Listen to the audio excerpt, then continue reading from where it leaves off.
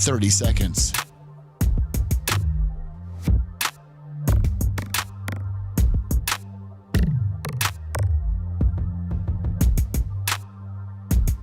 The show will start in 15 seconds, and this is your last audible warning.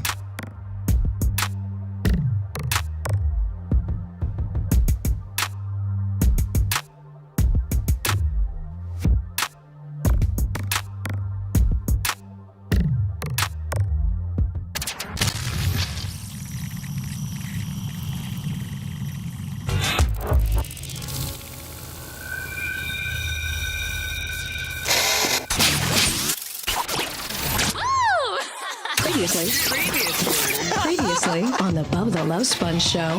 Loving jeans too much, bro. What am I supposed to do? Don't see it. What am I supposed to do, LH? You're the you kind guru. of kissing that ass too much. What am I supposed to do? You know what I'm saying? No, I don't. You What am I want to do supposed to everything with you. You want to go to his ranch. You want to come to his house. Hey, just like it down, Bubba.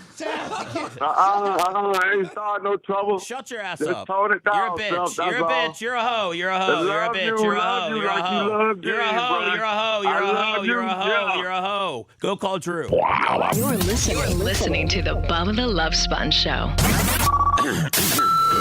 Broadcast rights for the Bubba the Love Sponge Show have been granted to this station by the Bubba Radio Network and is intended solely for the enjoyment of our listening audience. Any rebroadcast, retransmission, or other use of this production without the express written consent of the Bubba Radio Network is prohibited.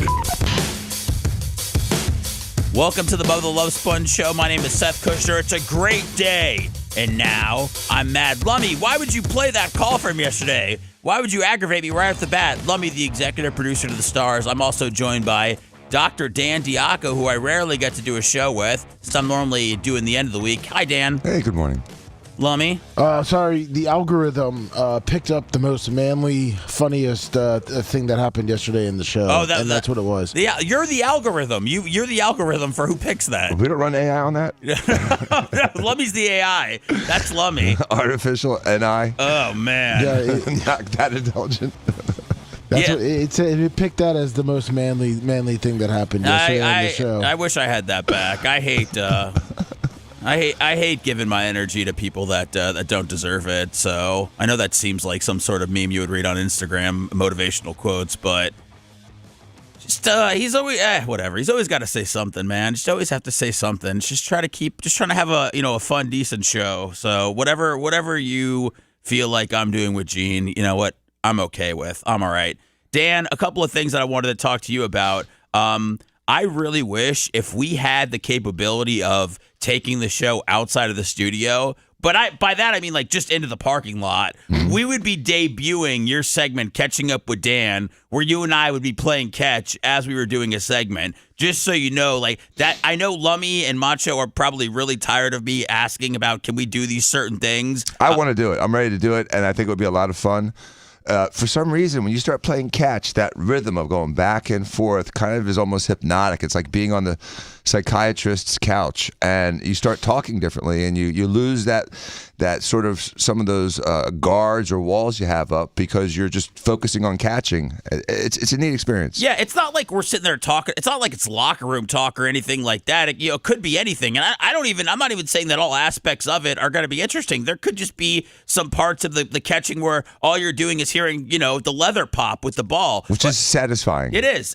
I feel like I know we've talked about it many times. I just feel like there's something there, and I was like, oh man, Catching Up with Dan, we should do that today. And I was like, we cannot do that today because the show is going to be inside the studio. Lummy knows. I asked Lummy if we could take this show to Gene's place on Friday, and I could start doing all the powder coating and everything like that. That's right. And he said, no, we can't, but we can go ahead and film you over there, and we can replay it. So yes, I have a lot of big ideas that we're not necessarily able to execute, but I'm still thinking about it, Dan. And not that I think that you have time in your life to record a podcast series, but I'm just telling you something's here. Whether a baseball player ends up stealing this idea and executing it and becoming the next big thing, I really, really think that there's something with Catching Up with Dr. Dan. Berto Perez, $100. Oh, damn, Berto. Berto's the man. Listen, there's plenty of room in this studio if your guys' accuracy is is on It's today. not. It's not. Dan can be up there by the podcast desk. There's only about 1,000 things that could break in here. Yeah, Dan. I mean, computers and sound stuff and about 400 video screens. Yeah, Dan doesn't even like. I feel confident. If I had to play like in front of a car, like I feel comfortable enough that I could catch it. But Dan likes to. When we go in the parking lot, Dan doesn't like to be around any cars. Obviously, there's some more valuable ones than mine in there. But yeah, no, he's very. We couldn't do it in here, Lummy. You know damn well that we couldn't do it in here. Well, listen, maybe when we're getting closer to moving out, we'll have more. We can have more outside of the studio type stuff. No, it doesn't matter about the stuff in here. Yeah, Is what when he's the saying. He's like, TVs you are break gone. something. Yeah, when the TVs are gone and all the monitors are gone. Well, you make it seem like we're going to be broadcasting in some sort of dark room far away. Yeah, we can play ball in the trap house. Yeah, what's going on? We're going to be in some sort of basement cage and we can play in there. Dan, do you have we talked about it a little bit. Like, do you have any idea of what your schedule or what you're going to do with the studio, knowing that the studio is probably like 30 minutes away maybe from where you are right now? I have a lot of anxiety. I have Seth-like anxiety where I actually have gotten nauseous about it because it seems like it's going to be a very big burden to get up there. But we'll figure it out. Do you? Or I'm just going to do it remote from my house and set up a studio there if that becomes cumbersome. Would you? Cumbersome. Would you be deciding if it was cumbersome? Like I just can't drive up there, 2 times a week and stay for a couple hours. Well, I think it's not good. I think the problem is going to be coming back. Yes. I think that's going to be the problem. I think I'm going to get stuck. It's going to take an hour to get back. I don't think it'll be that bad early in the morning getting there, but coming home, I think it's going to be. Do you think it would be worth it to do like a 6 to 8 kind of thing? Or do you think that you would, by leaving an hour earlier than you normally would? Or you don't feel like it would be? I think 8 o'clock would be worse. Yes. Oh, to I leave agree. at 8? Oh, yeah. okay. I think you're looking for glue. Oh man. Traffic glue. So you're just putting this off then, Dan. You're not thinking about Is there a this. date? Yeah. No, I was asking Macho today. Maybe I'm just gonna say this. Maybe summerish. Summerish. Okay. Maybe summerish. So I know. And my schedule's a little easier in the summer because the kids aren't in school. Oh, I know, but there's different seasons. We're going to be there forever, so you're still going to. Dan keeps trying to put up this problem. He's like, all right, summer, good, all right. So, I guess we'll worry about that whenever it comes up. Yeah, worry about it in August when Yeah. school starts. That's where I'm going to have the most anxiety. I'm not worried about it at all. I'm just ready for it to happen. It's going to be like an hour for you, Oh right? yeah, no. Bubba doesn't want me to come to the new studio. He said that he wants me to do the show from home, which I don't want to do. It's different. I got enough experience when I was, in the hotel room in Orlando doing that I did not like it at all. I mean, Do you have a place you could set up a little studio there at the house? yeah, but there's no vibe, there's no energy, and I could still do my job, and I think, but it's I feel like I would need to be in the studio at least the majority of the week, at least like 3 or 4 times during the week. I mean, there's really no good reason that I can't drive over there. I don't have a problem driving in the morning. I've just always been lucky enough to live 5 or 10 minutes from work. Even now, this job that's in a completely different city, or when I work next door at Bake More Pies, like everything is still only 10 or 15 minutes away from the bridge. So yeah, this will be a jaunt. This will be a jaunt, as they call it, but I like spending time in the car. I like listening to music. I like letting my Spotify playlist run wild. Is that what you do in the car? Oh, you listen to music? Oh, yeah. You don't ever listen to talk radio? No. Can't do it? No, what's that? What am I missing? What's out there? I mean, I watched... Well, I mean, what's his name? The guy that follows us. Oh, Cilio? Yeah, no, not that guy. Jim Rome? Rome. I love Rome. Don't you listen to him? I'm not...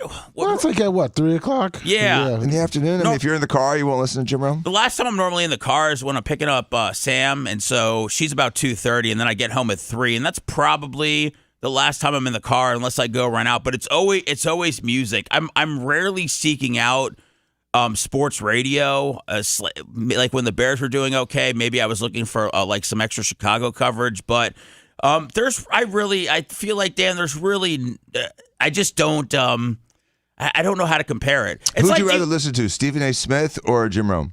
Jim Rome. Oh, Jim Rome. It's like do you go home and watch do you watch like doctor shows when you go home, or you watching, you watching other stuff?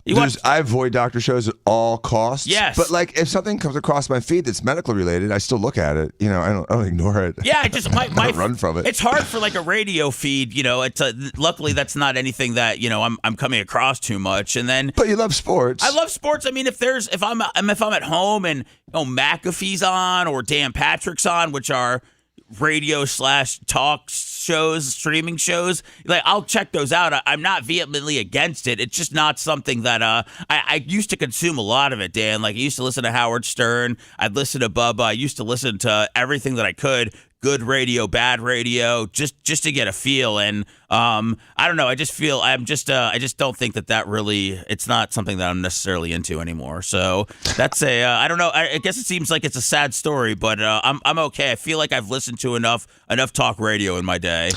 When I was a kid, my dad used to listen to talk radio a lot, and I never understood why he would do that. And then I find myself doing it. Even in the afternoon, sometimes I'll listen to Jim Rome or Celio. Oh, this is why my dad is why I got into radio, and I had to love a radio, for my dad, because when I was younger, we lived in Orlando, and my dad ended up getting a job in Tampa, and he would go back and forth daily. Sometimes he would sleep over in Tampa, but a lot of the times, he would leave 2-3 o'clock in the morning from Orlando and then come back 2 or 3 o'clock in the afternoon from Tampa. And sometimes if I didn't have school or whatever, I would go to work with him, and you would hear the sports radio at overnight stuff at 2-3 o'clock in the morning, and that was your only friend, that was your only guide for an hour and a half. That's all people had. That's how I know a lot of people probably fell in love with Bubba. So that's, I think, where my love of radio kind of started, and I know that's what got me into this business, was listening to it and being exposed to it at a young age. Lummy, do you have any idea why you're here at all? Did you just love Bubba, or do you? Yeah. Okay. How did you get here? Did you have any No, yeah. My dad used to listen when I was growing up. It was always stuck on 970 WFLA, or he would switch over to WDAE. So those were the only two stations. We didn't grow up listening to music. Oh, well, all right. Well, like Footloose. I mean, you weren't allowed to dance either. What do you mean you didn't grow up listening to music? I mean, no music, no dancing. I mean, can't show your belly button. Christian music or country music? Was like MTV really? Banned in your house or something, Lummy? No, it wasn't banned in the house. Did you Devil's music? Did you have some sort of like strict upbringing? No. Oh, okay. No. It's just when we were my parents liked listening to my mom. My mom was super religious, so her car was locked down to country music or Joy FM or okay, all right. That. And then my dad, very more rugged with his AM. I would say non-religious views was sports radio and 970 from Glenn Beck to Rush Limbaugh. But Dan, listening to radio, being exposed to it, didn't make him obviously get into radio. He still wanted to be a doctor or lawyer, and he was able to make this a hobby, which unfortunately we weren't able to do. That should have been the route, was to make this a hobby and not a profession. Interestingly, and because I'm in surgery, I listen to music a good 6 to 8 hours straight, 2 days a week. I mean, in surgery, there's always music on in the back. So I listen to way more music than I thought I'd ever listen to in my career. You're in charge of the music that's playing? Oh yeah, I'm in charge. I'm the captain of the ship. And what do you play? It's real fast. They did a study years ago, and there's two parts to the study. One was, if you listen to music, you do better in surgery. There's better outcomes. It's better for everyone in that room if there's music in the background. Secondly, they determined that if the doctor determines the music, it does even better. Yes, I'm sure. I can see. I got proof, scientific evidence that I'm in control of that radio station or Spotify or whatever we do. Do different surgeries call for different genres of music? Or? Oh, yeah. Early versus late, lipo versus a facelift, closing music. It gets harder, louder, and more, more obscene lyrics as the day goes on. Is it a lot of rock music? Like, what are some of the bigger artists that get played when you're in surgery? It's usually Christian and K-pop. Get the hell out of here. Okay? K-pop's big, man. All the kids love K-pop. My daughter literally wants to be Korean. She said she wants to go to Korea. She knows nothing about it other than the fact that there's this Cat's Eye band. Wait, can K-pop be American? Or It's no? sort of American K-pop. Well, but it's the same thing. I think it's It's been joked in movies for 20 years. and now it's here. I mean, the K-pop phenomenon. It's actually here. What is it just Korean singing? It's not necessarily Korean singing. Maybe that's what traditional K-pop is, but it's more about Koreans that are singing and not about singing in Korean. Right, exactly. Yes, I've got Koreans. K-pop, like Cat's Eye, is this Korean band. They're K-pop, but they sing in English.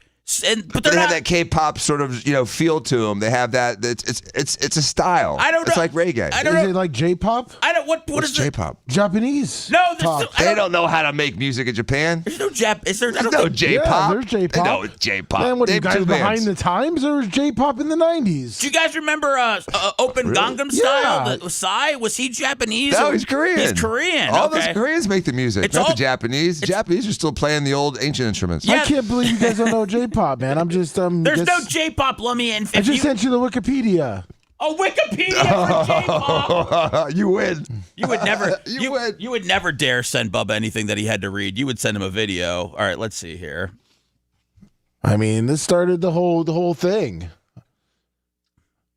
This is Korea what I didn't was have li- electricity until 20 years ago. Yeah, this is what I was listening to growing up. Was J-pop. You said you're listening to religious country music. Yeah, we throw J-pop in there every once in a while. Japanese rock bands such as Happy End fused the Beatles and Beach Boys style rock with Japanese music. That's right. J-pop was further defined by new wave and crossover fusion acts, Yellow Magic Orchestra, and the... Get out of here, Lummy. What is this The only nonsense? J-pop, Seth, was Japanese cover bands. That's it. There's Singing with an accent. I don't even if there is some sort of like a wealth of talent in Japan. I just musically I don't think we know about it, Lummy. I don't think J-pop has hit the scene like maybe you hoped it did. Well, when I went on Wikipedia to look kind of what K-pop was, it says the term K-pop is an inspired or equivalent to the Japanese J-pop that was brought up in the 90s and early 2000s in Japan. So Korea was copying off of what Japan was doing. Japan does everything first. They had like Led Zeppelin and Loverboy.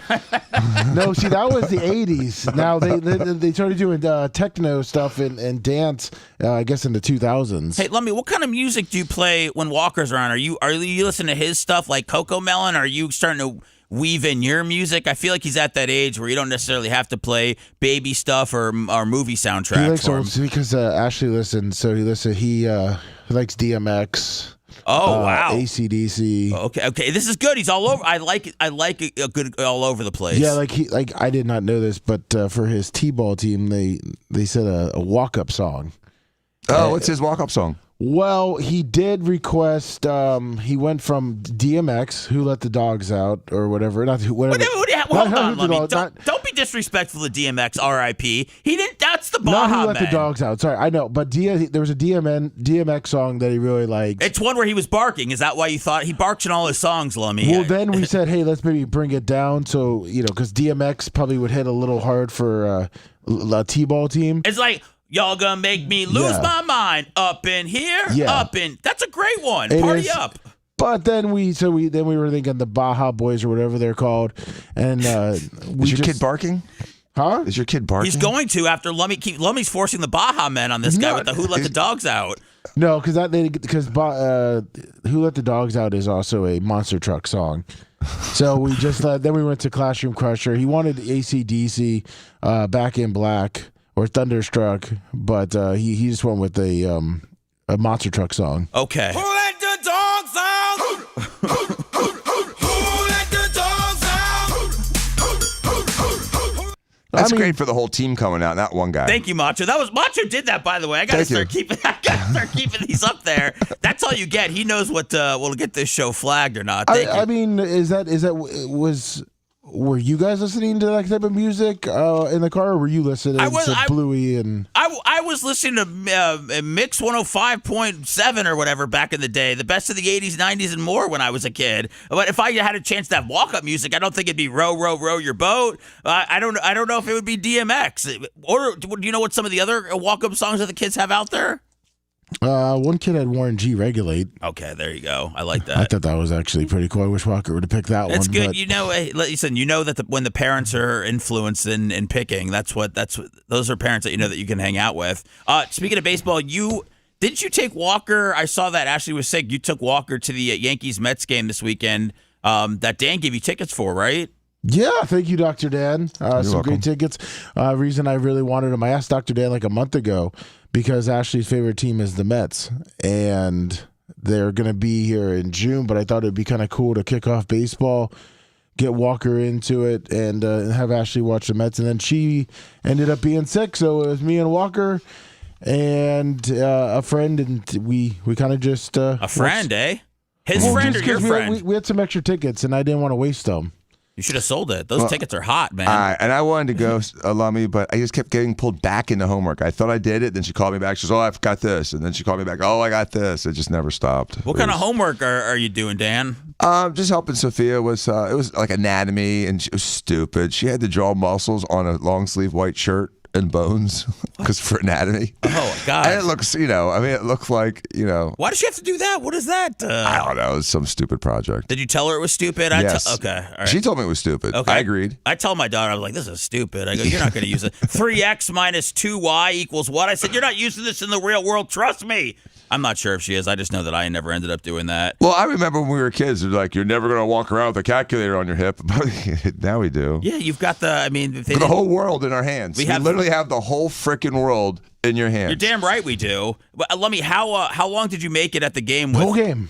Oh, dude. Sat to watch the whole game. God bless you, Seth. You are literally, as far as all the people I know, you are the number one sports event attender I've ever seen. He'll go to everything from start to finish. Even to a fault. Even to a fault. Like, he's the biggest. He'll stay. For a week.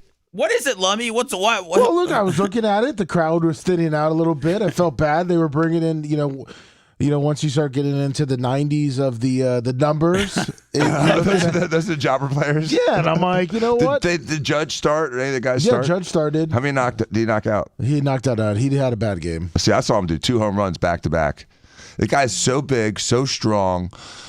Every time he hits the ball, there's a chance it's going over the fence. It's unbelievable. He's really, if it wasn't for Shohei Ohtani screwing everything up for him, people would be saying like he's the baseball player of the decade. Yeah, Judges. He's a monster in real life. He smiles a lot too, which I love. Yeah, I think the thing with Judge is he came along, I think, like around like when he was 25 or so, like when he was 24, 25, he didn't have like all that initial hype that some of these guys like Bryce Harper and Strasburg and Skeens and some of these other guys, like as soon as they come into the league. So he came in a little older, but he's still going to have some absolutely massive numbers by the time it's all said and done. And I think for the most part, everybody knows that him and Shohei are the best players in baseball. Yeah, I have. I'm no baseball critic, but it seems that way to me. I mean, there's a few other guys that are, also in that, top 10 guys. But, if I had a team, I'd want one of those 2 guys on my team. Yeah, Greg D, $20. Thank you, Greg D. Yeah, Shohei's the best player in baseball. I don't know when that's going to be slowing down anytime soon, but I know that Lummy does have a high amount of dedication. Whenever I used to, talk about going to spring training games with my dad and my family back in the day, he would always say, let's go later in spring because that's when the rosters will thin out and you're going to start to see some of the guys that are going to make the team, play those games. So when you're going real early in February, if you get a chance to actually see Aaron Judge play, that's crazy because I'm sure they mixed in some other guys that are probably going to start the year in the minors. Well, I've always thought about in the early on in spring training that you're seeing the younger guys that are busting their ass and that are actually like really playing and have more technique. So like having Walker watch them, like the fundamentals and all that. Yeah, because you get later in the year, and then those guys are, even though they're technically, quote unquote, getting ready for the season, they're also not wanting to get hurt. So they're kind of just going through the motions, and those young guys are already pretty much thrown back to the minors. So you're missing them. Steinbrenner Field has some of the best food at any stadium. What did you have to get, Walker? Did the Dippin' Dots, the cotton candy? Are you serious about that? What? Yeah. Well, really? I guess compared to other spring training stadiums. Oh, okay. I thought you meant like compared to like other baseball stadiums. No. Like I said, the Philly Stadium's got the best food of any stadium ever. You can't compare MLB stadiums to it. I'm not. But Steinbrenner, like even back in the day, like when they first put up Legends Field, like they had an Outback in there. I mean, that was a big deal. Like that was the first. To me, that was the first stadium experience I had that wasn't just your standard generic chicken tenders and fries and all that. So Seth is 100% correct. So what's the Philly Stadium like in Clearwater? So Steinbrenner kind of kicked it off because back in the day they used to just be chicken tenders and things like that. Then Steinbrenner came out with all like the Outback, things like that. Clearwater now has the Philly cheesesteak place. Yeah. You know, they have all those specialty places now where back in, like, I'd go to a Rays game down in St. Pete and you're eating chicken fingers and french fries the whole time. It's kind of like that in Dunedin. I like the Dunedin Blue Jays Stadium, but there's not a whole, it's like one guy that's like cooking on a grill, you know, right there that you can go get your hot dog or hamburger for $2.50. What's your favorite team that visits? I like to go to. I like the Blue Jays spring training stadium. If I have to pick a game to go to, or I have to pick a place to go to, like I took my daughter there a couple years ago, and God, tickets for those are probably $30-$35 a piece, and we had to leave in the first inning. So I said I'm done with trying to expose her to baseball. I can't try to make this exciting at all. Was she dying of boredom? I mean, why'd you have to leave? There was boredom, big time boredom. Oh, really? Yeah, toxic boredom. Well, I'm bored too. I mean, it was just something to do. If she's bored, then I'm bored. I can't. I'm not the kind of person that's gonna force her to stay or try to get her to be happy if she's not. And if you end up wasting money, But the Blue Jays, it's a quaint little stadium. I enjoy being around the Canadians. They're quiet, they're friendly. Philly's a great stadium. It's a little bit harder to get into. A lot of those games sell out like they do with the Yankees. But there's some really, really awesome stadiums just in this little area right here. Bradenton, I went to that one last year, which was pretty good. It's a really old school. What is Bradenton? What is that? Pirates, Reds? Pirates. Pirates. Okay. Yeah, it's like right off of downtown Bradenton or whatever, and it's like tucked right in there, but it has that old baseball feeling. I think we take this area for granted, but hardcore baseball fans that can come down to this area, whether they live up north, and they get to follow. I mean, how many different teams do we have just in within an hour of here? Whether it's the Tigers in Lakeland, or whether it could be the Braves. Are the Braves still in Orlando, or did they move somewhere else? Well, they moved to Northport. Did they move? Okay, so where do the Marlins train? East Coast with the Mets, Port St. Lucie or Jupiter, or one just of those. Just like an hour north. Yeah, like that way. No, north of their stadium. Oh, like yeah. An hour or two north of their stadium. Yeah. Okay. So what we had to get into the food thing. Dan called me out on the food situation with Steinbrenner Field, but what did you end up getting, Walker? What did you end up getting for yourself there? I got myself a Coors Light. Okay, that's fine. And I got Walker. That's food. Oh, yeah. Water. Protein. What are those $8 Frosty lemonades? Did you get them? No, I got him water and popcorn. That's it for the whole game? He ate before. He had some chicken tenders before. Oh, and then he got a baseball bat and a ball at the gift shop. There you go. That's so sweet. Okay, that's good. If you save money on all the junk food, then you can actually walk away with something at the end. Some overpriced merch. Did he bring his glove like Dan brings his glove to the games, or do you keep the glove at home, Lummy? No, I kept the glove at home. Okay. So when I went with Steven and Krista on Saturday, I'm like, can I bring a glove, or is that going to look a little stupid? He goes, well, if your son was here with you, that would be great. But with us, you're not bringing the glove, Dan. Well, I mean, are you in an area where there's foul balls? Or? Sometimes there's a foul ball on the exact mirror image of where we were sitting. With a left-handed hitter, and it would have hit us if it was the right-handed hitter. If you want to bring a glove and you want to hold the glove, that's not like, to me, if you were going, hey, Steven, can I paint my face or something? To me, that could be something. But if you want to bring your glove and you want to hold that, I would have no problem with that at all. I don't think anybody looks at somebody with a glove and goes, look at that loser. Is that like a guy with like Disney ears? No, I don't think so. I think if you dressed up like in a full baseball uniform with a cup and with the pants, like I think you would go, wow. I always I leave the house with without a cup. I think you go. Seth. This guy's an absolute loser. But a glove, no. I think they go. This guy's here to get a ball. Now, would you be the kind of guy that would give the ball to a kid? I'm not sure at this point. I think you might take the ball home and go, I'm going to give this to my kid at home. That would be Dan, as the mob was going after him, trying to get him to give it to some 6-year-old girl that's crying because she thought that ball was going to her. If there was a kid next to me or nearby, I'd give it to the kid. Absolutely. Well, if it was just a bunch of old gray-haired people around me, I'd save it for Danny. You would do like a quick little look around, and if there were no kids that caught your eye, you would pocket it. So you're not Catholic, and Lummy would understand this. It's like when they do like the sign of peace when you have to shake people's hands. Yes. You give a scan like, who am I going to shake hands with? Yeah. Who am I not going to shake hands with? I do like one of those little sign of peace scans, Lummy, and then I decide. Lummy, what were you saying? I feel like you were. I was going to say, so you're pretty much, if you catch a foul ball or a ball outside of there and you actually catch it, or it's like right there, you're just going to go give it to just some kid? Me? Yeah. Or what do you think of the people that do that? No, I'm giving it. I mean, if I'm probably at a game. I'm probably with my daughter, so I would definitely give it to her. But per se, you and me were doing some bonding time. Yeah. And we went out there and I got a ball. I would most definitely give it to a kid. Number one, unless it was a significant ball. Right. Then the kid can go pound sand. Here, you can have this like other baseball that I brought. Again, I'm saying spring training. Like I'm talking like someone's 300th home run. Yeah. I'm gonna probably keep that and see if I can get a deal to meet the person at all. But the number one reason to give the ball away, Lummy, is because I don't want to carry it for the whole game. I don't want a baseball in my pocket. I don't want any of that stuff. So I'm getting rid of it, and then I'll look like a hero in the process, all because I didn't want to be burdened with it. Because I saw this guy catch a foul ball. He was like an older guy, probably in his 60s. He brought a glove. He had a nice little God little bless catch. him. Yeah, he had a catch, and it was over by what you're saying, right between first base and home plate, that little area right there. And everyone just started booing him because he got it. Yes. And he sat back down, and he just was like gonna do his own thing. No. And everyone just starts booing him to give it to some random kid, and there's no kids really around him. So, like, they kept booing. Then he stood up and, like, found a kid and handed it to him. And I'm like... Yay! The crowd loves that. But what if that guy, like, it's his first ever baseball game? He's been trying to catch a ball for 45 years. Dude, and finally gets one in the 60s. And he finally gets a ball, and now everybody's like, go give it to that kid. Lummy, he's not a Make-A-Wish kid. He's a full-on adult that gets a baseball. Baseballs are for kids. You're supposed to try to turn the next generation onto the game. That's what we're supposed to do. But is that Make the etiquette? That kid to catch the ball. Is that the etiquette, though? Is it that you have to give it to a kid? Well, that's what I'm saying. Where are we at? I mean...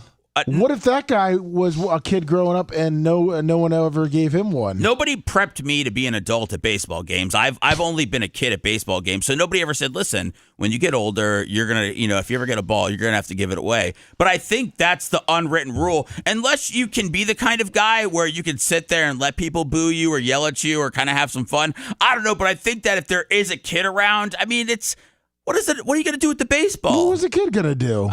Look at it forever and yearn about being that guy that hits that foul ball next time. I don't know. I look at the ball, and if I was the kid and go, okay, get some old guy give me a ball at a game. Great. Perv. Now he wants to give me candy. what a pervert. Yeah, maybe you can't give a ball to a kid these days. Hey, would you like some candy in this baseball I caught? Yeah. Coming up, I do want to share about. We didn't talk about the big soccer marathon that I ended up having this weekend, Lummy. But how was that? I'll tell you, I am so proud, and I hate doing this because I've never done it. I don't know what kind of quote unquote radio it is. I'm so proud of my daughter from this weekend, and to be able to talk to her after her game was over and to go, hey, was that one of the best days of your life? And for her to say yes, to know that and I said, great, you'll remember that forever. For her to have one of those days is so special. And I feel like you and Dan could be the guys that could relate. And I'll tell you about that coming up next. If you love that segment, then check out BubbaArmyHQ.com and do a deep dive on past shows. Wow. The Bubba the Love Sponge Show will be right back.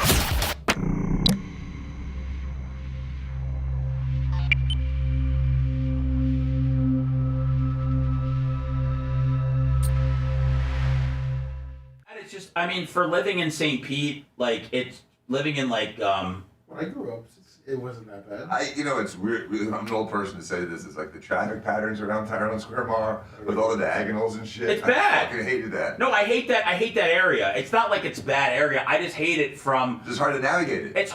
It's easier for me to get to Tampa and St. Pete than it is to get to Tyrone. I agree. I understand exactly what you mean. Yeah, you get locked down in traffic. You get in the wrong lane. You're there for 3 minutes. Go on the backside because that's what my mom always used to do. What? That was our mall. That was my mom growing up. Oh, really? We'd go to the back end. The backside. I don't even know what the backside is. It's all the backside to me. Well, because like the traffic patterns like that, but then they have the. I go like 22nd Avenue and then head up, and then. Yeah. Is that the backside? I thought that was like where the baseball, where the old, where the Rays used to have their. They used to train there. Well, Cardinals did too. Really? Yeah. I don't know the area that well. Well, that was the practice facility for when they played at Al Lang. Dude, Gary made a great picture of this picture of Vince McMahon's hilarious. Yeah, you like that? The thumbnail? Yeah, that's a funny one. Because we used to do summer or like kid camp at the where the fields? Yeah. Oh, cool. But it was so we always had to go over to the Tyrone area. What's up, Group Lips, Black Eye, Buck Bull Tray, Old Yoke, Dan Sprinkle Can, Group Lips, Glow Bug. Yinzer. Thank you to Berto and Greg for the Kiss Ash, the first Sizeg Mizent Kona Cuts. Sizeg Mizeg Mint. Wolver's Afterbirth. McCartney's good, man. Shut the hell up, Lummy. It's about as good as that. I do like that you are programmed to be nice to the person that's sitting in this chair. Yeah, it is. It's nice. Yeah, bro, it's a dog whistle. I got a locked in friend for life when I'm sitting there. Good morning, Yinzer. Heather Spin, Henry Jacks.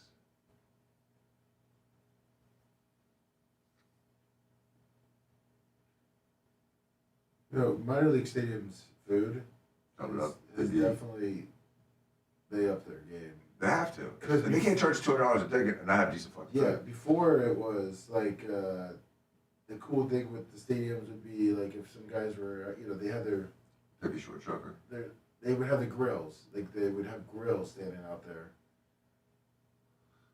That's pathetic. But You know what I'm just saying? like they made the combine a moneymaker. They made the draft day a 2-day fucking extravaganza, and so they're realizing new ways for revenue, which I get, and people are excited enough. I mean, when people are so excited during the preseason to watch a preseason fucking joke of a fucking football game, I mean, spring training's not that bad, and it keeps all the people here, a variety of teams to watch. You get to see the Blue Jays, the Phillies. Well, I think even if it's longer, I think spring training's way better than preseason football. Way better. Preseason football sucks. Yeah. It's become worse. Yeah. It's become more of a joke. It's like the flag football fucking Pro Bowl, which is also a fucking joke. Because you're just going to the professional stadiums. They're charging the same, Right. As there was a real game and they're playing fucking flag football. They might as well be playing patsy cake and putting makeup on each other and having tea. Besides, I guess going to Steinberg, like the smaller stadiums, they have like good deals on the different stuff they have there, or like the Clearwater with their Philly cheese or Philly. Well, Philly's also done really well. They've had a good few years. They're really strong right now, and they should be capitalize on that, build the infrastructure because they'll pay later. What, they're redoing the Philly Stadium again? No, they want to. Redoing and sort of sprucing up the spring training stadiums with better food and better amenities. But they're always. Clearwater is over there because they threatened to leave if they didn't get an update on their. That's crazy, dude. Philly. So I want a spring training stadium deal, or I'm leaving. Dude, first of all, that stadium's one of the nicer ones. Probably. It's going to be under construction then next year, I think. Dude, that's insane, man. It's Clearwater's there's a lot of Philly places, like Philly's made Clearwater their second home. They can't leave. But I know that's how you negotiate. Yeah. Gotta be tough. What's up, Pedro the Pool Guy, Organic Jeans, for Jennifer, Iggy, Kenny Powers, Ryan, John Posteka, Couch, Smoke Slayer, Baby Short Shirt, I think it's an idea already. That's because they're needing money for their stadium, so Clearwater needs.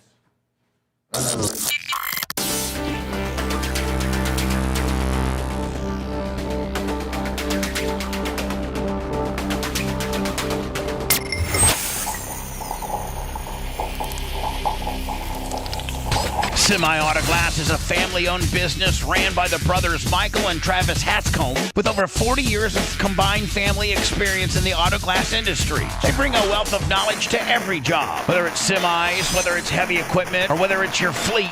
Semi-Auto Glass meets all of your auto and truck glass needs. Windshield, back glass, door glass, and automatic window repair. So easy to get a hold of. 813-245-1936 or semiautoglass.com. Striving to reach new lows every day. It's Bubba the Love Sponge. Back to the Bubba the Love Sponge Show.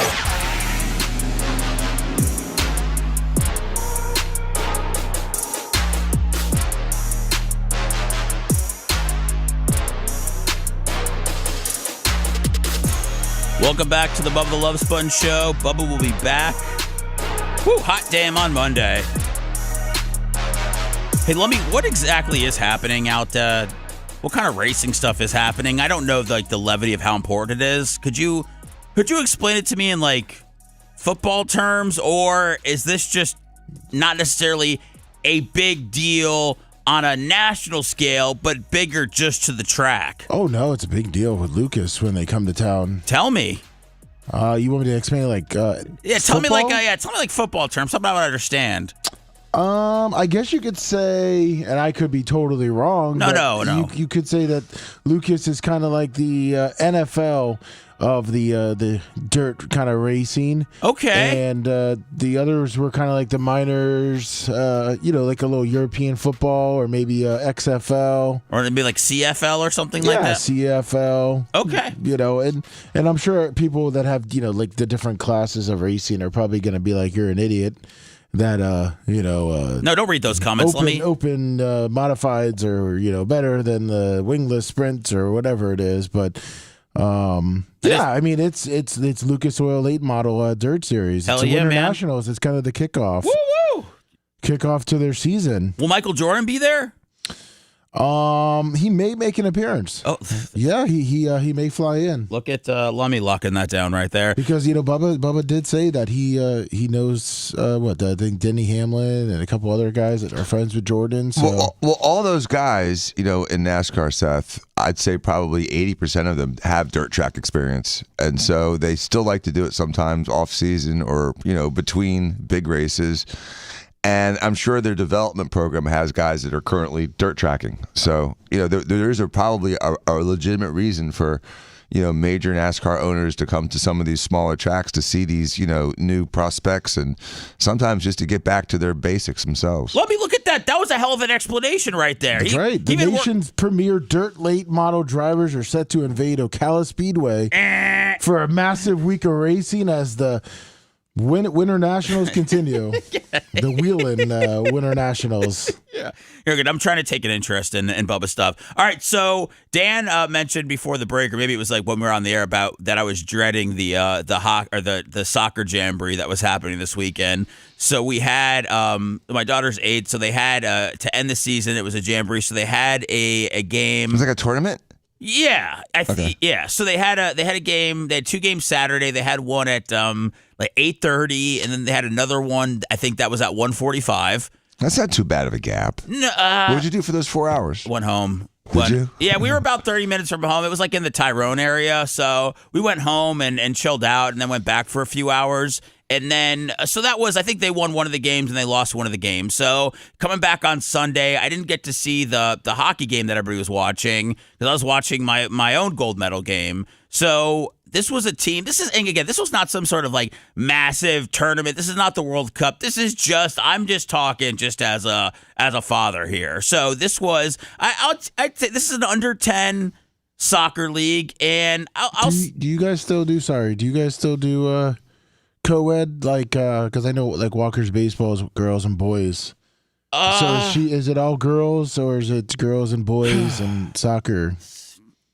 You had to ask that. They had to. You can't remember if there's a single boy on the team? No, I know. Is it all girls? Oh, okay. Oh, my bad. All right, let me do this. Text your wife and check. No, it's a girls' league, but there was a boy that played in the league this year. Was he identifying as a girl? At 6? How old's your daughter? 8. 8? Wait. They're letting people cross over at 8? Oh, damn it to hell! See, Lummy, look what you started. Jesus. I had a proud. Well, Let's talk about the proud moment. Let's not talk about the distortion of life in America in 2026. How we can't even define what's male and female. I mean, God forbid, you could have a dog that's going to identify as a female, and then it's not going to breed really well with another boy. I'm at the real fork in the road here with what direction to take this. As somebody that's kind of always laughed a lot of the stuff off because I didn't feel like it was. A lot of these scenarios where you have, somebody that's trans, that's, in a high school or that's a track and field. Like, I feel like those stories are few and far between. We make a big deal to them when we see them, but I didn't feel like it was happening at every school. It hit home, huh? Well, I didn't expect it to happen at this age at all. So was the boy well, I don't know how to even ask. Were they good?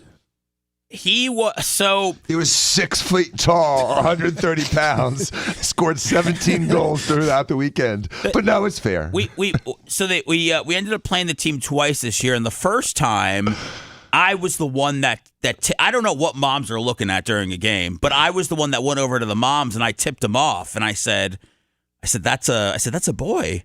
They didn't realize it? They did. I don't know. It was as soon as the game started. I said, that's a boy. And he was, I don't want to break down his full physique, but he's not, he's not like some sort of like Pele or Ronaldo or anything like that. He's just like he's just like a boy that's not too athletic or anything like that. He's just out there. Probably not one of the better players on the team. But I didn't think anything of it. After the game, I asked my daughter, I was like, was there anything, with the boy? And she's like, I don't, he sweated on me, which she was disgusted about, which I can understand. Anybody that's sweating on you would be an issue. But she didn't really. Does girls sweat better than boys sweat? I don't know if girls really, I don't know how much girls sweat they just at all. glow. Yeah. They don't really sweat. Well, at this 8 or 9, I don't know. I don't know what girls are I have no idea what's perspiring. Meanwhile, this guy had that armpit hair. The boy clearly perspired enough to where it was dripping all over like Patrick Ewing or something like that. Like it got him. So that was the thing. So wait, is this like that movie? Was it Love Bugs? Ladybugs? Wait, is that with Rodney Dangerfield? Yeah. Is this how it kind of is? We're a great. All right, first of all, that's a movie that I feel like has been referenced a lot in my life lately. I'm not even familiar with the movie. The movie, it's a Rodney Dangerfield movie. Come on, Ladybugs? I'm not gonna, it's not one of these things where I'm gonna sit here and go, Dan, you gotta go watch Ladybugs, okay? It's fun, but it was a girls' soccer team, and a boy dressed up as a girl, and he was so good, and he went, and who knows, they won the game, and then a girl on the team fell in love with him, found out that he was a him and not a her. It's the whole thing, okay? Well, Rodney Dangerfield was the coach, and the team was horrible, and he needed. It was like a Bad News Bears, with instead of the smoking pitcher, it's a dude that dresses as a girl. Rodney Dangerfield needed a ringer, and he found one. So it was more about trying to win than it was really anything about trans rights and all those things. But I sent you the trailer just in case you wanted it, but was it along those lines? No, it's the guy. He didn't dominate. There was no domination, and he didn't have a wig. He was a boy. I'm telling you, this isn't a let me see his genitals. I'm telling you, he was a boy. There was no. There's no genitals. I mean, There's no. I'm just saying, there's no. This isn't I'm aware of what a boy like. This was a boy. So let me play this. Let me play this trailer before. So an email went out after that game to the entire league. Oh no! What did it say? That's a girl. An email went out to the league that's a girl. Really? Yes. A genetic biological girl that just had a boy haircut. It did not say that. It just said that was what girl, just like a pronoun, an asexual pronoun. That was a girl. It was a special email that went to the whole league that didn't necessarily break down pronouns, but it said that it essentially said that the boy is we're going to say that the boy's a girl. is what's essentially happening. But it said boy too at the same time. It said that boy is a girl. I'm gonna have to go. I gotta get this email. How did they word it? The specifics were that nobody really got too bent out of shape about it, but they were just letting everybody know that they were looking at that. What I considered a boy and what some other people considered a boy, they were looking at that person as a girl. Now, we played that other team again. During this season, and that was... Did your daughter take him out? That was nobody... I don't think anybody... See that girl with the really short hair?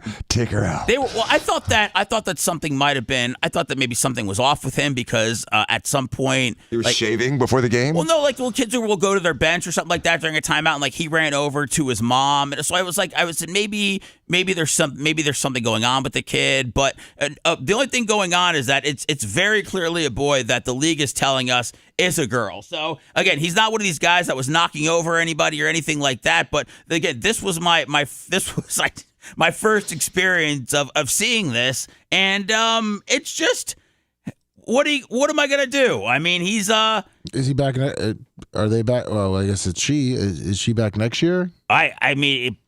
Did they set it up with a letter? Sandusky. 1992, man. Rodney Dangerfield was like. Was this this weekend? Not quite. Okay. Not quite. It wasn't that. And again, this boy scenario questionable was not from this tournament at all. This was just during the year when you asked about if it was co-ed. That was the only questionable player that I saw all season long. So Seth, you said your daughter said it was at the end of the weekend, she had a great weekend. It was like one of the best ever. What made it so great? Why was it so fun for her? We had the two games on Saturday that they won one, lost one. She loves soccer because her friends play it like that. She's done all the sports, gymnastics, basketball, everything. Nothing really stuck because she just didn't have a lot of interest in it. To me, I feel like she's more of like a creative mind than an athletic type, even though she was, good at gymnastics. She didn't want to do that, but soccer has, 4 or 5 of her really, really good friends on it. So that was a big part of it. So they have this game Sunday, and they're playing a team that they've lost to twice this season, 6-1 both games. So there wasn't a whole lot of expectations going into the game. We were just hoping that it wasn't a full-on throttling, so the girls didn't end the season crying that only they lost their last game, but now they're not going to see each other for a while. So there was just a lot of just hope that they could, make it a competitive game. So I would say my daughter is probably, out of the 10 girls, I'd say she's probably the, not the best one on the team. This was her first year. It's an under 10 league, so there's a lot of girls that are older than her, which is fine. Coach put her at goalie sometimes because she really liked it, not because she was some sort of Vasilevsky back there or anything. And so they start off this game that they had been dominated by. Can you name a famous hockey goalie? I mean soccer goalie. No, only my friend Jeff Attinella, who played MLS, and he works for the Rowdies now. He's the only goalie that I know. Hope Solo. Hope Solo. Yeah, there we go. There's Hope Solo. That's the only one I could think of. So, that was the one I was thinking of too. Yeah, with those curtains. So they're playing the game. So it's a 0-0, and my daughter's not goalie, so it's 0-0 in the first half. So they can't believe it. They didn't give up any goals. They're playing great. It's this whole thing. So second half starts. Boom. Coach runs my daughter out there into the net. She puts that red penny on, and I go, oh, my God. I was like... She's the goalie? Yes. She's the goalie in this 0-0 game that the team has scored 12 goals, on us this year. That's right. I'm saying us. And so whenever she was goalie this year, I would always kind of go about like maybe 15 yards behind the net because she doesn't know what she's doing. And I don't know much about being a goalie, but I wanted to tell her go get the ball, go jump on it, grab it with your hands, just whatever I could do to help her. Just be there. She likes to talk to me. She told me it was raining out there. She's like, I feel so motivated because it's raining. And I was like, all right, great. Anyways, she didn't give up one goal. Nice. Good for her. They ended up winning 1-0. Oh, wow. There was a goal that went. There was a shot that went through the net because there was a hole in the net. It went through the side of the net. There was a goal that was trickling on the line that she ended up grabbing. It was unbelievable. And for her to have that moment of everybody was praising her And she was the hero? To get that at the last game of the season to a team that had killed them, for somebody that didn't get to experience, any personal highs. Everything was her team, and she was a great teammate. I made sure I told her that. Always would give hugs to any of the girls that did well. And for her to have that, and when Coach gave out the medals at the end of the game and gave her medal last, and to see her smile as she was getting that, and to see everybody, run up to her, man, it was a great thing as a parent, and for her to have that, Dan. Those moments where I feel like she'll remember it forever because she said it was one of the best days of her life. It just meant a lot. I'm not sitting here going, my daughter is going to be in the World Cup and she's the next great soccer player. This was just this moment that she had that I think gave her confidence. She wants to go out and kick the soccer ball more. She went home that night and we started watching World Cup highlights of just whenever on YouTube. Like, it really made her... It made her get into it. It made her kind of love it more. And again, I'm not trying to push her to be the next great soccer player, but to see that happen and to take an interest in it after I'm assuming most people can relate to that. I guess the feeling's hard to describe, but I'm just so happy that she got to have that. Well, that's awesome. Build her for next season too. That looks like. Well, yeah, she's ends on a high note. Yeah, I'm not. You gotta love the ending on the high note, though. Yeah. That's really. I mean, you're right, Seth. I mean, they lose the game 1-0, and it's a completely different afternoon. Yeah, I mean, it's still like all the girls when they hung out. They all went and played together after, and they all had a great afternoon, and they all kept their medals on for the whole duration of the day. But yeah, just for her to have that it was cool, man. It was cool. It was I rushed the field as soon as it happened. Nice. And yeah, there's video. Like, as soon as Did you take your shirt off and do the knee slide? It started to rain. It was really started to rain on Sunday morning, but I was close to doing the Brandy Chastain. This was I don't know exactly. I thought there was some sort of organized snowball fight that was happening in New York, but I believe there was a snowball fight that was just happening. I don't know if these are random events. And then there was a couple of cops that were... I guess they went out to a call. Oh, they went out to the call? No, they went out to a call. I guess they were saying there was a man, there was individuals on top of roofs inside the park. So, like on the buildings, like the bathrooms and stuff. And this is Washington? Washington Square Park. Yeah, this is where they used to say you go by the drugs and all that. When you go to New York, they would say walk through this park here. So it's not Central Park, it's Washington Square Park? Yeah, where's that? It's in New York. I'll tell you what, after you see this, Dan, it's somewhere that you don't want to be when it's snowing outside. Let's see, or watch these guys, man. And here's something that Lummy told me that I didn't know.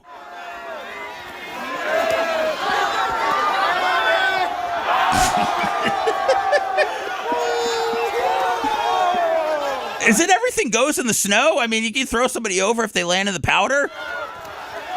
Look at that.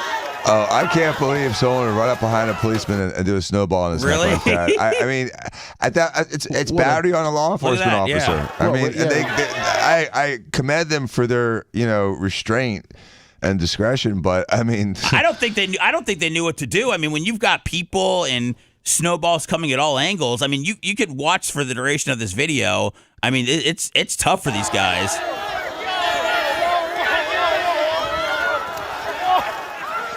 See, that guy would be done. Yeah, see, he only gets... I think they're just trying to get out of there at this point. Now watch, this guy's got a real busted eye, and Lummy told me that they put rocks and all sorts of things in these snowballs. I didn't know that. I believe that. I never... See, this guy's got... Look at that. Look at his eye. It's all busted up. Jesus. And he's still exercising restraint. Well, I don't know. Generation of people, not even just 16-year-olds, but even 35-year-olds, 40-year-olds, have no respect for authority or law enforcement or elders. It's just no respect for other people. People don't give two rats' asses about anyone else. It's become such a selfish, fragile, snowflake society. You can't yell at anyone because you have to respect them and their boundaries or their pronouns or whatever the hell they're talking about or their opinions. Our safe space, our bubble. But these same people that are demanding to be respected have zero respect for institutions, authority, elders, no one. It's disgusting. Is all right? I think that's a part of it. Is there also a part of it, Dan, where you're out there, you're throwing snowballs, you see some cops and you go, oh man, I can get away with this. I can hit a cop with a snowball from, back here, and he's not even going to know. Do you think there's a part of just getting caught up in the moment of being a prick? But why is that something cool? I don't know. Why is that something that you should be like, that should be on my bucket list? Like, I want to go to like Maui. I want to hit a cop with something. That shouldn't be on someone's list of things that are satisfying. You should be, people out there should have been surrounding the cops and protecting them from the snowballs. That's what my kid would do. That's what I would hope I would do. That's what I hope my friends and the people that I associate would do, would be like, protect the police. Don't add to the battery. Oh, damn. Protect them. I never even thought about protecting them. If I was there and I had Lummy and 2 or 3 other guys, we'd have formed a wall. A giant 6'5" wall around these guys. You don't have Lummy. It's me and you. Then we're just doing a little Jewish wall. We got it, man. A little Jewish wall. Right. We're still going to say, guys, squat. We're going to get on our tippy toes, and we're going to, open an umbrella or whatever we got to shield them. Raise up my jacket to protect the cops. You protect them. You don't go after them, because when your dumb ass needs them, you're going to be expecting them there. And I don't care how tough these guys are. If they're down and they need a cop, like a little bitch, I'm like, oh, call 911. I'm in trouble. The same guys that they're trying to batter, assault, degrade, and insult are the same guys that are going to be praying shows up when they're effed. You're not throwing some snowballs back at the guys, throwing them at the cops. No, you're going to fight with it. It's like you're going to get a bee fight with a bunch of bees. It doesn't make sense. Dan's bringing a gun to a snowball Hell fight. yeah, dude! A flamethrower. Throw that water now. I love that Dan's fired up. We're going to keep Dan fired up. Coming up next, we'll talk about how the U.S. women's gold-winning hockey team's not going to the White House. If you want 24/7 on-demand Bubba and the crew, go to BubbaArmyHQ.com. Right now. The Bubba the Love Sponge Show will be back after this.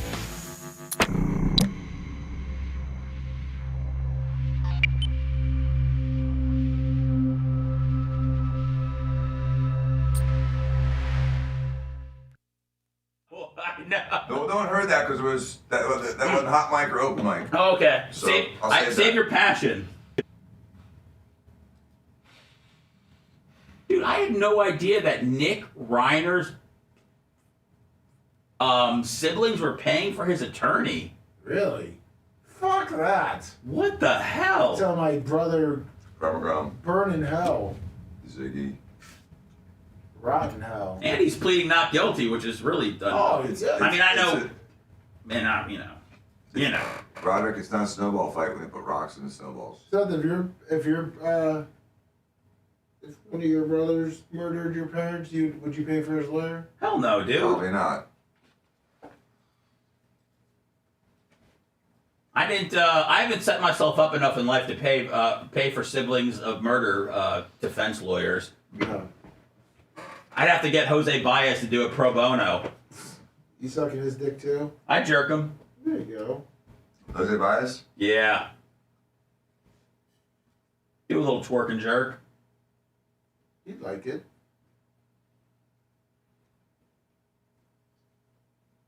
Dirt Merchant, good morning.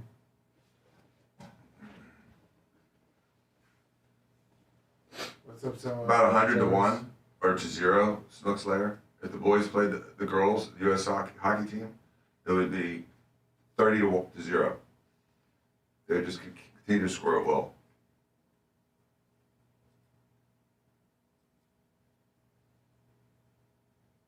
Holy walnuts.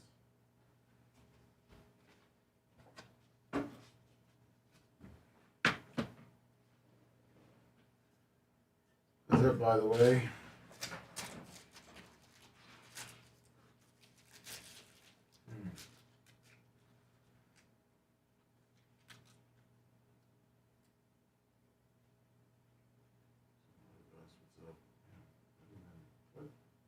What are you saying?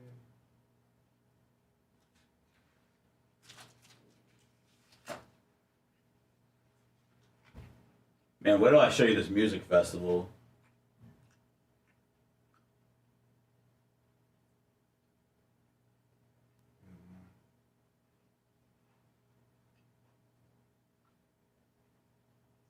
Jonesy, Little Wolvers after birth. So, Rocks, Greg D2.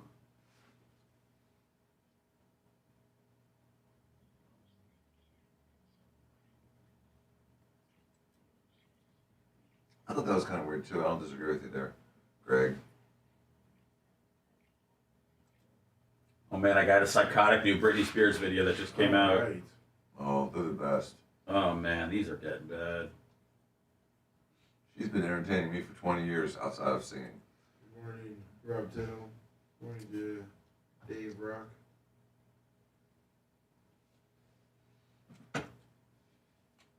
We pray that the days will last. They went so fast. It's so weird how you have these people that are on top of the world, and 10 years later they're either crazy or they're homeless or they're in jail or something crazy is happening to them.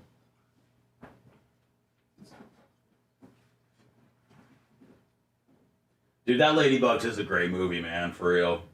Yeah, you should check it out. You should rent it. It's probably free on Prime. It's on Tubi? Yeah, it's probably free. Dan, you didn't look more than happy to. It's real, To watch it, Ladybugs? Yeah. I'll watch it with the kids. I tell you what, I got my godsend that first season.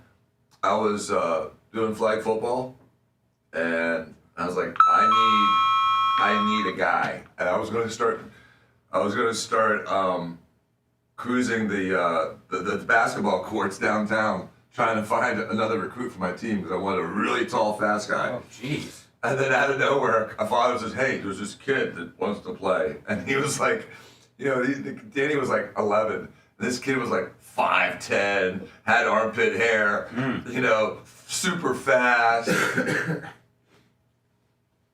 He was awesome. He caught tons of passes, touchdowns, interceptions. Was he a proper age? He was a proper age.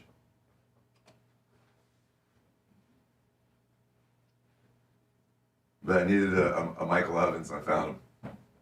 There you go. I'm at the YMCA if you need to scout any talent.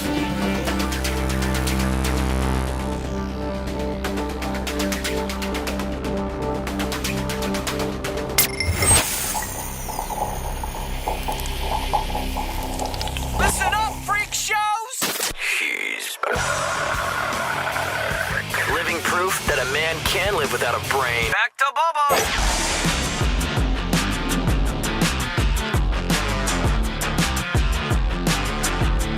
It's Tuesday. No Sponjo. Just me, Seth, Dr. Dan, and Lummy. And Macho Man, don't forget. And we're enough. We're worthy. All right, I got Dan who's flying high off last segment. I want to get his take on the U.S. women's hockey team not going to the White House. But first, a new crazy Britney Spears video just came out. It caught my attention when I see new Britney Spears video. I know people think that she's crazy and everything like that, and she might be. But this is just, some of this stuff just gets a little disturbing. Is she crazy like a fox, or is she just badass crazy? I think that she could have been in like One Flew Over the Cuckoo's Nest or something like that. I think she could have had a role in that. Let's see. Oh. You think is she doing that on purpose to? Oh. How can a girl that got famous dancing and singing forget how to dance? That's what's so weird. She looks like an awkward high school kid trying to do a sexy video that's just not sexy. Well, I mean, she was so hot and sexy, and she just knows for some reason right now how to make herself look not hot, not sexy. Does she think that she's doing a good dance? I don't know. She's got to. Is it a cry for help? I need you to get inside the mind of this woman right here. I mean, it's people talk about bipolar, manic depressives. This is like, it's got that written all over it. In my opinion. What if this is just art? What if this is just her doing her art? And art's like, if you call this art, it's like, man, oh, dude, my dog took a dump that looks like Mary, the Virgin Mary. Oh, it's that kind of art. It's the kind of art where, an egg explodes. You're like, oh, that's a cool yolk. I mean, seriously, it's not art. It's We'll be pathetic. We'll be fascinated with the Britney Spears videos until we expire from Earth. We'll play one as soon as it comes out. All right, so this dropped yesterday. This is the United States did invite. There was a lot of people are upset. Donald Trump called the men's hockey team in the locker room, congratulated them, made a joke about, I got to invite the women's team now. Everybody laughed. A lot of women are mad about making that joke. I can see things all different ways here, but they did invite, and the spokesperson for the women's team said they are sincerely grateful for the recognition, but the players are unable to attend due to the timing and previously scheduled academic and professional commitments. So they in college? You don't think your professor would give you the weekend off to go see the president? I think that they probably could have made it happen if they wanted to. You gotta remember the Buccaneers never made it to the White House when they won the Super Bowl back in like 2002. And the following year, George Bush surprised everyone and showed up at the One Buck Place training camp. Why? Because they didn't get to come to the White House? Because for scouting or whatever, that just didn't happen. And so in lieu of that, George Bush Jr., he came to them. He came to Tampa, and I was there. And I tell you what, he shook every hand. He signed every autograph. He didn't leave till everyone got anything they wanted from him. He was a gracious, very charismatic, and gregarious guy. It was really surreal. And there was like Secret Service guys on the roof with the rifles, and the whole place was locked down. Do you feel like we held sports in higher regard back then? Because I can't see any president making a trip to a football's training facility to congratulate them on winning. Well, I don't think he's flying every year to the national cornhole champion. But when there's significant sports events like a Super Bowl or a World Series or even the NBA championship or a gold medal in a game where we've won the gold medal 3 times in the last 50 years, I think those are events that justify the president getting involved, especially a guy that's a sports promoter himself. Do you feel like that they should be going to the White House, Dan, no matter what? The Super Bowl champion? No, the women's gold medal hockey team. That should be an attempt to, yes. Okay. I believe so. And again, if you're not proud of the country, don't play for the country. What I liked about the interviews after the hockey gold medal game, which, you have to admit, was one of the best, most exciting sports events you've ever watched on TV, right? I mean, look like a top 10. Have you guys seen what Canada? Canada's they're very upset. They're saying that they outplayed USA, but I don't know what that. That's all that matters. Yeah, I don't know. That doesn't really change the outcome of the game, but a lot of Canadians are very upset that the USA is getting their gold medal when they said they were severely outplayed for the whole game. So. I mean, you can masturbate all day long, but it's who gets the winner. Yeah, I didn't look at it that way. That's an interesting way to. They were feverishly masturbating, but they couldn't get it. They couldn't get the. They couldn't get the payoff. They could not get the payoff. So, but the men's hockey team will be there, so I know it'll be a big deal. They obviously have to go back to all their teams, but they're going to make it work. So, and they should. And he he invites the women. They should go. It's an honor to go see the president. If the worst president in the world was president and I won the Super Bowl, I was on a Super Bowl winning team, I'd still give him all the respect and deference. I'd still enjoy the visit to the White House and that the presidency, was recognizing us. That's an American tradition for the last 50 years, isn't it, Lummy? I mean, don't you think? Yeah, 100%. When I talked to some of the Lightning players, when they went to go to the White House after the Stanley Cup, who the president was didn't come up at all. What came up was, hey, we went in the White House bathroom and they had these special White House napkins, and so we ended up stealing a bunch of those. Like you end up hearing things about these guys that never thought that they would be in this place. It's not necessarily about. And again, if you don't want to go, I've got no issue with that. But it seems like some of the guys that go end up having a great time because they're with their buddies in a scenario they probably never ever imagined. Does he invite? Do you think Trump has to invite all the gold medal winners or just the high profile ones? I think it's probably going to be limited to the high-profile ones, but it's And I think it's different if you're like a professional athlete playing for like the NBA versus representing the U.S. for the Olympics. I think you represent the U.S. for the Olympics. You should be pro-USA 100% down to your bones. If you're playing in a professional team, then you have no duty to S the American D. Can you when you're at the Olympics, can you say, listen, I love my country, but I'm not a fan of everything that's going on right now? I think you should toe the corporate line, and I think you should be 100%. It's not a platform to criticize the country that paid for your silly ass to be there. What if all right, let me ask, what if Russian athletes were there and they asked Russian athletes about the country and everything like that? Could they say, hey, I love Russia, but I just don't necessarily love that we're at war right now? Would you? I mean, you would hope that as a Russian, that Siberia. They'd be in Siberia, and I'd be electrifying their scrotum, their genitals would have battery chargers on them, and I'd be shocking them. I guess for the next 2 years. That's the great thing about our country is that we're not gonna be shocking anybody's testicles that's not a fan. But you don't like the Russia motherland? Take that, and I do it for like 2 years straight in Siberia. No. Yeah, you gotta. Yeah, you're probably right. You need to toe that Russian corporate line. And then you're going to be now assigned to Chernobyl. Yeah, you don't want to mess that one up. Okay, whew. Dan, we were talking. Lummy's doing Lummy was talking about that he was a savant at playing the piano, and he's going to bring in a keyboard on Friday, and he's going to do some songs for us and everything. I'm going to do the spoons. Well, savant. Well, he asked.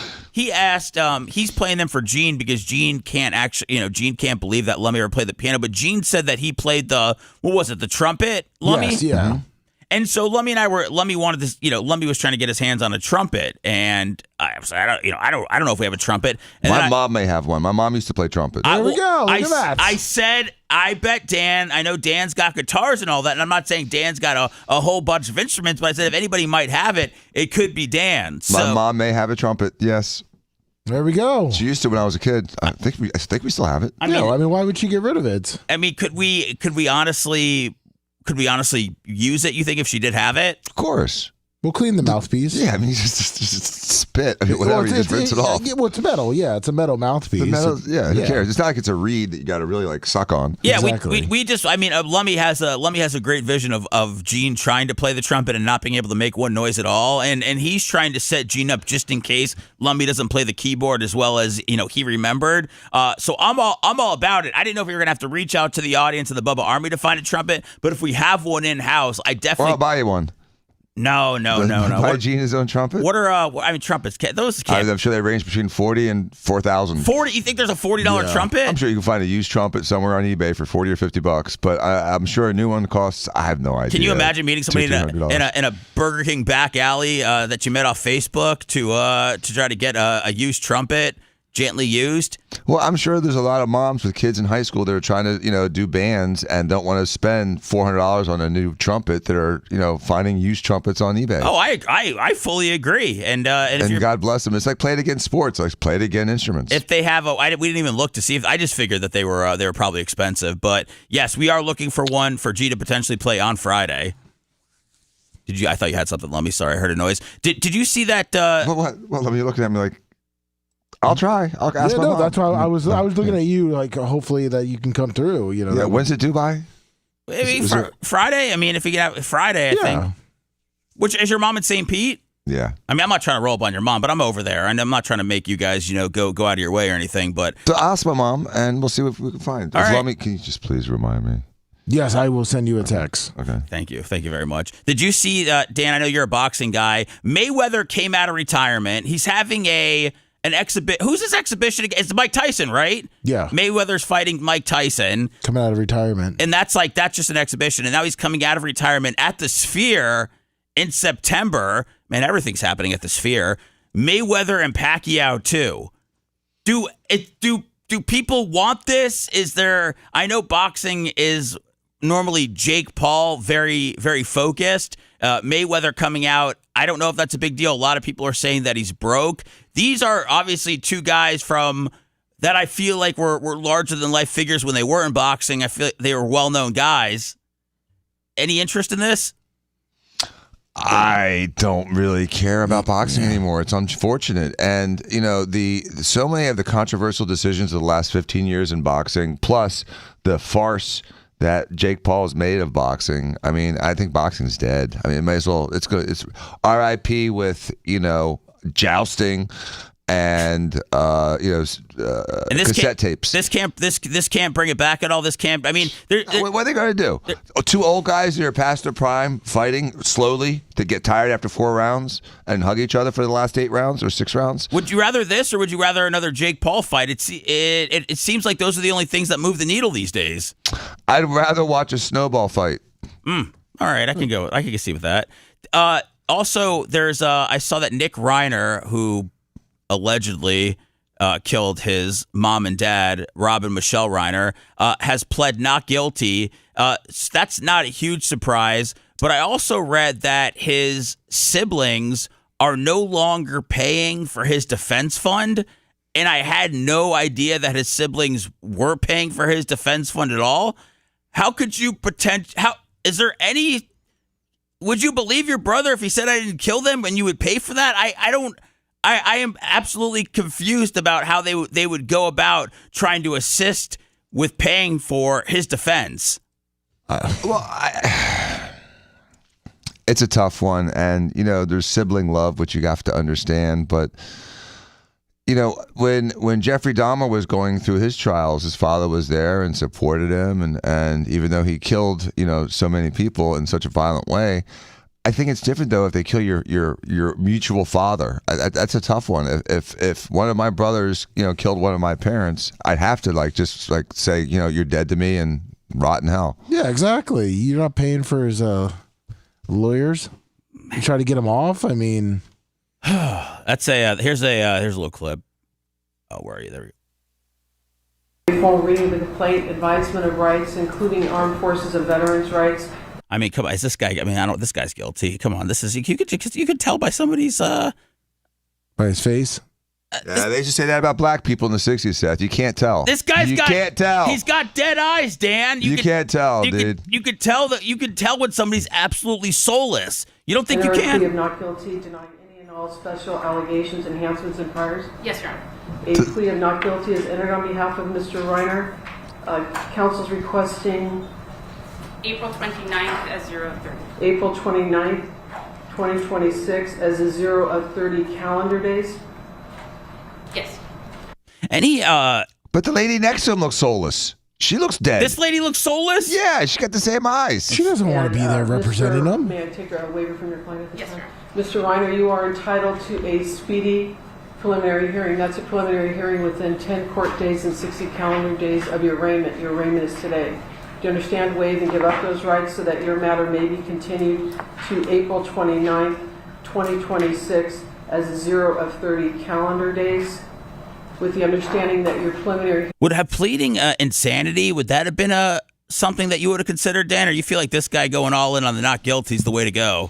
I think they can change the plea up to a point, but insanity isn't really a defense against the crime, it's a defense against the trial. And so if you're insane and you can't contribute to your own defense, and you have to be so cuckoo for Cocoa Puffs that you can't cooperate with your counsel, in that situation, what's happening is the trial is to see whether or not you're fit to stand trial. Oh. And so if you have, on insanity, most of the time, that's sort of a way to get out of the trial because you're insane and you can't assist in your own defense. Well, I feel like he was bipolar. I don't know if that's That's not insane. That's an asshole. Asshole. That's what happens. And so you have different variations of bipolar. I would rather have the Britney Spears bipolar allegedly than this guy allegedly, or even the Kanye bipolar that makes you a Nazi but not murdering. But there's all kinds of crazy. And some crazy's fun like Britney, and some crazy's violent and murderous like this guy is charged with. So is he on his pills right now? Like, is he medicated up?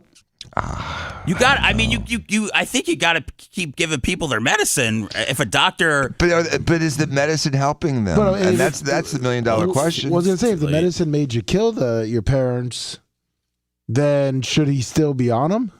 maybe he should be on different medicine. I don't know what he was currently on. I don't know what he's on now. And I'm not a psychiatrist that does these, high risk, really, animated bipolar people that are a danger to themselves or the people around them. It's a tough job, and we don't put enough emphasis on mental health in this country. It's often not even covered by insurance. I mean, they throw a fit they'll let you see your diabetic doctor, every week. But God forbid something's going on with your brain. They throw a fit if you want to see a psychiatrist, and they'll send you to some like a third tier, like a psychologist's assistant, which is essentially a counselor. Man, I think mental health. It's been something that I've been thinking about a lot lately. I don't know if you guys saw it. Not the most uplifting story in the world, but Rondell Moore, who is a football player for the Cardinals, the Vikings, he went to Purdue. He tore his knee a couple years in a row. Really electric player. Dan, I don't know if you saw, but he committed suicide over the weekend, 25 years old. And, God, how many? Hollywood Brown, A.J. Green, a lot of football players came out and said they had talked to him that day. They knew what he was going through. You know that whole thing about, hey, if you're going through something, say something, let somebody know you're not okay. He did all those things, and he still ended up, killing himself in his garage. And it's absolutely. I don't know if that's like Heath Ledger and Philip Seymour Hoffman. Like overdosing? They had people around them that knew that they were in crisis, and they didn't lift a finger. They let those guys die. And so it's unconscionable. People, you should, again, before someone even tells you that this is a problem, you should realize it's a problem. And then when they tell you they're having a problem, you need to react to it. You can't just let them sit there treading water in a whirlpool. They're going to get sucked into it. But don't you think ultimately, Philip Seymour Hoffman or Rondell Moore or Heath Ledger, don't you feel like ultimately it's up to them to decide whether or not when you have people on payroll and your posse who you've been supporting for the last 10 years surrounding you lets you falter. Those guys' surroundings, their peeps, failed them miserably. I've just been wondering if there's anything to do to stop somebody that is 25 that wants to kill himself. When you smell it, you intervene. That's the only way to do it. It would have taken an intervention. Well, it would take being around this guy 24/7, right, to make sure that he didn't do that. Fire the alarm. Baker act him for 72 hours. Get over the crisis. Then give the guy a mechanism to get through which the demons that are torturing him. If somebody wants to leave, should we convince them to stay, or should we respect their decision to go? I have mixed feelings about that. Yeah. I don't think we should be encouraging suicide. I think it's a coward's way out.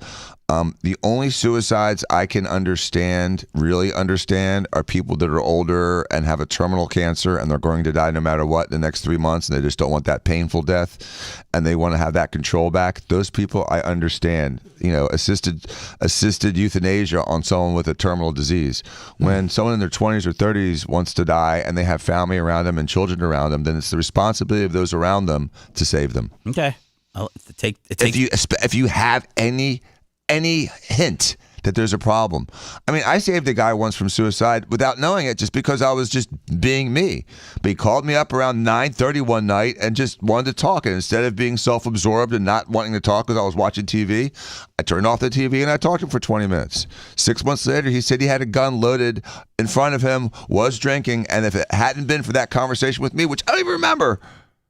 That's putting a lot. What his one Hail Mary was hoping that you would answer at 9:30 at night. That could have gone either way. You might have been asleep, Dan. You're saying that if you didn't make connection with this guy, he was going to end it all? Absolutely. Oh. 19-year military guy, ex-special forces, had all those demons, had all those injuries, had all that CTE. Can you really be one? Phone call away from killing yourself? They are, Seth. It's that temperamental. It's that much on the line, and they're right before they do it. A lot of times they're looking for one last hope, some crumb of affirmation that says that they have value. And if you don't have it, Dr. Dan, call 988. Yes, thank you. They're there. Yes, they're there to help. It's hard to put yourself in the place of somebody that has convinced themselves that death is the only way out for whatever reason. It was something when you brought up mental health that I saw. And again, it's a lot of football players. Again, there was a football player for the Cowboys this season that ended up committing suicide. So and their brains are broken. They're damaged sometimes from all the hits. I have a dear friend who successfully committed suicide last year. I had no idea, but he and this is a common thing that young people that commit suicide have. He had chronic back problems, had multiple surgeries, and got to the point where the surgeons were like, there's nothing else we can do. And so when someone has chronic pain and a hopeless outlook on it, that also leads to people harming themselves. Uncle Eric, $20. Thank you, Uncle Eric. Yeah, sorry, this is I know this is a heavy conversation that can hit home. So we got forget the Nick Reiner stuff. Well, yeah, he had schizophrenia, so. Oh, Nick Reiner had schizophrenia? Yeah. Well, that's worse than being bipolar, isn't it? And they changed his medication before he killed his parents. Which, again, now that puts liability on the psychiatrist, because you have someone that's being actively treated that's a danger to others, and the psychiatrist either chose to ignore it or just missed it. But either way, that's negligence on the psychiatrist. If you have someone under treatment and they kill themselves or someone else, you got a problem. And it's, again, mental health is not talked about enough. It's not addressed correctly. I think people do need to be in institutions, but the problem with institutionalizing people is the abuse that goes on in institutions. And then if you're institutionalized and someone abuses you, like, it's your word versus them.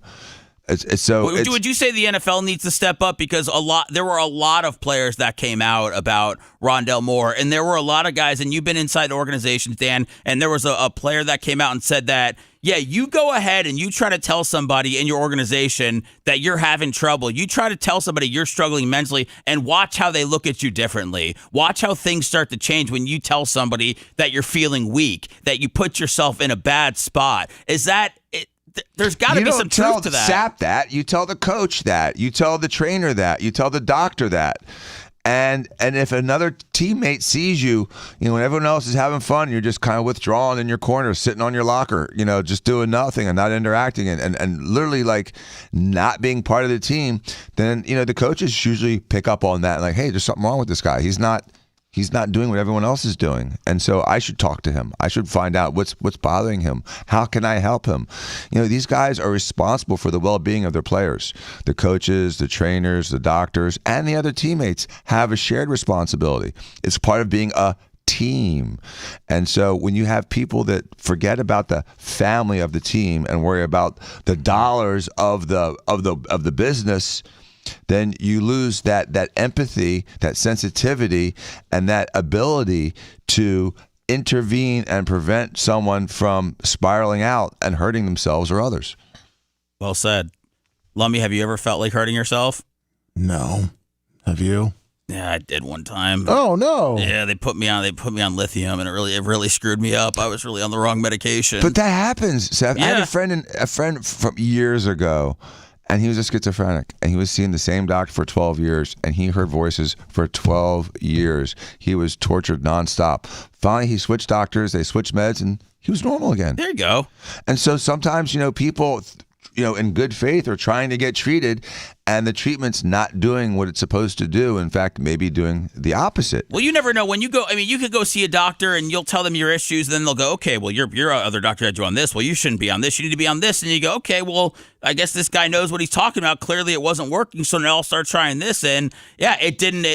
That was the worst period of my life is when, he had me on the lithium. It was actually making me a lot worse. It wasn't treating any of the symptoms that I had because he thought that at one point, because I said I was having a bad day. I thought about, what if I'm not here anymore? He put me on a full-on medication that could change my thoughts. So yes, not the greatest in the world, but luckily I got off that after I accidentally took my lithium twice in one day, and I was throwing up all over the place. I realized that I need to stop doing this. So coming up, we'll talk about a guy. I don't think he's schizophrenic. I don't think he's bipolar. I think he's just a speeding pervert. Vince McMahon. I think he got pulled over in the summer in the video of him getting pulled over for speeding. Man, this poor guy's voice is just going. Poor Vince McMahon. It's really falling apart for him. We'll play that video next. Want to listen to the show on demand and on the go? Enlist today at BubbaArmyHQ.com. Sign up and start listening. The Bubba the Love Sponge Show will be back after this.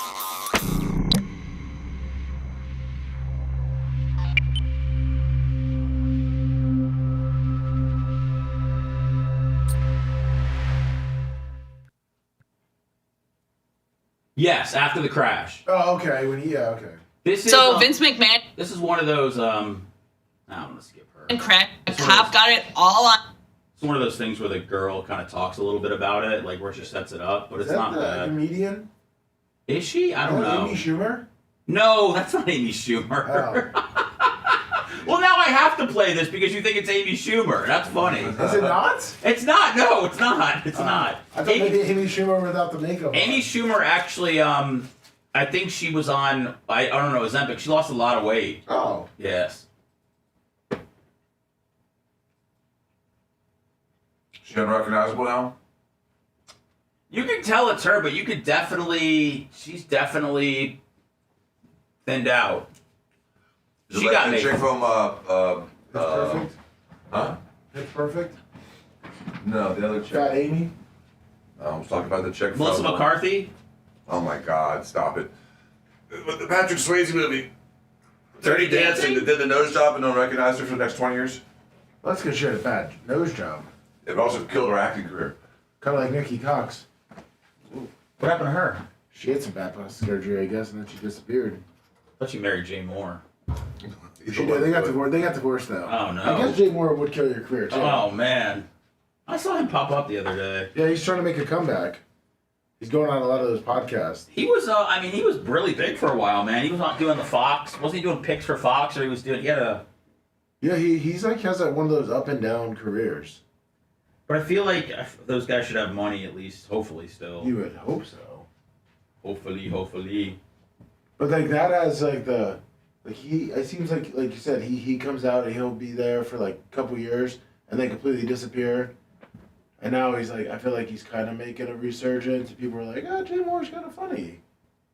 Guys like that should be able to always go and play a comedy club around the country. They should always be able to sell tickets. Yeah. Even if you have the same act that you had 10 years ago. Hopefully he's got new stuff. Listen, Screech was doing a floppy drive in the 2015, talking about porn on his floppy drive. Dude, Jay Moore came in like 20 years ago when I was an intern, came into the 97X studio, and Bert Kreischer was like opening up for him. He was like an unknown, and Fisher was reading the news, and Jay Moore pulled out his dick, like right when Fisher was to try to like distract him and stuff. So, and then he went and got high in the bathroom. So everybody was talking about how the bathroom smelled like weed and everything. He's a wild man, dude. Wild man. Another thing where Jay Moore said, or Jennifer Grey. opposite, that Bert Kreischer stole something from Jay Moore, or Jay Moore stole something from Bert Kreischer. Oh, is that a Some thing? kind of joke, yeah. When they were out touring together. I know, everybody thinks everybody's stealing their Bill Cosby jokes. Nobody could possibly have the same one. Nope, not at all. Lowered the levels a little bit. Good. I'll readjust them later. Okay. Yeah, I might have lowered it too much on it. I'll turn it back up when I. Schumer steals jokes? I just try to always make sure they're on. Like when I go to commercial, I try to make sure. You had, the faders are where they're supposed to be. Okay. I just need to recalibrate it better because I was using an older bed that he had in there and that probably was louder than everything else. Okay. Thank you. I appreciate it. Yep. Last night I dreamt of San Pedro. They prayed that the days would last. They went so fast.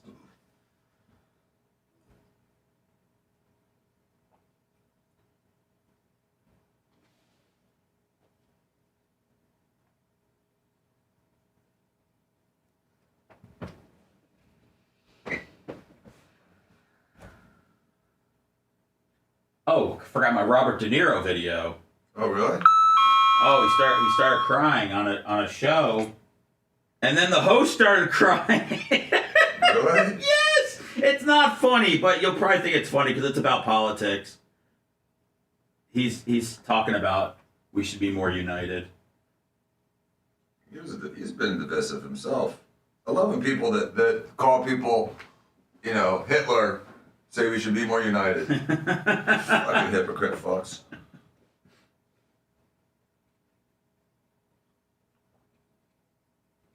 Now people are never going to be able to go back and watch his old tough guy roles.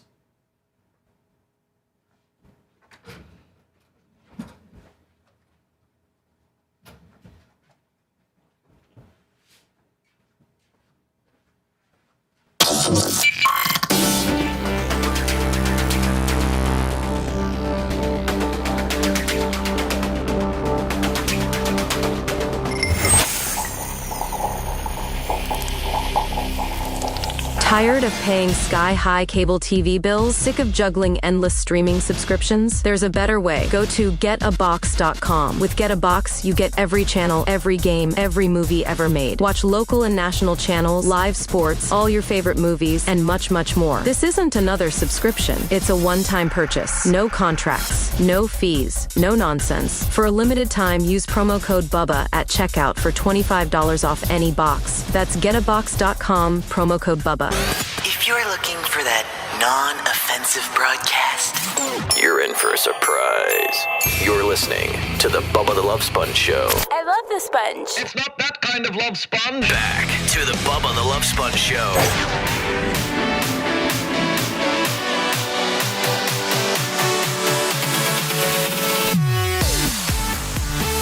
Welcome back to the Bubba the Love Sponge Show.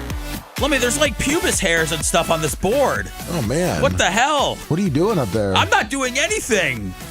These are not mine. We need some bleach or something. Is it like beard? Maybe some beard hair from Macho? No. Are they curly? Kind of. Are they short? Yes. It's beard hair. Maybe it's beard hair from, are they gray or are they black? It's are black. Pitch black? It's pitch black. Oh, it's Mach. We'll find out. We'll find out whose hair it is. By the way, Dan, I did want to apologize. I know when I was talking about my weekend and my daughter soccer game and everything, I did not find out until yesterday that you texted me over the weekend to play catch, which I don't know if I would have been able to do. I do love playing catch, but I did not give you my new number, so you were texting my old number. So I apologize about that. Hopefully you weren't cursing me when you didn't hear back from me on Sunday. No, I had a nice conversation with myself. Okay. But I ended up playing catch with my dog. Okay, all right, good. So he can actually pick up a baseball and throw it back. Not throw it back, but bring it back. That's all that matters. Doesn't have the pop, but that my dog's been great. The new dog. Yeah. Oh, great. And he saved me already. What were you? Did you have a stroke and he called 911? No. I was walking through a parking lot after dark, and out of nowhere, a black guy in a hoodie comes out between two cars right towards me. All right, hold on, George Zimmerman. What are we? This is where? I swear to God. Where are you? What, a parking lot? A parking lot, and I'm walking through the parking lot, and between two cars, this black guy out of nowhere with a hoodie comes right at me. And immediately the dog, I don't think he saw that I had a dog because he was, you can't see low when you're seeing over cars. You think he was coming at you? I do. And as soon as he came at me, my dog took a right angle, went straight to him, and gave one bark, showed his teeth, put up his ears, and that guy did a 180 and didn't walk like he had, business. He walked like double-stepped, like he was about to do something. His reaction made him look more guilty than just him showing up.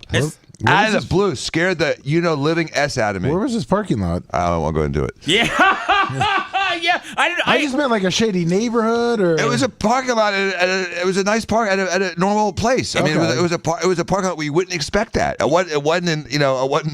wasn't in downtown in a projects. Right? I was in a place that you would not have expected that, and their gate was broken. What kind of dog is it again? It's a Belgian Malinois. Are they known for being like guard dogs or anything, or they're just very protective? They're special forces dogs. Oh. They're like super German shepherds. Oh man! Were you speaking to the dog in German too? Did that maybe freak the guy out? I didn't have to. The dog knew exactly what to do instinctively. He's like, well, first of all, he loves me now. It's been a month. And the dog, he always wants to be within like a foot of me. He really, really, really likes me. Does he cry? Does he cry when you go? He barks. Yeah. And so I know my neighbors love it this morning when at 5:30 he starts barking. But it's better than crying. That's better than crying. Yeah, it's better than crying. And he has free reign of the house now too. So if someone were to try to come to the house, he's gonna meet him at the door.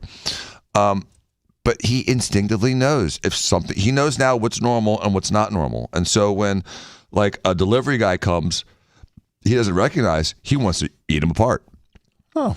But when a friend comes, like when when Dumb is washing my car, like he loves him, and he can have his headphones on, have a blower or whatever, have the water jet thing. There's no problem at all with him because he's now part of the routine. Do you think your dog would actually attack somebody, or do you think? Oh yeah, like he would full on knock him over already. Yes, Jeez. Yes. Now I can't just like hold him in front of you and say one of those code words, which I'm not even going to say out on the radio. And he wouldn't like just lunge at you out of nowhere. But if you're a stranger, come up to me in an offensive way, and he can tell friend or foe, he will absolutely intervene. Man, you and Gene both have dogs that'll kill you on sight. What am I doing with my Cocker Spaniels that are just cute? I just like playing with. Because even if you carry a gun and you're caught off guard, you're caught off guard. The dog never lets you be off guard. The dog is always scanning. He's always paying attention. And you're on your phone, you're texting your mom, you're scratching your balls. Whatever you're doing, you're not always paying attention. People, especially as you get older and you get, you're in a town like Tampa where you don't have this kind of violence all the time. We don't have that like 100% all the time situational awareness, like always on alert. Our ears aren't sticking up like those German Shepherds and those Belgians. We don't keep our heads on a swivel like they tell you to. No, we don't. And we try to tell our daughters to do that, and they don't. So some people, they let their guards down, and it's tough. Would you rather have a dog or bear spray? Dog or gun? Dog. When does bear spray? Where does bear spray rank as far as? If I'm in Alaska, I thought that Kodiaks. I don't have a Smith & Wesson 500 with me. That's what I thought they'd take down. Like protesters with and all that. Like you hit them with the bear spray. Is that what it is, or is it some other spray? It's like battery, man. But if you come after me and my dog defends me, I'm gonna take that all the way to court. Yeah, that's a dog. That's what's the way to go. All right, here's I'm only playing this. So this is one of those videos where the lady's she commentates the start of it and then she jumps out of it. I was going to just skip forward, but then Lummy asked if this was Amy Schumer, and then I said, so this is not Amy Schumer. I don't know if there's any recent pictures of Amy Schumer floating around, but I believe she had Ozempic or something. She's definitely lost a lot of weight. So this might have been how she used to look, Lummy, but she's different now, okay? Oh, okay. She used to be the butt of a lot of jokes, and maybe she still could be, but I heard she's lost the weight. This girl looks like her parents drank too much. Oh, my God. All right. Well, she does a good little setup of the Vince McMahon story. So this is Vince McMahon was driving, I think, 115 miles an hour, and he got into a crash, and this is the cop that's chasing him down. All on camera.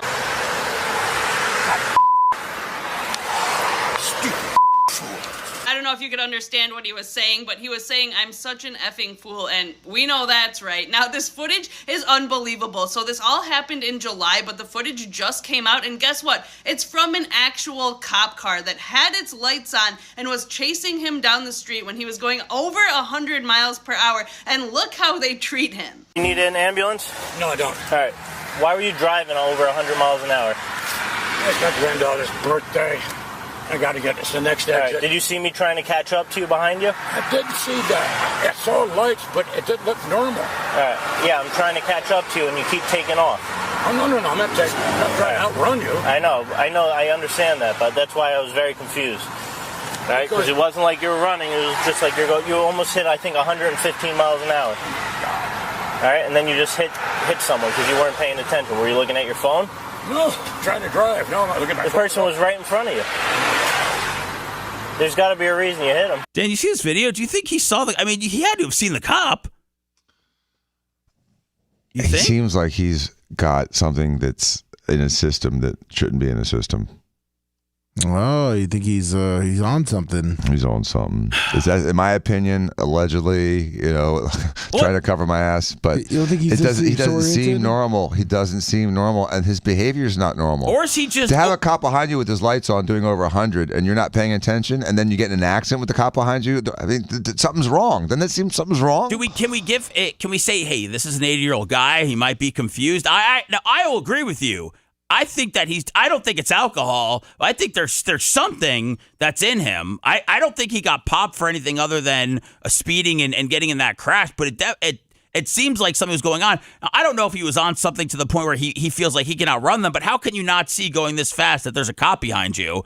I mean, he said, I thought I saw something, but I wasn't sure. What does that even mean? I haven't been driving my car in God knows how long. It was right in front of you. You went straight at it at 100 miles an hour.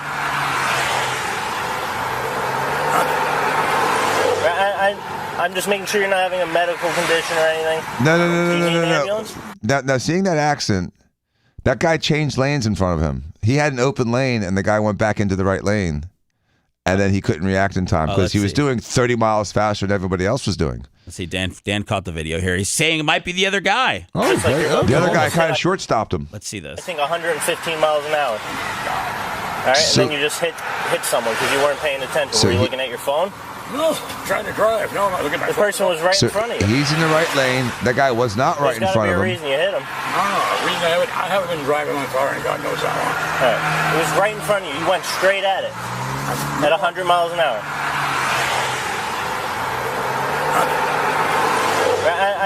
I'm just making sure you're not having a medical condition. It was a turn. It was a blind. He didn't see him until he came up on him too late. Yeah, he wasn't looking. He was looking at his phone or something, wasn't he? Yeah, that's looking down. I thought I saw the guy change lanes, but it was just the angle of the road. Yeah, I was looking for that too. But this is 100%. That guy was in that lane. He rear-ended him. He didn't see him because of that turn, and he was looking down at something and distracted. Is this 99% looking at your phone or he would be looking at his rearview mirror at the cop with his lights on, saying, "Is that guy trying to pull me over? What's going on?" So weird. That's true. He hits his brakes early. Yeah, he does. But you don't know. But you know when you're Dan. You know when you're going 100 miles an hour. This is not. It's not like, oh God, officer, I had no idea that I was going 45 in a 25. You know that you're going this fast. It can't be an accident. Well, he said that he was running late for his granddaughter's birthday party. Oh yeah, and that he hasn't been in a car in forever, right? Yes. I got pulled over last night. Whoa. Speeding? Plates? It was ambiguous why he pulled me over. He's like, so you guys both know my house. Can you say what car you were in, Dan? Were you in a fast car? I was in my both of my cars are fast. I was in my Cybertruck. Okay. So, you know how Bayshore, like after you cross, going south, and after you cross Gandy, it kind of splits. Yes. Yeah. You go straight and it goes towards the yacht club. You go right, it goes towards my place. So I was taking that right, and I was coming off of Bayshore, and I wasn't going that fast, but a lot of times there's just a couple of massive potholes that they just fix, and one of them's still bad, but one of them's not as bad. So I have this habit of taking that turn a little wide because it's kind of a sharp turn, and I can kind of take it wide, get a late apex, and come out of it. Late apex, man! You really study this corner that you go into. Every Seth, when you drive race cars. Every turn you see the apex and you think about it. It's got to be exhausting. You always think about the apex. It's got to be exhausting, Dan, looking for apexes all day. All day long. I'm always looking for that late apex. So you found the apex and then they found you? So I go through it, and so I'm a little wide in the lane because I'm not hugging the inside edge of the right. And I see a cop there sitting there. And then all of a sudden he pulls out, and then he follows me for about almost a mile. Then he pulls me over. And he's like, well, you were speeding so fast you couldn't maintain your lane. I'm like, there's sprinklers on the right. I was trying to avoid the water. He goes, that doesn't give you the excuse to go to the other lane. I'm like, well, did you have me for speeding? No, he didn't, because he didn't. And so he goes, well, listen, I'm sorry. The sprinklers on the right. I was trying to avoid getting, reclaimed water on my car. There was no one out there. It was, Could you have said that you were going to an emergency at the hospital? But I was heading towards my house. Oh no, but you forgot your stethoscope. I know. Is there? Can you use? It seems like he let you off because there really wasn't anything to get you on. He could have got me for careless driving by taking a right and not staying in my lane. I mean, I guess he could have got me on that. He didn't have me for speeding because I wasn't really going that fast. I was going 35ish, maybe 40 in a 35. It's not like I was hauling ass. ass. It's just that I took that turn too wide. He didn't like it, and he wanted, I guess, make sure that I wasn't drinking or something like that. But it wasn't even that late at night. What were the lines for the road? They're broken, right? It's all split up. There is no lines. It's an intersection. And so, but when I went when I rejoined Bayshore, I guess my 2 left wheels were outside the double line. Oh, there was a double line coming up into that intersection. Lummy, what are you, driver's ed teacher? What are we doing double I'm trying line to help here? Dr. Dan. Maybe because you get the broken lines. I mean, you can go a little to the left.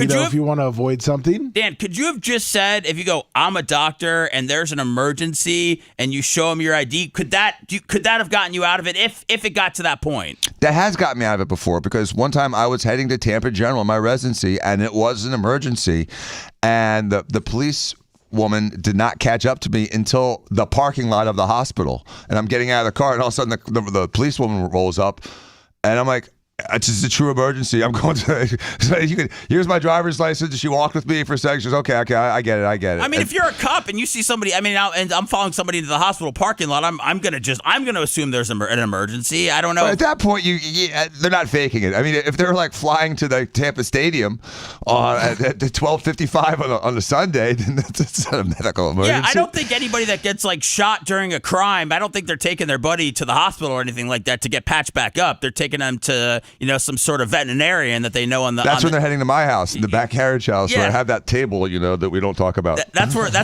Dan takes care of everything. So yeah, there's no criminals running to the hospitals at all when they're speeding. I think it's people that are just in need of some help. All right, so wait. When we were in New Orleans, though, bad guys would just roll up to the ER drive-through, dump a guy off, and drive away. That did happen in New Orleans. But regularly.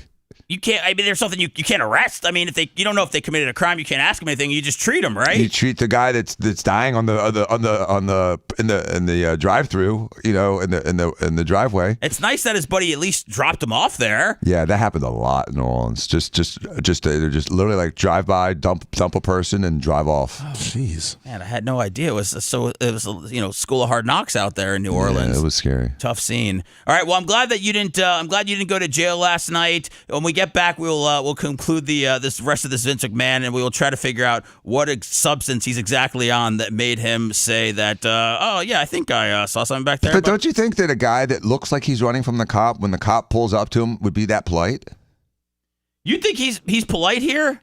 The cop? Oh, the cop. Oh, yeah, the cop. If I was a policeman and the guy was running for me and then got in an accident while running for me, I mean, that guy would probably be jacked up on the hood with his hands behind his back, and my knee in his throat. Yeah, because you see Vince McMahon, and you don't think that guy knows who Vince McMahon is? Oh, he knows. He has to. Yeah, he exactly. has to. He's like, oh God, it's Vince McMahon. Now I can't.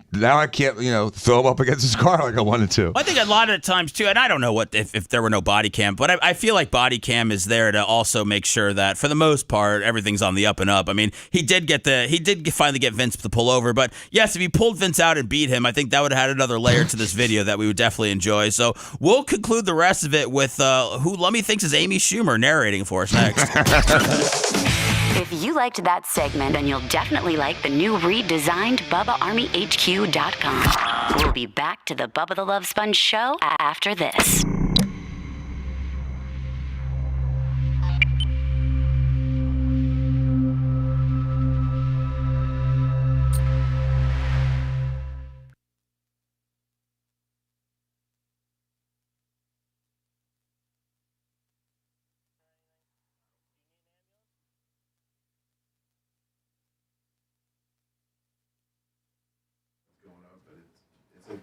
Style, but it's called Hawkeyes. Really? Yeah. Hawkeyes Pizza. I like that name. We've been there. I think it's the guy's last name, but we've been there. It's a guy. He owns it. I think he came down from Derek. He owned it. He popped it up. It looks like he has his wife working there, his mom working there. But it's like. Have you eaten Cappy's on Bay to Bay? Yeah. That's a family. Yeah. Oh, is it? Yeah, the son played football like that. There's a school. There's two of them, isn't there? Cappy's is in St. Pete, too. Yeah, I think there's two owners. Yeah. Two Cappy's? Yeah. Yeah, there's a Cappy's in St. Pete. I didn't know they had one in St. Pete. Yeah, I think they're the same. But we've been there now. This is the second time we went there. It's after like Walker's baseball because it's down that way. Ooh, man. We had this at a calzone. Good. People fuck up calzones a lot. Halftime. 2 straight times it was like on point. And then the pizza, the Walker and Ashley always get a cheese. Just always like perfect. Yeah. Then you see the guy because it's open, like because it's like a hole in the wall, but you see him he's making everything, and it's like, whew. Nothing beats a good pie. Yeah, I mean we're like, this is our spot now. It's better to go there, support local. But yeah, I mean the pizza was just. Whew. Yeah, in Florida you go to jail for that. You go over 100 miles an hour. Yeah, now, right? Bullshit law. Such a bullshit law.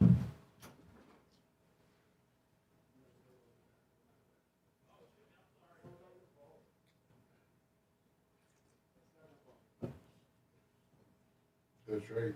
His wife is Secretary of Education. Who's? Vince McMahon's wife. Oh, she still is? Well, they haven't eliminated it, I don't think yet. I know they said they were going to eliminate it. Yeah, he's powerful. Now, do you think she steps down because he was being a douchebag? No. That affects her. I feel like they... They're divorced, right? Are they divorced? I don't know. I think they separated, but I don't know if they ever got, like, actually divorced. Maybe they did.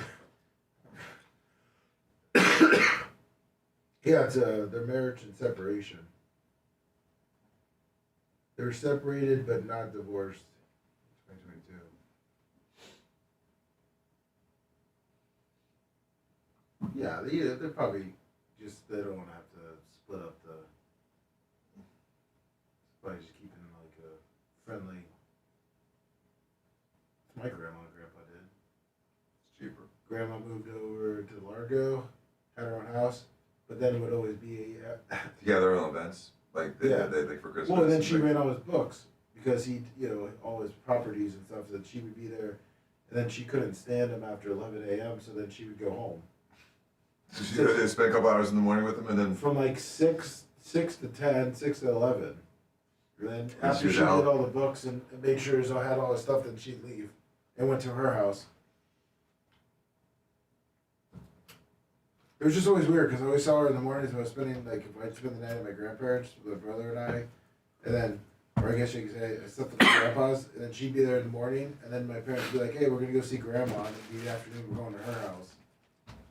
Confusing. Let me, here, will you open this up? Biggie sent me a shirt.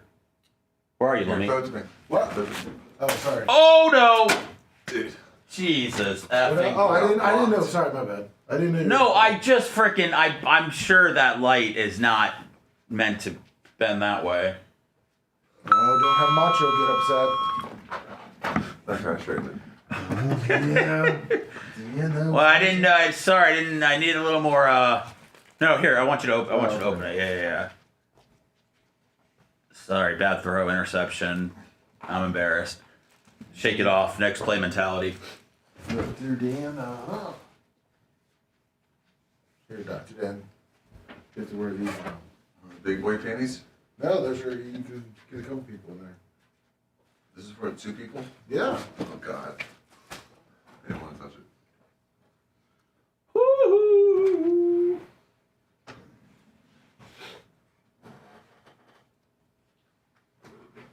What's the hair? He's gonna freak out. You're like, what the hell is going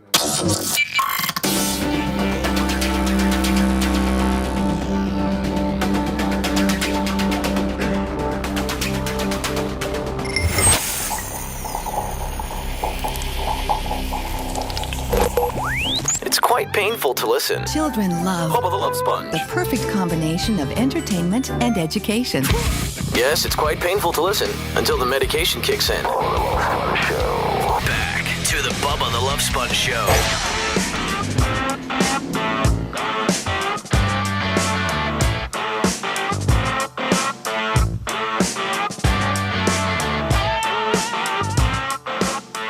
Does Tuesday have a feeling, or is it just another day of the week?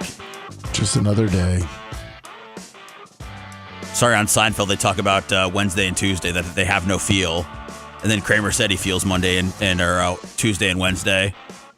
I feel Tuesdays. I don't think Tuesdays have a feel. Well, I guess you go Taco Tuesdays. Yeah.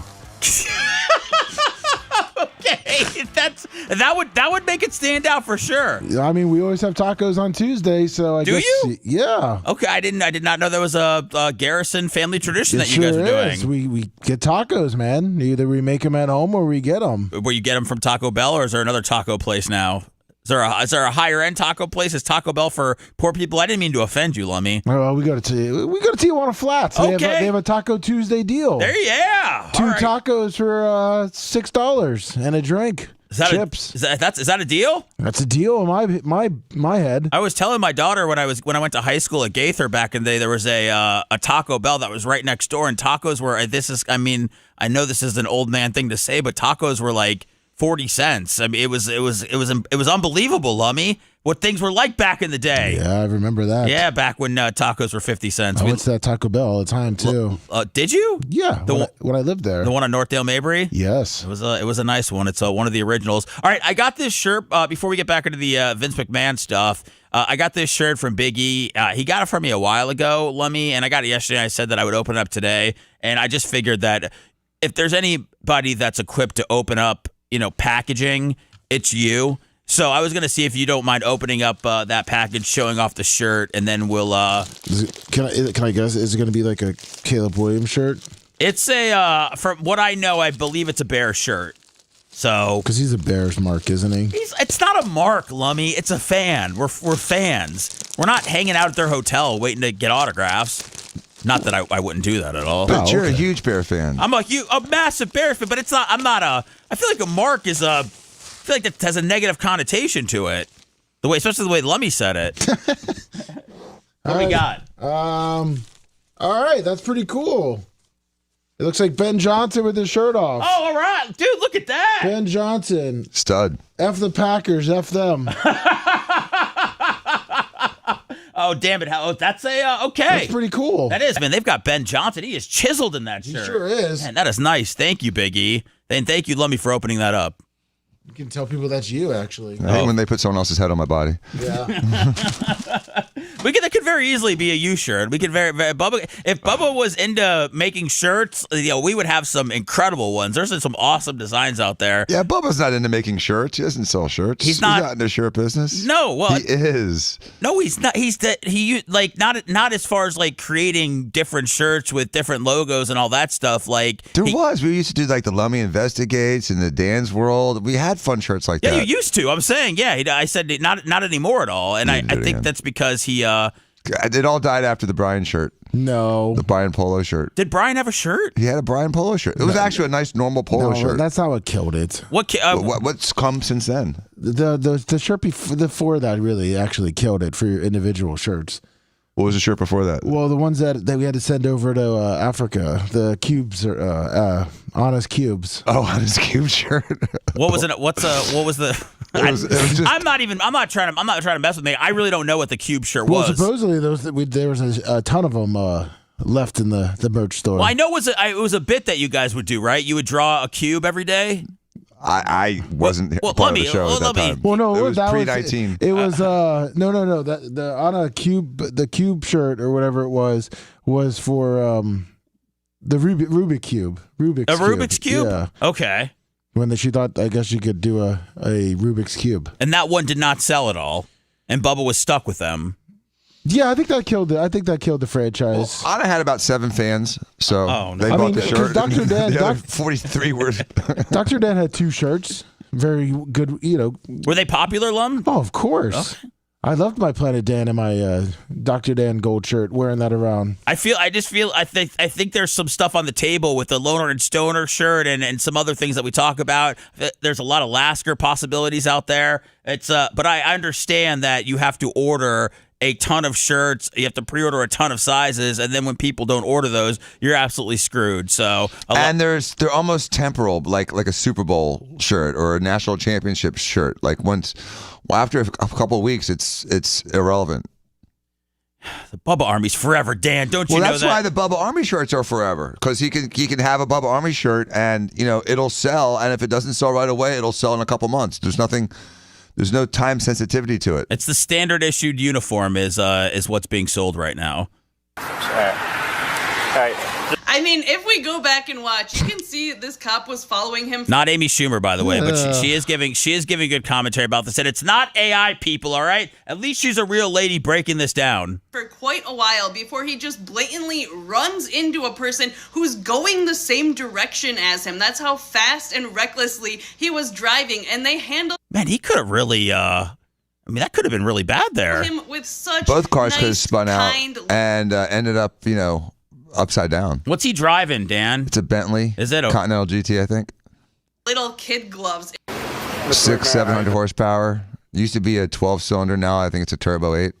Hi, I'm the investigating trooper. Okay. So, how you doing? I know who you are. So. Can you send out like Greenwich unit? So Trooper Robbins that was following in the unmarked vehicle said you were doing over 100 miles an hour.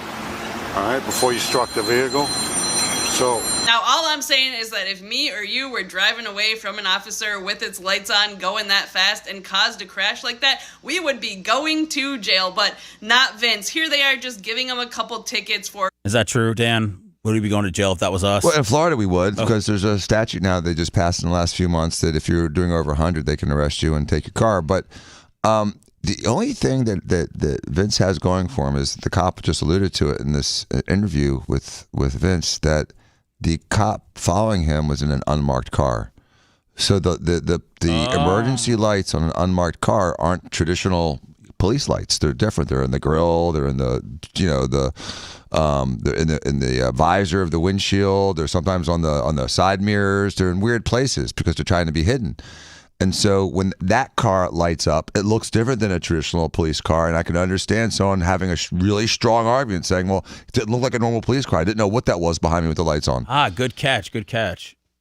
reckless driving and following too close. All right, so I'm going to be issuing you a misdemeanor summons for reckless driving, okay?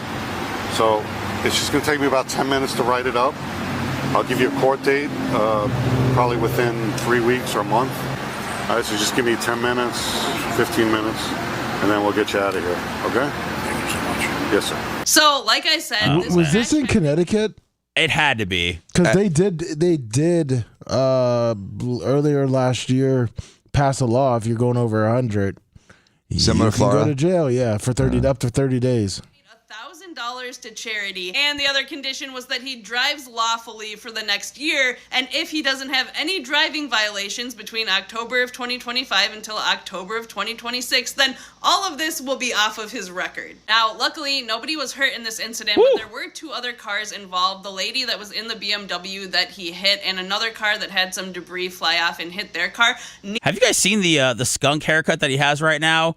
I don't know if you can see it where it's got like this little gray white swoop at the beginning of his hair. He showed up in court the other day and it was very prominent. Also, the lady that had accused him was it Janel Grant that had accused him of being passed around WWE and all these sorts of things. She came out the other day with her first statement. In a couple years, she had about a 15-minute statement talking about everything that happened to her and Vince McMahon and kind of laying that all out. So there's the Vince McMahon stuff. I don't know. He was brilliantly quiet when the policeman was talking to him. You know what I'm saying? Like, he didn't give any information other than what he had to. He was just kind of just nodding. He's like, you're doing 15 over. He just kind of just looked at him. He didn't like, yeah, I know, or didn't say, I didn't know. He just was quiet. Do you think that was calculated, or do you think he was just in super fear that his life has been going downhill and this was just going to be another thing that added to his demise? No, he's been in trouble enough to know when to keep his mouth shut. Well, his phone was going off, so he probably called his lawyer, and his lawyer probably told him, "Don't say anything. Just smile. Be polite." That's what they say. All right, so I have the Hunter College thing. I really want to find the where is my Robert De Niro story that I had? Okay, here's Robert De Niro. This is he started talking about Trump and Unity. Yeah, why did I say Unity? Holy crap. Unity, and he starts to cry, and then Nicole Wallace, the host, she starts to cry. This is a big crying chain what is it called? Chain effect? Chain reaction? Chain reaction. This is a big chain reaction right here of tears. So let's see if it affects you guys. Yeah. I mean, you're always about lifting up everybody around you, everybody. Of course. Why is that?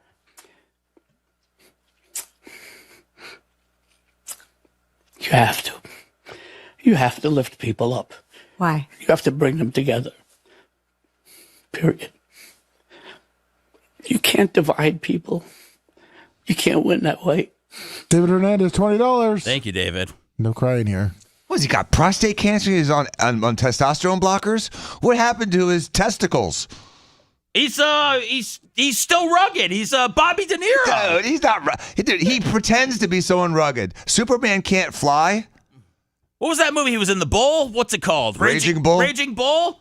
The guy's insane. Yeah, he got in a fight with Joe Pesci. Tough guy. Listen, he said, he's really passionate about it. He says Trump needs to be neutralized. Dude, I just lost all my respect. The dribble of respect I had left for Robert De Niro is just now completely gone. You're not going to watch any of his movies anymore?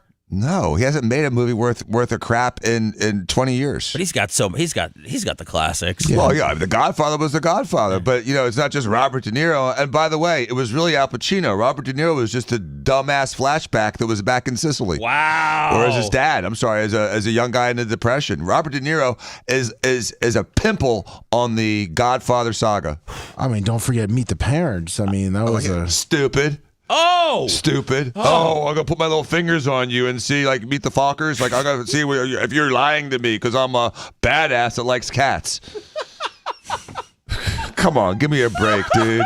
Give me a break. His face looks like an old lady's now. He's got some real... Testosterone blockers for his prostate cancer, allegedly. By the way, does he have prostate cancer? I don't know. All guys do. Okay, I don't know.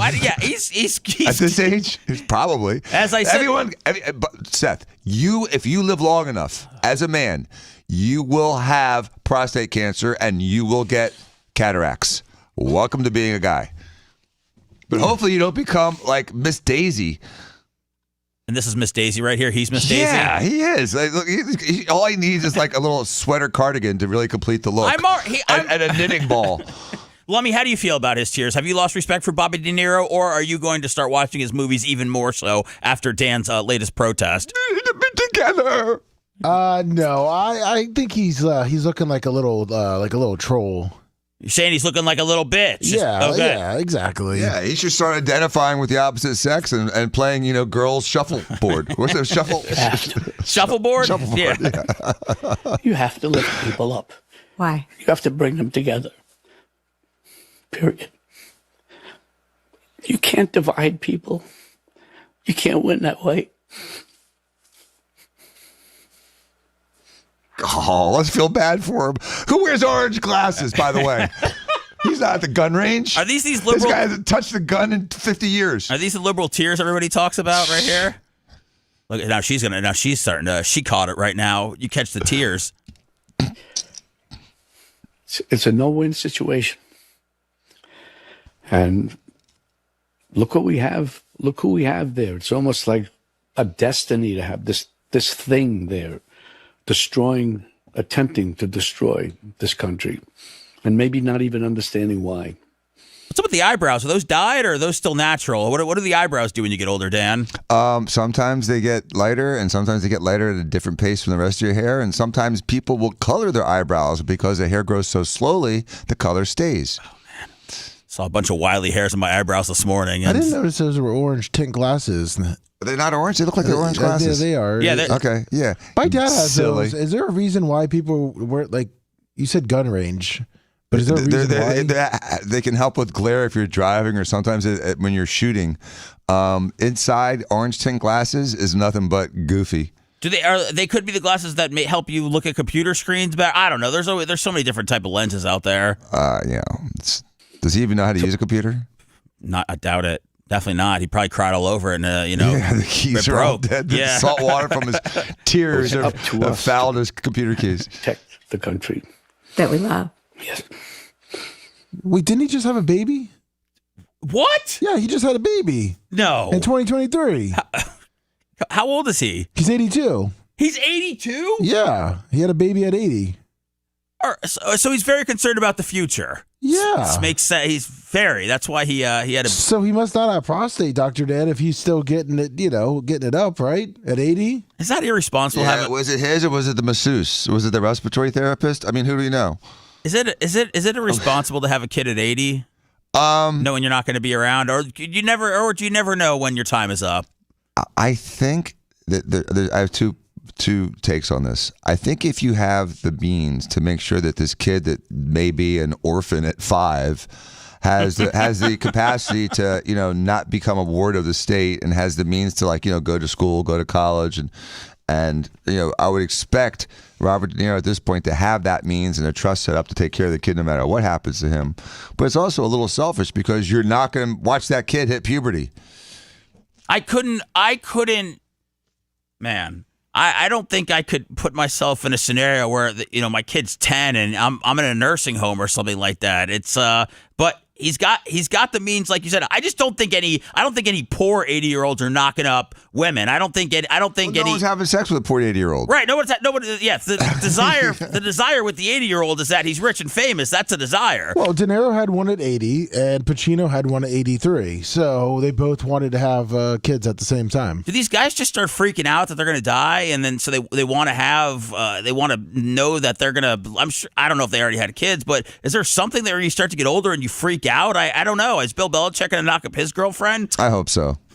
I mean, Pacino I want to see that kid. Pacino at 83 is a little much, but I guess De Niro too at 80. But it's way much. It's way much, Lummy. So what's the limit of when you think a guy should have a kid? I mean, girls are tapped out at 45-ish, maybe 50 because of just genetics and biologics. They just can't have children after that. But it starts getting dangerous at what, 35? For women, like over 40, pretty much. I'd say for a guy, starts at like 38. I think the number starts really curving up. All right, if I'm going to put a hard number at, I'm going to say 63. 63? What do you say, Lummy? Well, I'm thinking is you want to see the kid at least maybe make it till he's 23. So what is the average age living to now? Like 84, 83. At this point, people that are 60 are living to be 85. So I guess 60 then? 69, 60, yeah. Where are you at with that, Dan? Can you get... Well, looks like I got like 4 months. Yeah, Dan wanted to know just for his own edification. Yeah, when are you guys going to start calling me crazy? Well, let us know when you're having a little one on the way. You don't need that in your life. You're already you're almost getting robbed in parking lots, Dan. You can't. You can't bring a target now. Yeah, you can't bring another kid into this world. He needs someone to play catch with in a couple years. He's got his dog. He's got me.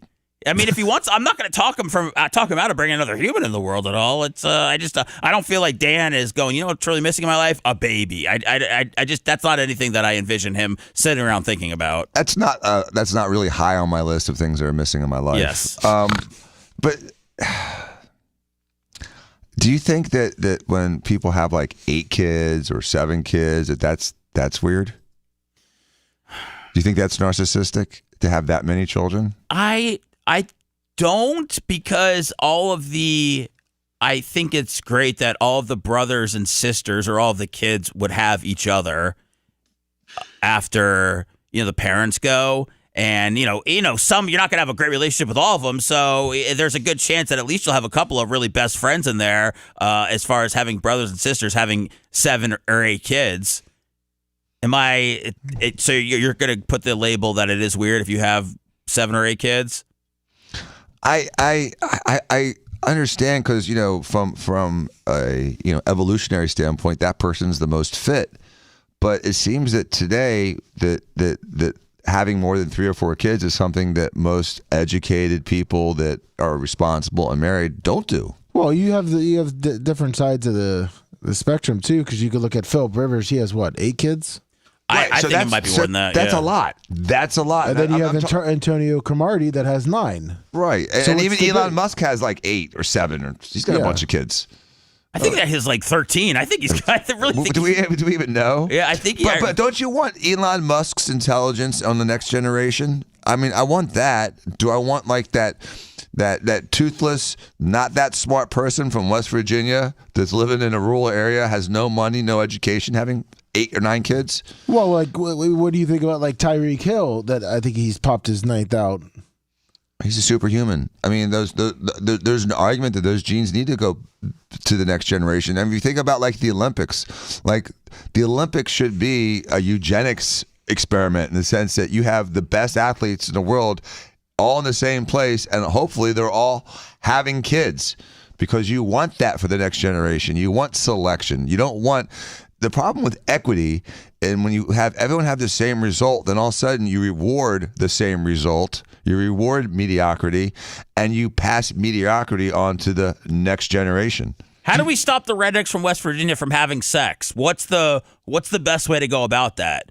I don't have an answer for you. Well, what do you think about though? Like, so you got Philip Rivers with 10, and he's still with it, but then you got Travis Henry that has 11 with 10 different women.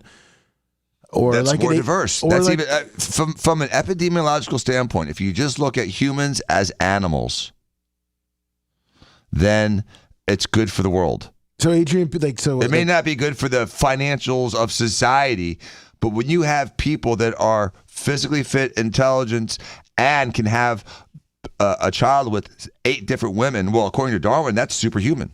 That's super. That's fit. That is a fit. It's not the guy that can stand on top of the mountain and beat up all the other dudes. It's the guy that passes his genes to the next generation. So what if Lummy and I are superhuman too, but we don't know about it because we're locked in?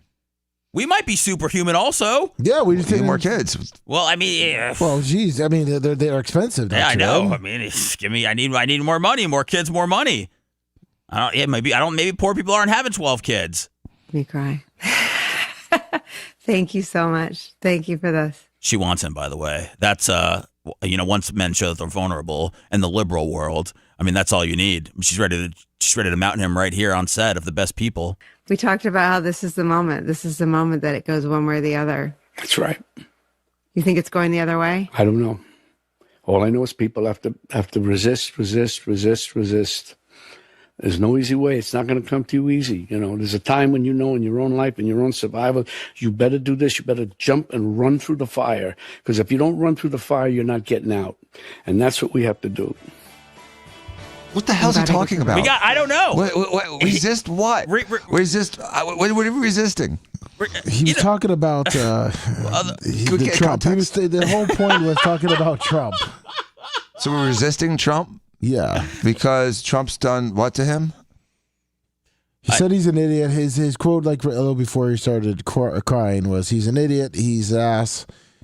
We got to get rid of him. He's going to ruin the country, everything that this country has worked for and represents." So that was all not in this clip, Lummy. That was a little before that. Yeah, I only had the tears, but it's a little fatalistic, don't you think? And then she says, "Well, you're always about lifting everybody around you up. Why is that?" And then that's what really started getting him choked up. You're done with him, Dan. You're done with Bobby De Niro.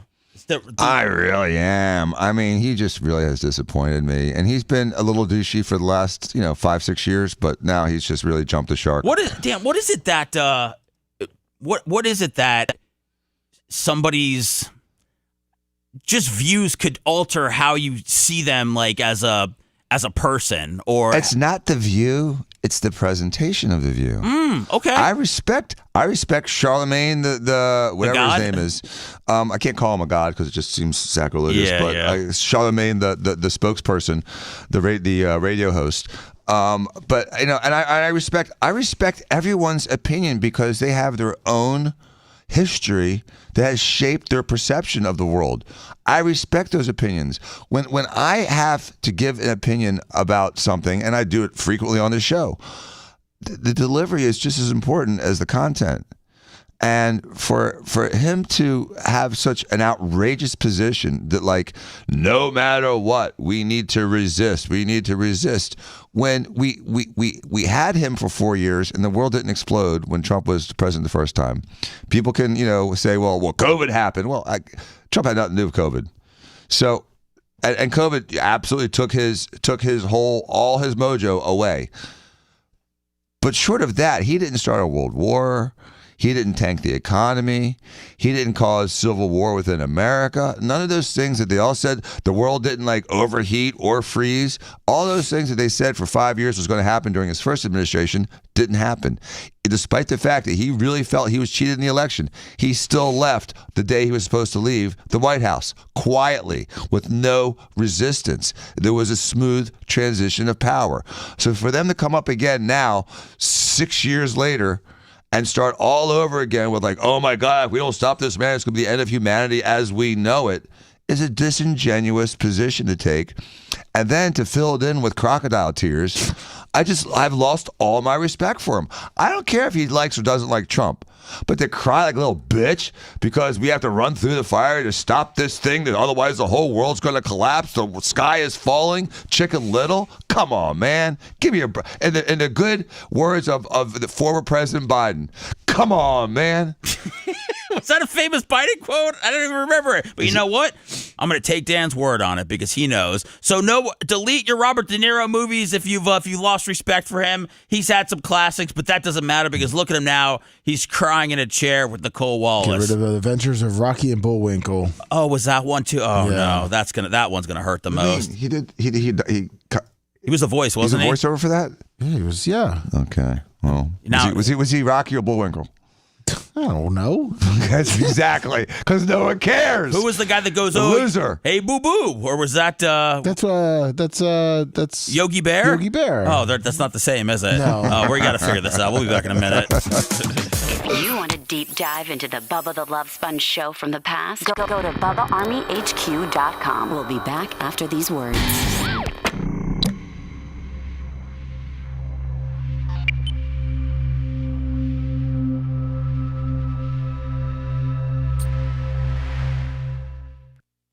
Looked up his worst movies. That was number 2. What was number 1?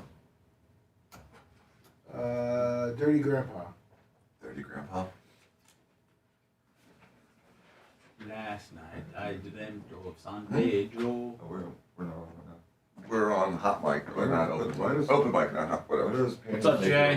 Good morning. How do those panties make it to my seat every day? Oh, Lummy, what are you doing? Why are you putting those panties on his seat? Oh, that was Dr. Dan. Is that what he does? He literally watches me move them every day. Here, let me take those. You don't need to touch them either. I brought him into the studio, and I was actually the last person that had them on. You wore them? I got in them with Lummy. We both wore them. They're 2-person. No, they're not. I bought them. They're 2-person. You guys got in them? Yeah. See how four legs facing each other? Was it pole to pole or pole to hole? What did we do, Lummy?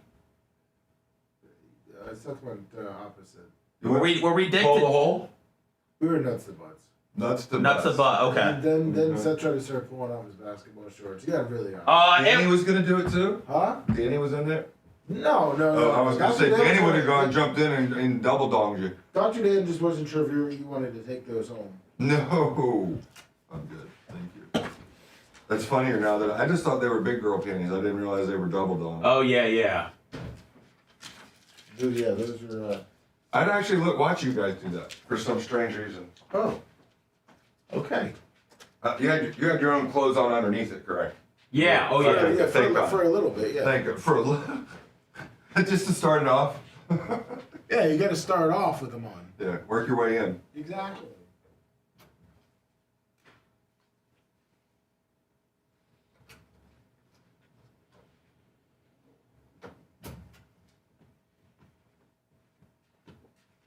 Things happen. Yes.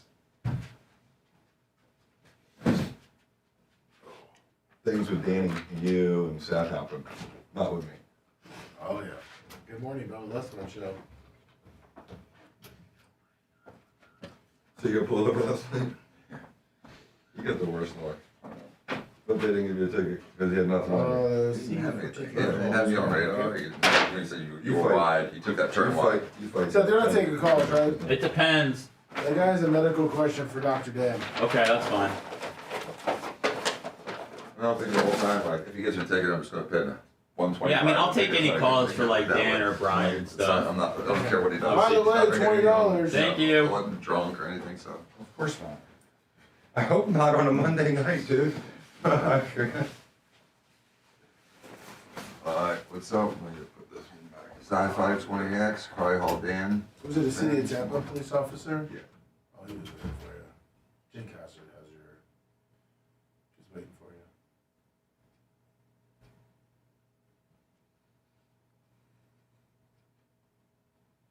No, Jordan's gonna be in. He's gonna be in Ocala at Bubba's racetrack. Michael Jordan. Yeah. They're asking if he's gonna be there because I think there's truck racing. There's street truck racing with the IndyCar. Whew, man. Oh, Seth. Yes, sir. Got a trumpet coming tomorrow, so I think we should be good, Dr. Dan. You got a trumpet? Yeah. In the mail? Like, oh, did we order one? No, Big Red has one. Get the hell out of here. He's going to drop it off tomorrow. What's he got one? Is it for his kids? Or is it his? I don't know. Maybe it was for one of his kids and they stopped playing it. Dude, you don't ask questions when somebody offers you a trumpet? So when can you get it here? I'm going to fucking punch it. Listen, I wish my dad would have kept my trumpet. It's a big loner.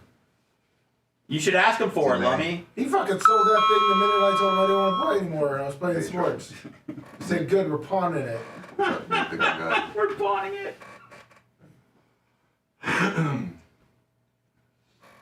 But Dad would have got rid of the piano if it wasn't heavy. It was like one of those old school. It was one of the old style ones. Yeah, the vertical. And then when they were building the house, my dad got a crane to lift it. Before they put the roof on, he put the piano on the second floor. Did he play? No, I did. Did he play the piano? No. Boy, that's a little dramatic for not playing. I was like.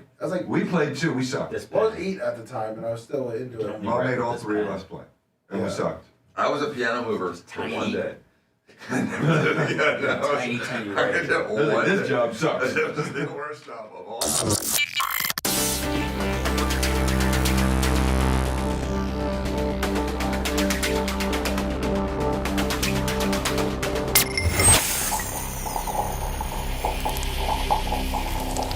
Big Gus Tractor and Equipment has grown so fast, mostly because you badass Bubba Army and Florida Man Radio. Big Gus is in need for some experienced technicians, and unlike others around, Big Gus will pay you for what you're worth, including payment for all your certifications and continuing education. We're talking about a 6-figure income potential in your very first year with matching 401k. Big Gus Tractor and Equipment, they service all makes and models of agricultural and construction equipment. Apply at BigGusTractor.com. Make sure you tell them Bubba Army.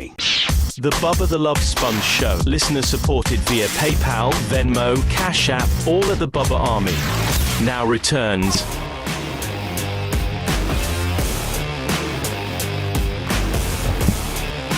All right, Jay Diaco's in studio. Good morning. We'll talk about what you did on your wonderful day off yesterday. I said I was not going to take any calls, but we have a call for Dr. Dan, so I'll let that happen. Go ahead, you're on with Dr. Dan. Good morning, gentlemen. Seth, kicking butt as usual. I had a medical question for Dan. I've got someone close to me. She's a 59-year-old female. About 6 months ago, she was admitted to the hospital for considerable amount of blood loss. I would say, I think it was like maybe 2 to 2.5 bags of blood was needed. Since then, she's been getting iron infusions, and we've done an endoscopy, colonoscopy. She just did a bone marrow test for leukemia. One of my concerns is this particular person has maybe a 15, 20-year history of what I would consider larger amounts of opioids, 5 to 8, 30 milligrams of the blue.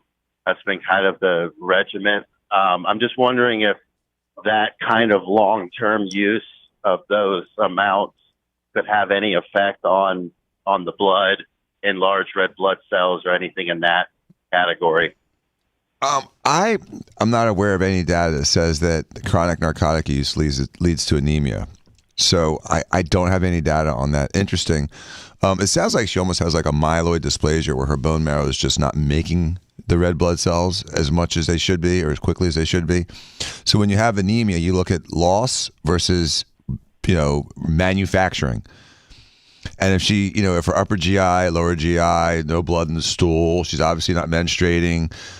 It's hard to, hopefully she doesn't have splenomegaly and she's not just like pulling blood cells out of the blood at random or disproportionately. Then you worry about like production of blood cells. And if she's not producing blood cells, you have to inquire why that is. So if she's not losing them rapidly, which it looks like you already found, you have to figure out why she's not making them fast enough. And so a lot of times they'll put people on hemopoietin or erythropoietin, which is a way to rapidly increase your ability to make blood. combined with, because iron alone doesn't do it, especially in someone that's 60. They usually need that extra boost with erythro or hemopoietin. Wow, he's smart, Seth. Do you hear that? Hemopoietin. I mean, wow. What is, sir? If does the lady that's in your life, does she think that opioids contributed to what's going on, or is that just your theory? Well, that's just my concern because obviously I'm not familiar with what that does. I just don't think it's necessarily healthy. I don't think it's really necessarily justified based on any kind of severe, injuries that call for that amount. But we're just kind of trying to figure out, where it is, because it seems like she'll go to the Florida Cancer Center and she hasn't had to get the iron infusion as of lately, but yet when she goes to just get her blood work checked, it's trending in the wrong direction. So we're just trying to point something out. Like I said, we haven't gotten results back from the bone marrow to determine if leukemia is something that they brought. See, leukemia doesn't sound like it, because leukemia doesn't just in itself give you, anemia. But when the tissue in your bone marrow isn't making the red blood cells like it used to, that's when you have that lack of production. And so I would be more likely to say that it's, like I said, like a myeloid dysplasia than it would be an anemia. Okay. And with all, obviously, that being said, is that something it's chronic to be treated? It's chronic. It's treated with medication like erythropoietin and managed. It's not something that kills you unless you just ignore it and you end up so anemic that you have a heart attack or a stroke. Okay. All right. Great. Well, I appreciate the time, gentlemen. I'll just go ahead and continue tuning back in. Appreciate it. Thank you. Oh, man. By the way, $20. Thank you. That's Uncle Eric, $20. Thank you, Uncle Eric. That's tough, man. To forget what everybody's going through out there. Well, the other thing is that at this age, all of us have parents that are getting older and they're aging. So we have to worry about our health, which is starting to, for the first time, show its ugly head. And then we have to deal with our parents' health, which has been for the last 10 or 15 years becoming, more and more of an issue. I'm sure, Lummy, you see it. Seth, you see it. I see it. For sure. Yeah, it's just just one of the things that I sit around and worry about, I think, is my demise and my loved one's demise. Is that just me, or is that? I try to think of it in terms of cycle of life and less sad about it and more, embrace the new life that comes behind us and try to, like you're saying before about having a kid at 83. I could never, because I feel like as a man, I have a duty to my family and my children to try to train them to be good people and to try to hopefully give them the tools to enjoy life, which kicks you in the nuts constantly. Yeah, there's more than just leaving a ton of money for the kid. No, that's not at all. Exactly. I want to give them the skill set of resilience and confidence because, I'm 55. I still get bullied. Just because you're 15 and you're getting bullied doesn't mean that, you have to. You need to learn the coping skills to deal with that your whole life. You deal with bullies, you deal with social people, you deal with social introverts.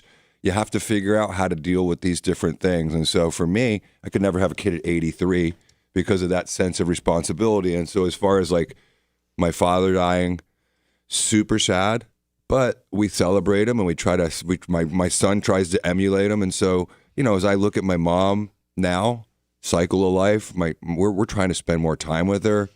It's weird, It's just something you just something to be conscious of. For sure. I mean, if you think about it, my mom's 87. The average age for a woman is 81, average life expectancy. She's killing it. She's strong. She lives alone, drives. But I mean, 10 years the most, 13 years, 100. I don't know. That's got to be weird for her. She starts talking about that, Seth. It's really bizarre. it's the whole. It's just so complex and so heavy. It's a lot of death and dark stuff has been weighing on my mind lately. It's a combination of stuff going on in my personal life. It's a combination of things that you read about in the news, whether it's the lead singer from Three Doors Down or Vanderbeek or the guy that just passed of ALS at 53 that had 2 daughters. Everything is will kind of just knock you down a peg and just kind of let you realize that anything can happen to you at any moment, which I'm aware of, but still is a heavy thing to carry around at times. I wish I could be carefree and just go, I'm living in the moment. I'm not worried about anything. But I will say that is not the easiest thing to do, at least for me. No, but there's this thing. My grandfather said a couple of these things to me when I was a really young kid, and I never forgot them. One of them was live life while you're living. And he means, that doesn't mean be selfish. That means, well, you're healthy enough to do things that you want to do them now. Do the things that you want to do. I don't know what I want to do. I don't know. I think I'm good. I'm good just kind of. You don't have a trip that you've been dying to go on since you were 16 that you're like, you know what, Phoebes, we're going. We're going to do it this year. Screw it. Life's too short. You go to the pray at the Wailing Wall? Well, the only place I need to go is Israel. And then that's a big deal. I would do that. If I were you, I would go to Israel. There's no good.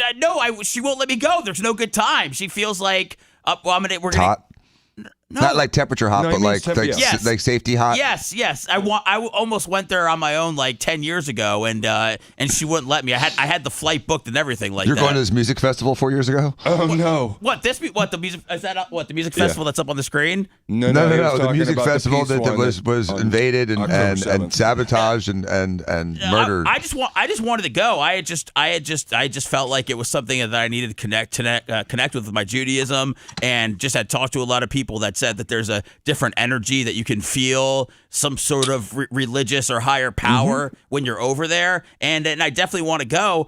It's just that yes, my wife doesn't really feel like it's the best place, and I understand that right now. But arguably, it's probably the safest time to go because there's never going to be a time where it's more secure and safer to go than right now. I'm thinking. I mean, hotels cannot be charging more now than they did possibly years ago. Hopefully everything's coming down in price because how dangerous it could possibly be. I didn't realize till right now that's on my list. Maybe I'll do it with you, Seth. I need some. Israel? Yeah, Stephen went. He met with remember Demetrius Hill when he was representing you're right. him. He went to Tel Aviv. He didn't go to Jerusalem. But he went to Israel. I understand. I would want to go. But you want to go to Jerusalem. I like to party at Tel Aviv, but I like to. Tel Aviv's got a nightlife, Seth. Seth, would you mind surfing? Jay tagging along, going to the Jesus Hangouts, or are you? It's not just Jesus Hangouts. Hangouts. Christian together, dude. This is like. I'm asking him. Hold on. I'm asking if he'll be okay going to Jesus' spots. Like where Jesus was born and things like that. Yes, I would do the Jesus tour. I would have no. Yeah. He's got to do the David tour. I would do the David tour. What are we doing? A double-decker bus? And on your right, Jesus. On your left, David. Up and down. I'd go on the downstairs floor and hang out. Where I'd probably be. By the way, where are you surfing? In the Dead Sea? Where can you surf around there? I thought there was waves right off of Tel Aviv. I could be making that up. Steve did. Does the Mediterranean have waves? Beautiful. I don't know. Really? I've never heard about the surfing over there. The Dead Sea. The Dead Sea has some good waves. It could just be. It could be something you that can float for Jay's days. Gonna walk on water. Float for days. Who knew, man? That's why it's. No, they said there's some good sized waves. They have a surf league there. Lummy, are you reading? Yeah, I'm in the World Surf League. It looks like they're off Tel Aviv. Nice. Come on, dude. I'm being serious. I'm looking right at it. Can you? Is there anything to send me? Is there there's a. Yeah, Tel Aviv. Oh, yeah, I'll send it to you. It's a little older, but okay. Listen, I want to see Tel Aviv surfing. Did you guys see this? There have been an insane amount of massive festival and concert announcements that have happened lately. There was one that's happening in Louisville that got announced yesterday.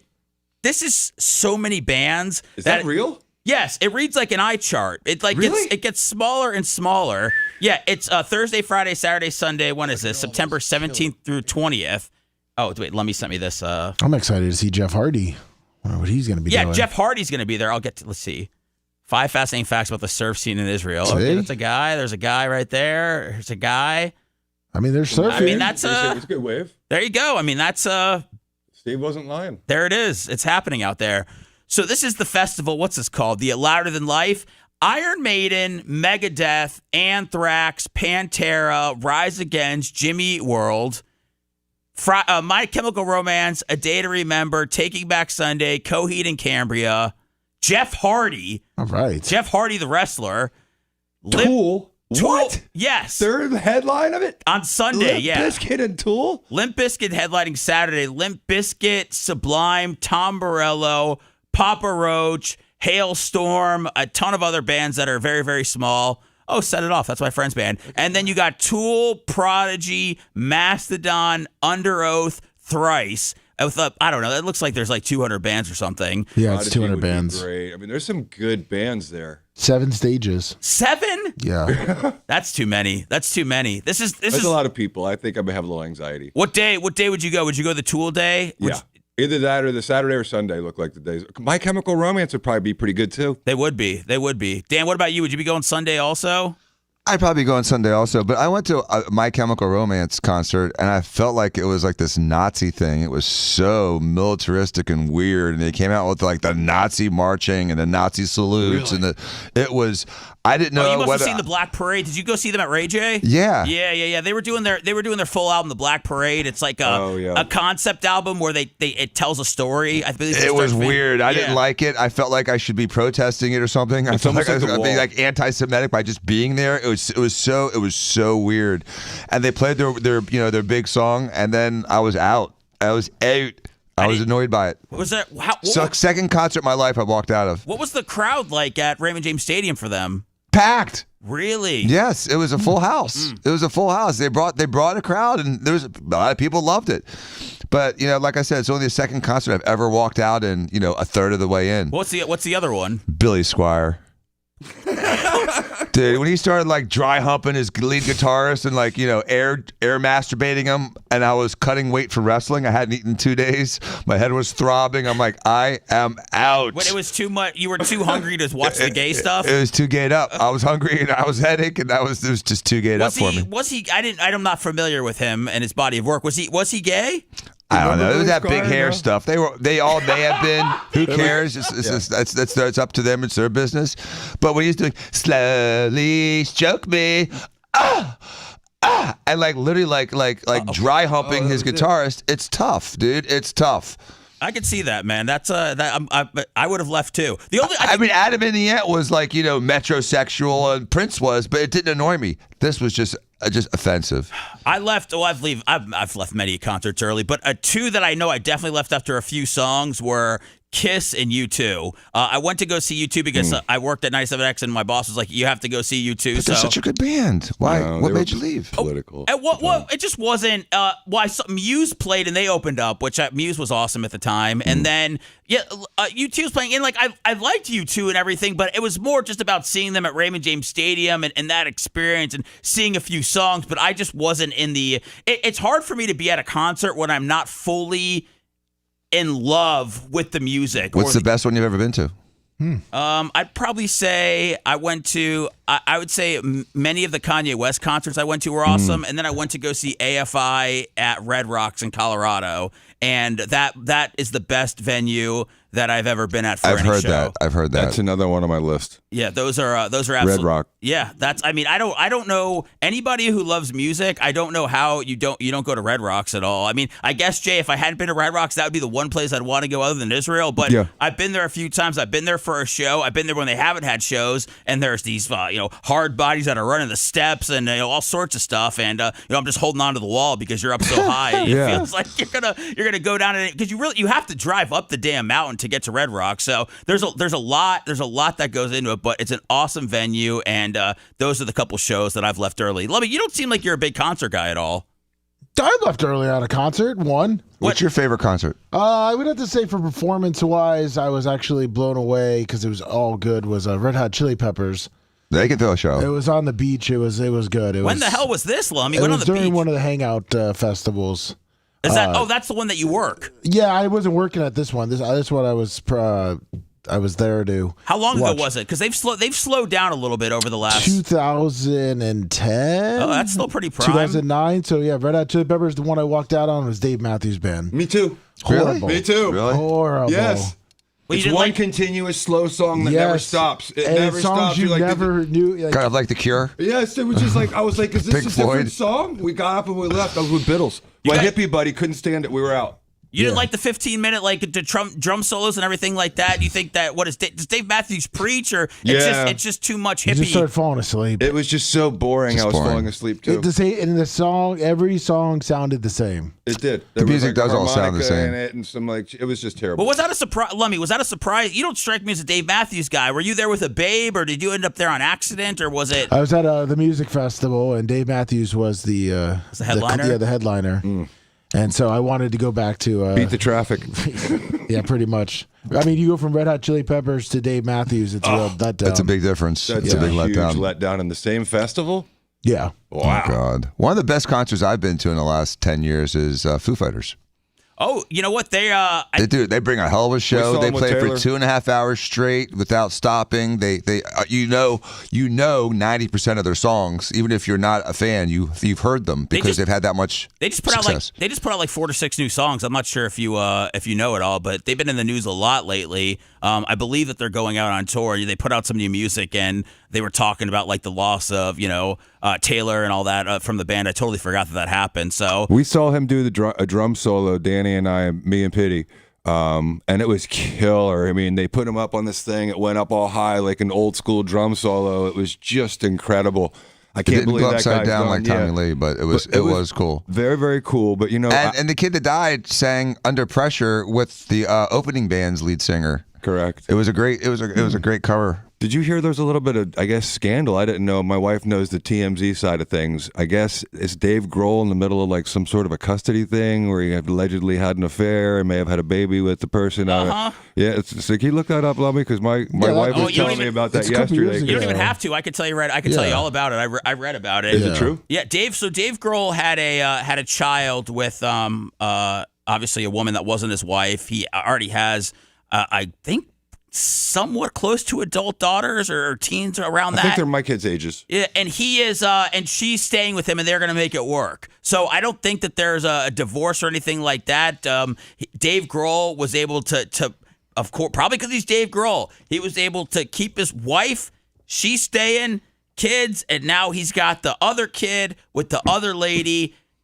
And he's still Dave Grohl in the Foo Fighters. Amazing. I told my wife, I said, maybe they had an open relationship and the only rule was don't get some chick pregnant. And he violated that one. And that was it. No. But what is it's like, I mean, to be married to a Dave Grohl, you got to have a pretty loose book of rules, I would imagine. Do you feel like that with when women are dating, NBA guys or Yes. guys that are in bands? Do you feel like they go, maybe there's a chance that this guy won't cheat on me? Or do you feel like that's just the deal when you hook up with somebody that's in that profession? I think it probably depends who the artist is, but for the majority of them, I think the women, the wives, the girlfriends know that this is kind of, hazard pay. This is what comes with the territory.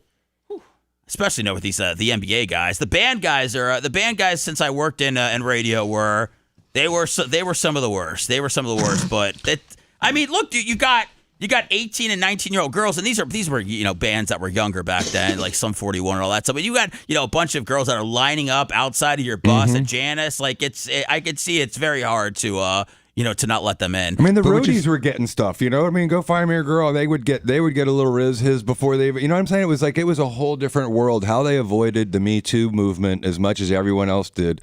Got attacked by it. It blows me away. The musicians made it through that. Other than, of course, Diddy. Yeah, exactly. But would you? How pissed would you be if you were Freddie Mercury's wife?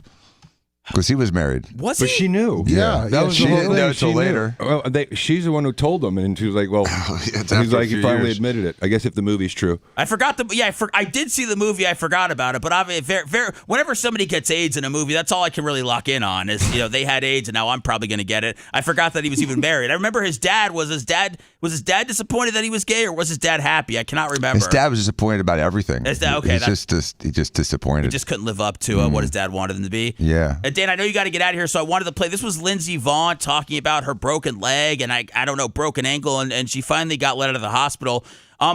You told me something when this happened that I didn't even realize. They said is it a compound break? What do they say when you said it goes through the skin? Compound or an open fracture usually means that the bones pokes out through the skin. I think that's what she had. So this is Lindsey Vaughn talking about going home and her injury. Weeks, I finally made it out of the hospital.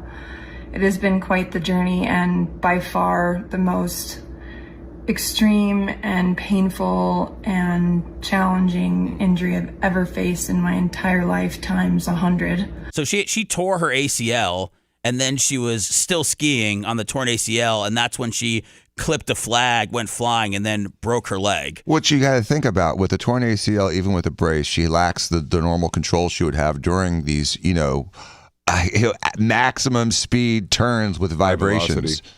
Yeah, the injuries that she suffered are just it's absolutely brutal, and she was trying to make her comeback at 41 years old.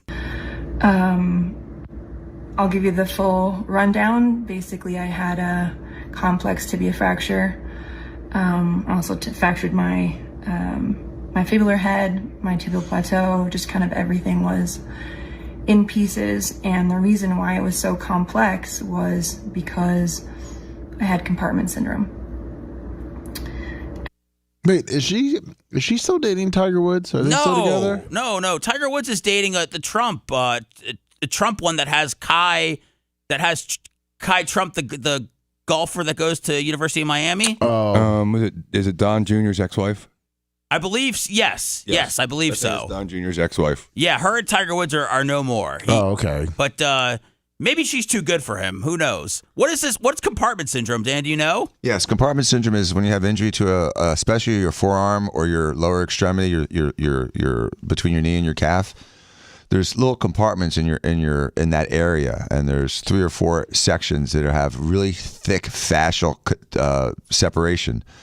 And when you have trauma, you have swelling, and if you get too much swelling in that compartment, then you stop the blood flow through it. The nerves die and the tissue dies. So when you have a risk of a compartment syndrome, you have to do what's called a fasciotomy, where you do like the Rocky cut me on 4 different compartments in the leg. Oh, what the hell, man! And that's the only way to prevent the foot and the rest of the leg from dying. So So that's why it's an emergency. It's a true orthopedic emergency is compartment syndrome. Well, now that you bring that up, it makes sense that she did talk about how the doctor saved her from having to get her leg amputated. Because exactly, if she had full-on compartment syndrome, everything dies, and then you just got black, dead, Isn't that what happened? zombie leg. Wasn't that close for Alex Smith, the quarterback? Yes, that's another risk. Exactly. When these quarterbacks get these massive lower extremity injuries or a crushed forearm, it can happen. I never even thought that was a possibility of losing your leg to go out there and try and compete. Here's Lindsey Vaughn talking about it. Is when you have so much trauma to one area of your body that there's too much blood and it gets stuck. Duh. Everybody knows that. Basically crushes everything in the compartment. So all the muscle and nerves and tendons, it all kind of dies. And Dr. Tom Hackett saved my leg. He saved my leg from being amputated. He did what's called a fasciotomy, where he cut open like. Oh, look at that brutal incision, Danny. Holy crap! What? Oh, good. You see the size of that? What? Yeah, they're big, and like as soon as you cut them, like everything inside like goes out because it's under pressure. What's the black? What's that black? Foam from a sponge. Is it easier just to take the leg off at this point? No, it's easier to do the fasciotomy. All right, Save the leg, be the hero. Save the leg, be the hero. Hold on, the black is foam? Yeah, that's probably a vacuum sponge trying to suck the, close it back up. The black is usually black foam with a suction attached to it, like the vacuum wound vac. Wound vac sponge. Why are you questioning a doctor, Lummy? What do you think it is? I'm not. I just say it could be necrotic material, but that looks like there's a tube sucked up to it with a little. See that white thing, like it's adhesive, and there's plastic over it. It looks like a wound vac to me at this distance. The poor nurse who had to make sure that this was the right picture. If I was like, oh my God, Lindsay's gonna be so mad if we don't get the right picture of her. She's on her phone. Oh yeah, she is. Look at that, she's up. She's pitbull, dude. And those are called Holy external. crap, Seth! I'd be like a yellow tape around me, like I was dead if that was happening to me. Caution, crime scene. And that could. Those also look like external fixators, which are pins that go through the bone and hold them in place without a cast. You're saying these bars that are like. Yeah, it's all external fixators. They have pins going in the bones. God. It hurts every time. You imagine like you've had an IV, and every time the tape pulls, it hurts. Yes. Imagine having that thing, an erector set built around your leg with 4 to 6 skewers going through your bones. Man, this poor, she needs an invite to the White House. Look at what she went through. Sides of my leg kind of filleted it open, so to speak. Let it breathe, and he saved me. And you know, I always talk about everything happens for a reason, but if I hadn't torn my ACL, which I would have torn anyways with this crash, if I hadn't done that, Tom wouldn't have been there. He wouldn't have been able to save my leg. So I feel very lucky and grateful for him, for this 6-hour surgery he put in on Wednesday to rebuild it, which went amazingly well. But that looks good, right? I feel like that's look at all that hardware. So first of all, I have to make 2 comments on this. Yes. Number 1, that's a lot of freaking hardware. Number 2, it does look good because you see the screws aren't sticking past the cortex that they're supposed to be screwed to. So look at the bottom part of that picture. Those last 3 screws. Yes. Right, 1, 2, 3. Yeah, those go exactly where they're supposed to go. They stick out maybe a millimeter from the bone. Those are well-placed screws. Dan would give this guy 5-star review. Oh, he gets 5 stars. I was in the hospital a little longer than I had hoped because I had a very low hemoglobin from all the blood loss of all the surgeries. I was really struggling. Pain was a little bit out of control, and I had a blood transfusion, and that helped me a lot. I turned the corner, and now I am out. Wow. She's incredible. Yeah, not all the great Olympic stories are winning gold medals or Right. being the Canadian curling team with cheating. This Lindsey Vonn stuff is heroic is too strong of a word, but it's definitely inspiring what she went through. It's inspiring, and it shows you how badass these athletes at this caliber and this level are. I think, you know, the hero was when Carrie Strug broke her ankle and then stuck the landing for a gold medal back in the 90s. I think it was 96. That was a broken ankle? She broke her ankle. Yeah, she ran on a broken ankle. Oh, man. She stuck the landing. And that made me, that was, as an American, I know it's women's gymnastics, but as an American, that made me, that wasn't it for me. That moment when Carrie Strug was broken, and she said, all I have to do is one more jump. I just got to run these 50 yards and spring, and it's going to hurt like a mofo, and I'm going to do it because this is what I've dedicated my life to. That was literally the proudest moment I've ever been of an athlete. Wow. Live every day like Carrie Strug. Dan, do you have to get out of here now? Yeah, I got surgery in that office. All right, thanks for coming in today, man. Thanks, Appreciate guys. it. Don't get pulled over. Coming up, we'll dig into to more with Jay. I have a story about it's not about Nancy Guthrie. It's about another mom who disappeared for 24 years and just popped up, and she's totally okay. We'll get to that next. You're listening to the Bubba the Love Sponge Show. If you want 24/7 on-demand Bubba and the crew, go to BubbaArmyHQ.com. The Bubba the Love Sponge Show will be back after this.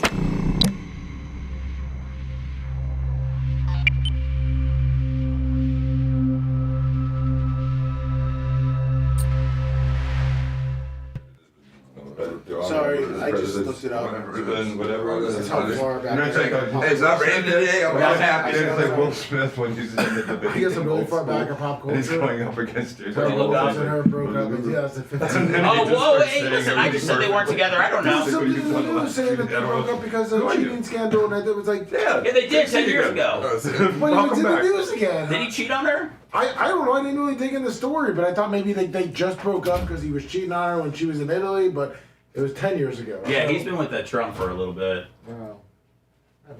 How do I know all this stuff? Because you're up with current events. But like Gene Lasker says, what's the point of knowing all this? What does it get you? Maybe the ability to host this show. Anxiety and some therapy.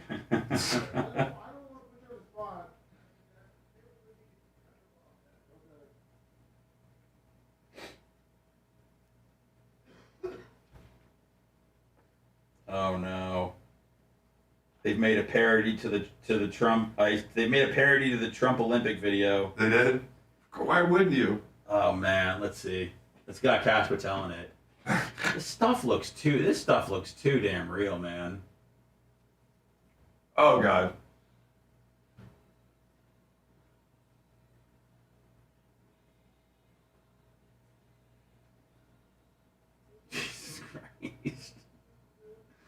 Oh, Lord. It's not as funny as the other one. No. Right? I mean, it's okay to make fun of him, I Yeah. think, but that was just not that funny. No, it's just Yeah. I wonder how much long this takes people to make stuff for the internet. All you have to do is talk into ChatGPT and say this. I have friends that do it. It's crazy. Isn't this stuff isn't more advanced? I mean, it's crazy. I think you can get like the paid for services that do it.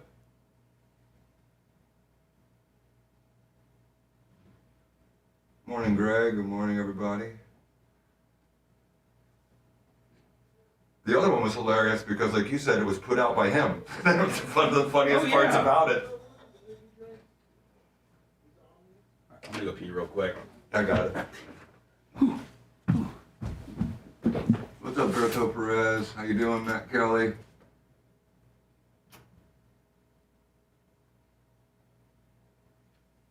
Sounds like you got it under control, Matt. What's up, Holyoke Joe?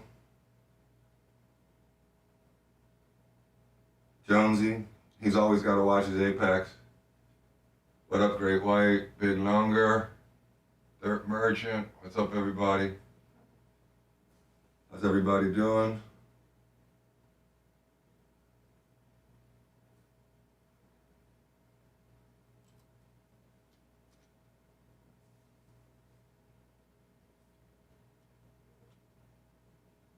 Len Longnecker, what up, buddy? There's his Erps. Good morning. I appreciate that, Glenn.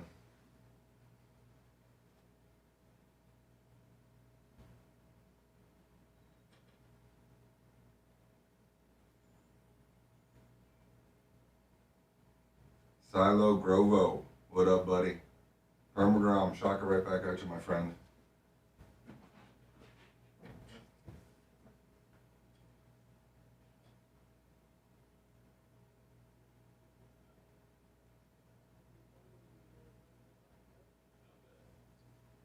Hey, Permagrom, have you been to the Virginia Beach Wave Garden yet? I did, Matt. Everyone was super Technically, cool. but you know. Technically, we got some time. You always gotta have Steve, someone in the good back. morning.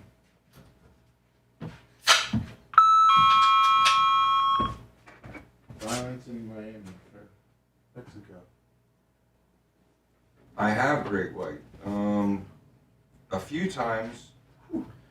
Once in high school with Petty down in Sarasota, near Beach Street, and was it Anna Maria? We just jumped out of the water as quickly as possible. Once in Puerto Rico. We scared a little shark. Fuck yeah, I am. And then once in Costa years ago, 20 years ago. I haven't seen one in many years.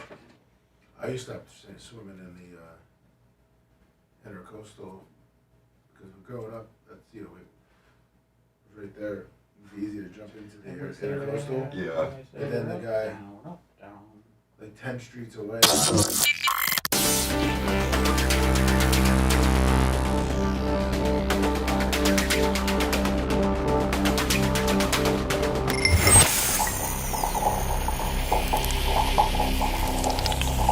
Bubba, the Love Sponge. Oh, come on, you stupid ass piece of... Bubba the Love Sponge lives because a dirty mind is a terrible thing to waste. The Bubba the Love Sponge Show.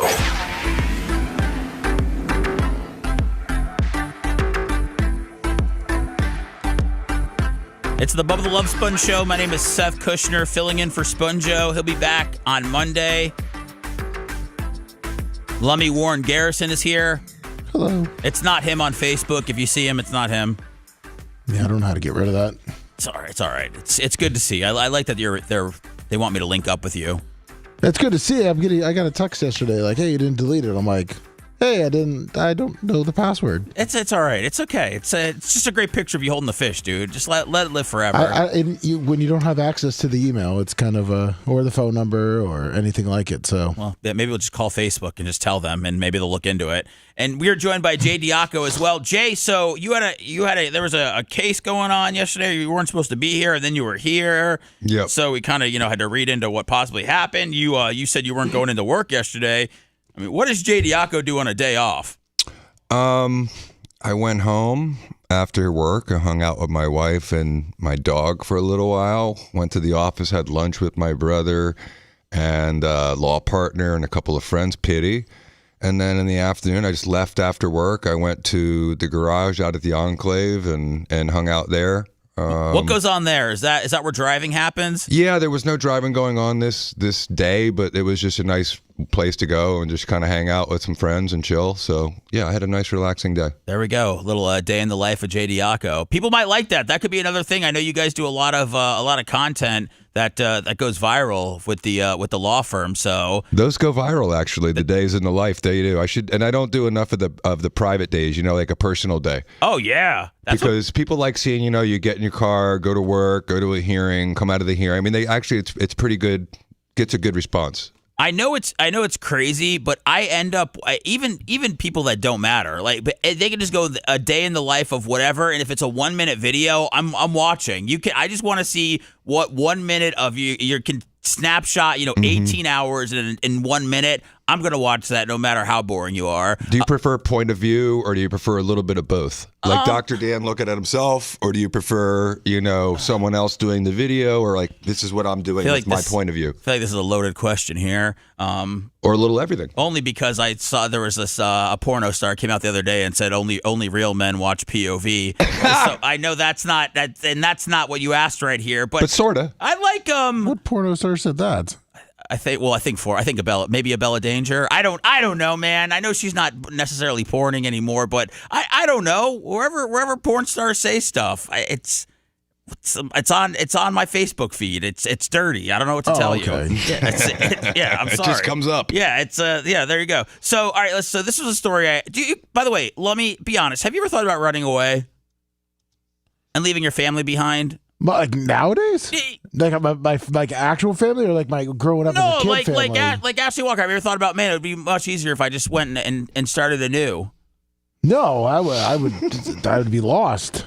You never thought, it never crossed your mind? No. Jay, what about you? Have you ever thought about running away? Never. Okay. Have you? I'm not. No. No, not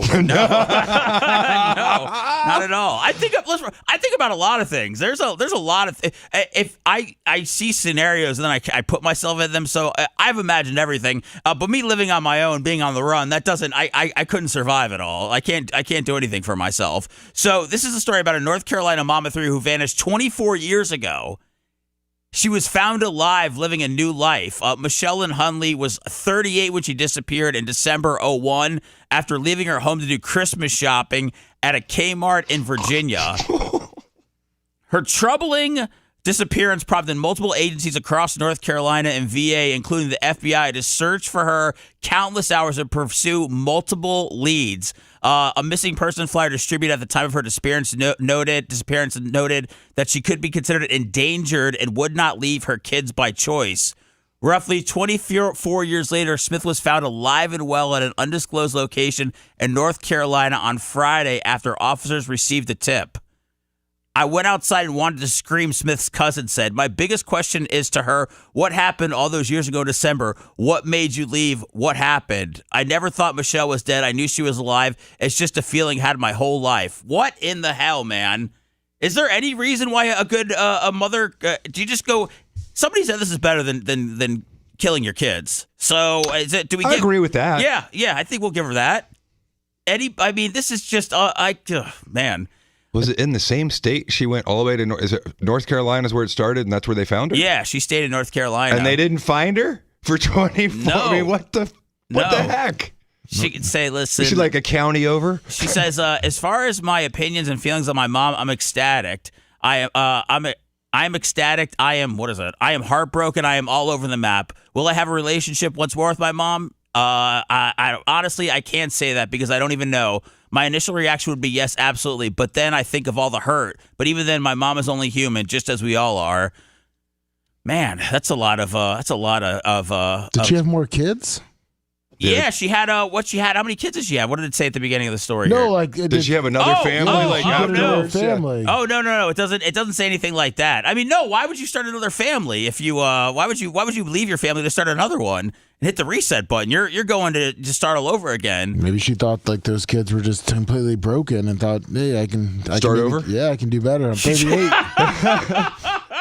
She just says, when my mom was a part of my life daily, she showed me a love and bond that will never, ever be forgotten. There were mother-daughter arguments, of course, but right now all I can remember are the smiles that we shared. All right, so look, that could tell you guys, if you want to go and take a 24-year hiatus from your kid, it looks like on the back end, they're still going to end up loving you. So that's a good story. And you know what? That could be people that are still holding out hope and that are still following the Nancy Guthrie story. Maybe they can hold on that.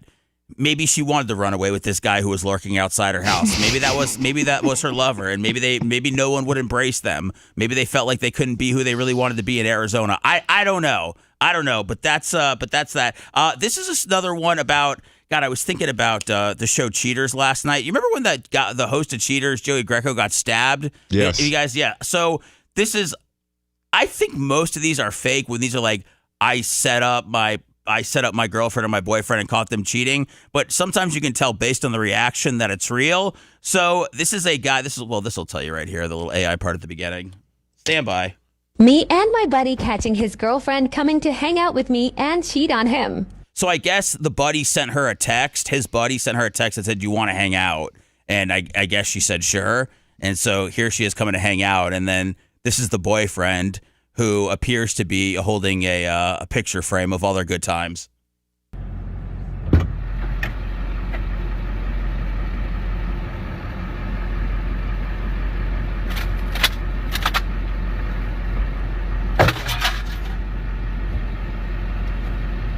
All right, what do we think so far? Right, real? Do you feel the tension? Can't tell yet. There'll be some words already, wouldn't there? So, you want to explain? You want to explain why you lied to me? On today's episode of Catching a Cheater, Riley Jane Madsen, everybody. Why did I lie to you? Oh, nothing's wrong. Yeah, what did I ask you? You could have said that. No. I said, you hey, said that. hey, what are you doing today? What's your plans today? Oh, I got dinner with so-and-so. I didn't say I had dinner with so-and-so. Yeah, you didn't say you didn't have. didn't. Exactly. I had to get it from him. So, good luck, buddy. Anyways, let me come and grab my. Oh, I'm gonna come in your house. Yeah. Bye, bitch. Hey, come here. Let me get it. There we go. That's all we get. What? Nobody. You guys aren't convinced? You think that's a fake? Buddy catching his girlfriend coming to hang out with me and. What the hell, man? How gullible am I? Standoff. There's no Joey Greco reaction, which, by the way, doesn't he look like a long-lost Diaco brother, Joey Greco? He does. I saw this, and then I started thinking about what Cheaters was the best at catching people. I was like, this is all well and good to put these clips up, but the best show that was ever on in the middle of the night, was Cheaters. For sure. And so I looked up Joey Greco last night. I was trying to find the video where he got stabbed because it's funny. And yes, I saw an interview with him from a few years ago. And yes, he looks exactly like a Diaco brother. I've always been told. People used to tell me that all the time. I think he broke his picture a little too soon. Yeah, the way he threw it down. What if she was like, "Hey, I wanted to plan a surprise birthday party and just talk to your friend about it." That's a lame excuse. I like the angle you're working, Lummy. I'm not sure if that's the best one, but we can. What's that he's throwing? I don't know. I know that. Is that like a used condom or something in that bag? Let's see, what is this? He's flapping it around. Lummy, tell us what this is right now. Maybe a Valentine's Day card. Cheap picture. Man, these hoes, dude, they're out there. You got to watch out. We've got in the Olympics 2028. Everybody's starting to talk about it now because everybody's got Olympic fever. That'll wear off probably in the next 12 to 24 hours. You know how there's been a lot of talk about NFL, how they're introducing flag football, and how they've been talk about NFL players should play, but there's also legit flag football players that have been doing it. So who gets their shot? I had no idea about this. I don't know if you guys remember Rajon Rondo. Used to play for the Celtics. I think he played for the Lakers. Played for a bunch of teams in the NBA. Right now, he's the number 1 ranked flag football quarterback in the world. It said the former NBA champion has climbed to number 1 at quarterback since retiring from basketball in 2022, just as flag football prepares to make its debut in the Summer Games in 2028. A 4-time All-Star, he built his reputation as one of the league's most cerebral point guards. Let's see. Where's the? He joined iFlag, one of the largest flag football organizations in the world, positioning himself within the competitive landscape. At nearly 40 years old, Rondo's ranking underscores his athletic versatility and competitive drive. Whether or not an Olympic appearance materializes, he has already established himself as a top quarterback in the sport nationwide. What do you think? Should there be guys that have been doing this for a while that are the ones that play, or do they just send NFL players and then develop an incredible high amount of interest? I think you go for it, Jay. No, go ahead. Well, I was going to say, because of the sports show, which we're doing today at 1:30, Grant, my co-host, played a lot of flag football after his playing days, and he's kind of broke it down to where, because I asked him, and I thought he would want to go toward the professionals? Or the professional flag players? The professional flag guys. And he goes, yeah, no. He goes, look, you have your team set up where if you got guys with the speed of Tyreek Hill who you're going to have rushing you, as a quarterback, you gotta have someone like a Tyreek Hill in the backfield playing quarterback. Otherwise, you're just going to get your flag pulled every single time. And it's not about your arm strength at that point. It's about being elusive. Because if you can send Justin Jefferson on a go route and have enough time to be elusive, then, like someone like a Rondo is not going to be able to juke out, someone with that speed coming at you. Are there other Jay? Go ahead. Tell me. No, I'm listening. Are there other countries that are good at this? I mean, I feel we can send out our best flag football players and still have a chance at gold, or are some other countries so far ahead that we have to send the NFL players? If sending the NFL guys is the only way to win gold, I'm totally cool with that. But if these flag guys have a chance to do it, I think they should be given the chance. I feel like there'll be a lot of Americans playing for other countries, like that Chinese American who was there, Gu, Elaine Gu, or whatever her name is. Yeah. Which irritates me because that should be American USA gold medals. As far as this goes, yeah, she's beautiful. I don't think there's probably enough competitive flag football around the world, like you're saying, Seth. I think no matter what, it's going to be people that do competitive flag football in the United States and professionals. No, there's a huge. But I'd like to see Tom Brady. World. If we had a flag football team, I would not want to see Tom Brady. You wouldn't want to see that? No, because he's not quick. He's going to be old. Dude, it's all-time. What if he was the best? Wait, what's flag? It's an all-time quarterback, right? Can't he just be the quarterback, or does he have to play defense too? Yeah, but I mean, you got to think about it. He's got to be fast.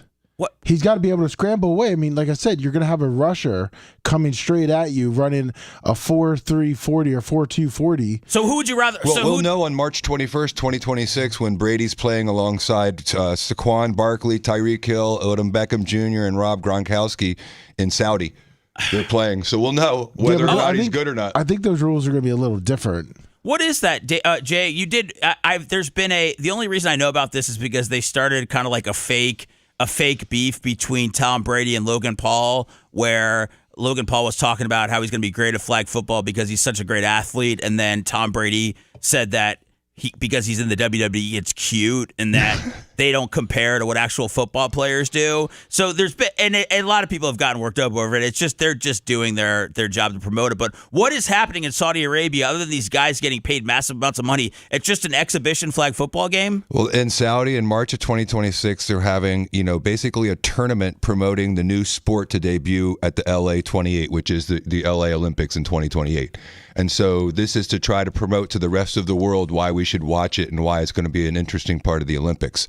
So it would be fun to watch him and these people and see whether or not they're good, or if, like Lummy's saying, he's a pocket quarterback who never can run, he's going to be terrible. Who knows? I didn't know I was going to be so passionate about this, but I say let the scabs play. Let's really? give them a chance, right? I think, or maybe do a mix. Maybe a mix is that maybe that's trying to maybe that's too much of a compromise, but, take a few pros, take a few guys that, do that, who have had more experience in that. I don't know. Listen, we're just trying to win the gold here, like when we did with the Dream Team. Did we need to send the Dream Team over there, Jordan and Magic Johnson and all those guys and Bird? No, they probably could have won with some secondary, NBA players or maybe just some bench players, but they still did it, and it's something that everybody talks about today. So if the NFL sent over some of their best, and by over, we're talking about sending them to LA, if the NFL sends over their best in 2028 or whomever, I don't know what teams would be okay with their high dollar players going and potentially tearing their knee, but it would be something that this is not, I'm not saying unite, but this is something that America would get very, very excited about. And maybe that's what the Olympics needs. Maybe that's what the committee or maybe whoever picks the flag football, maybe that's what they're going to go for. There would be nothing more popular than the Summer Olympics. And everybody loves the swimming. Everybody loves all the aspects of the Summer Olympics. But this would rise to the top if you had some of the top-tier NFL players. But what if you got guys, especially at that time, maybe not the guys that are still in the NFL, or maybe it's the guys that got cut that maybe are quick, but they're just not good enough to play NFL. Well, I feel like those are tweeners. I feel like I'd rather either have a guy who plays, I don't know, this is in the I flag, I'll call it professional. I'd rather have a guy who plays professional flag or professional football. But if a guy got cut from football and he's just playing in, the XFL, the world, whatever the leagues are, no, I don't think we need that. But I want somebody that's great at one or the other. You know what Tom Brady didn't have? A gold medal. You know what he would do to have a gold medal, and you know how amazingly proud and patriotic and that team would be. You know what I'm saying? It's like the basketball team. That was amazing. It made that Summer Olympics that much better to watch. It didn't matter that we blew out every team. It was the world's greatest team beating up the whole world. It was awesome. And I think the same kind of phenomenon could happen if this sport actually was dominated by NFL athletes. If it's dominated by, like you guys are suggesting, it could be by actual, flag football athletes, I'd watch it and I'd love to see America win. I don't know if it would get the same pop. What do you? I know that Lummy's already shot this down. Would you not have, if Tom Brady wanted to play? I know he'd be, I don't know, maybe 50. I have no idea how old he is. 48. Would you not let him play, despite him not being quick, because of accuracy and being the greatest quarterback of all time? Would you still not let him play? I would wait until what happens in Saudi to see whether or not he can throw. That's true. That's what I would do. Lummy, you not going to put him out there? I mean, look. It can be on. If you're not, it's all right if you're not putting a 50-year-old Brady out there. It's insane to kind of. I don't know how deep you want to get into. I sent you the highlights of the 2024 flag championship. I'm looking at it, and what are you saying? Okay, where look you at 50-year-old Tom Brady. Now watch when they rush. And these guys are not. He is 48. These are not superb. They're athletes, okay, but they're not the best of the best. Now just watch the rush, and now watch the quarterback. All right, let me see. And I haven't seen the highlights, so. First possession. But I can see. Yep.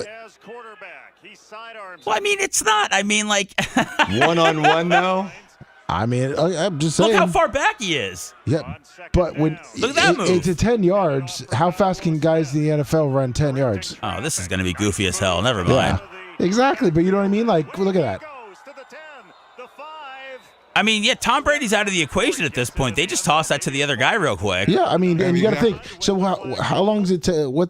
He can do that. What's an average? Well, they're playing back. But what do you got like a 10-yard like sprint from like an NFL guy?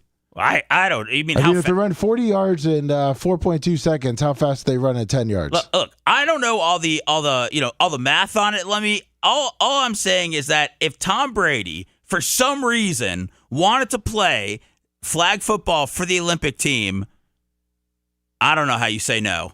I think he's going to do okay, to be honest, because a lot of it's like those little quick slants across the center, which there was no one better than him. His release was unreal. I mean, dude, I would put Terry Bradshaw out there. Exactly. I mean, look at this. He's got all the time. Lummy, you're really trying. You really want Tom Brady's last game to be a Buccaneer. I understand. I appreciate that. But you're also thinking is that you're talking about that guy that just rushed in, right? Yeah. How much faster is an NFL guy compared to that guy? Well, Tom Brady's still going to get rid of it. I mean, he's already seen the NFL guys. I mean, he's got the quick release. All right. I mean, listen, I could be totally wrong. I could be wrong. Or it could be totally right. And Tom Brady could be the coach, and he can win a gold medal, or he could be a geriatric, and Italy wins. Come on, dude. The gold. He's gonna still look super handsome in 2 more years. So especially if he keeps hanging out with Alex Earl, he'll be all good, and he'll want to win a gold medal for her, and then they'll be the new Taylor Swift and Travis Kelce. I just don't want to lose to China in flag football. Okay. Are they good? They bet they have a good team. They probably will be. They'll probably be so juiced out of their mind. Wow! Accusing China of flag football being on juice. I love it. Then let's put Russia. No, I don't think Russia's still allowed in the Olympics, Lemmy. But it's all right. To end the show, we're going to get back with a. I feel like this would be a story that Bubba would cover, so that's how I want to end the show. It's about a guy who he had sex. He sleep with his teacher? Hey, no. This is a little more wild. He had sex with a dead deer. I'll tell you about it next. Ooh. If you love that segment, then check out BubbaArmyHQ.com and do a deep dive on past shows. The Bubba the Love Sponge Show will be right back.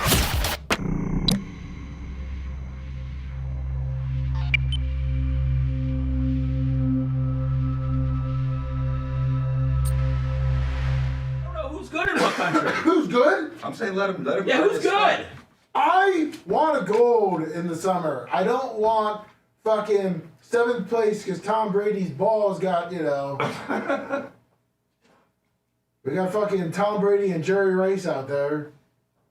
Dude, he's not quite Jerry Dude, Rice. Jerry Rice, he could play. Yeah, might as well. It's Randy Moss. Throw Antonio Brown in there. Hey, dude, Terrell Brady Moss isn't even. Brady Moss is. I don't think he would be 50. Yeah, put him in. Dude, I bet you T.O. is better than 90% of the people playing that sport. I agree. Yeah, there's no doubt. Ocho Cinco's in great shape. Exactly. I'd like to see those guys. Yeah. What else didn't do 12? You know what? Put LeBron James. Let's get him a gold. Dude, that'd be fun. Yeah. Oh, Lemmy's really taking this seriously. I don't want to. He's getting upset. Listen, when it comes to the Olympics, all right, and country pride, Seth. I understand. No, I mean you might be. We finished second in the medal count in the winners. We got to step up the summer. I agree. We need first. The 2028 Olympics is going to be pivotal for how Americans are viewed for the next 50 years, and we don't want Walker walking around, having to feel any sort of American shame. I remember in 1992, I was 8 years old, and how much pride I had. With the Dream Team? That's right.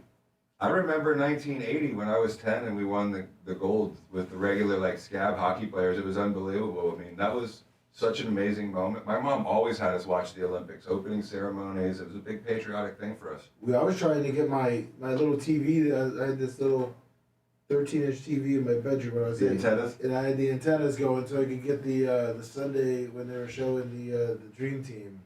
Yeah. And then I'd go outside with basketball and pretend it was USA playing Croatia, Oh, look at Team USA's got back. Team USA was awesome. I was a senior in college watching that. When is that in South Beach? Yeah, they had to go. They were supposed to go to New York, but I think it was too cold, so so they flew to South Beach. Yeah, they flew into Miami. Yeah. When does the hockey season start back up? I want to say this week. Tuesday? Yeah, because I was gonna say these guys got to get. I think Tuesday. Got to get some sleep. No, fuck. Yeah. What? Today's Tuesday, right? Yeah, I want to say today, but I mean, obviously, I could be wrong. Maybe. No, there's no way they got back today and they got to go. Jeff, in the old days, I used to like the opening better. When Tomorrow. They had, Muhammad Ali and they had all those. Jesus. Yeah, so I mean, I was a day off. About it. Are they going to the White House today? They must be. They got to be going today. Yeah, probably. Yeah, because Toronto's at Tampa. Oh, of course I remember Eric Hyde. He was amazing. The speed skater, right? Morning, Bulldog Tommy. And then we had also was it Apollo Ono or something? He was a really great speed skater. I remember Michael Johnson with the gold shoes. For sure. That was awesome. I think he took the baton from Carl Lewis as the fastest man in the world. Remember the commercials too? No. The Dan ones, Dan versus Dan. Yes. Oh yes. Yeah. They were. Was it Dan O'Brien? Yeah, Dan O'Brien Those and the other jobber guy. I always went for Dan O'Brien. I think was the better of them. Man, it's crazy. The Olympics, when you were a kid, were larger than life. Now it's See, that's what I'm trying to bring back. Yeah. Walker watched every single Winter Olympic thing on TV. That's important to do. Yeah. There's too much ice dancing, man. They gotta get. We stuck to bobsledding and luging and. I like that stuff, dude. I just want to go for a ride. But no, you wouldn't. They Just had one one. of the guys get on the back of a two-person, like a commentator, and he got off it and he goes, "I had no idea it would be that scary. I would never do it again." I couldn't imagine being the rider on a bobsled. Dude, I would love that. You would? Seriously, or are you just fucking around? There's no way, Seth. You're going only 90 miles an hour. I would love to go down a luge or a skeleton one time. I would love it. It's like a slide. How fast are they going? They're going 60. Bobsled gets 88, 85. 88, Yeah. The skull by themselves, they're going at least 60 to 70, where they're just like face first. I mean, you couldn't. I mean, But what if you have what the Bohemians had in that movie? Cool Runnings? Yeah, remember when they slid and their heads dragged for like, you know? No, I don't remember any aspect of Cool Runnings except the Jamaicans one that won it. They didn't win it. They didn't win? No, they just gave their hearts in. Yeah, they qualified. Oh, God.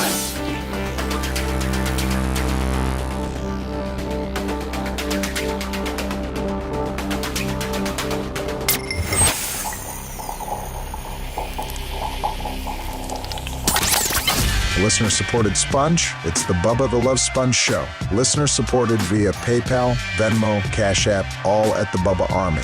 Now returns.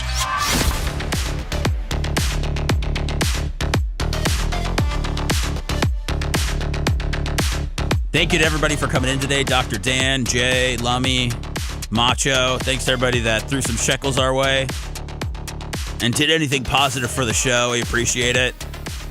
There's been a hot conversation going on over Hot Mic.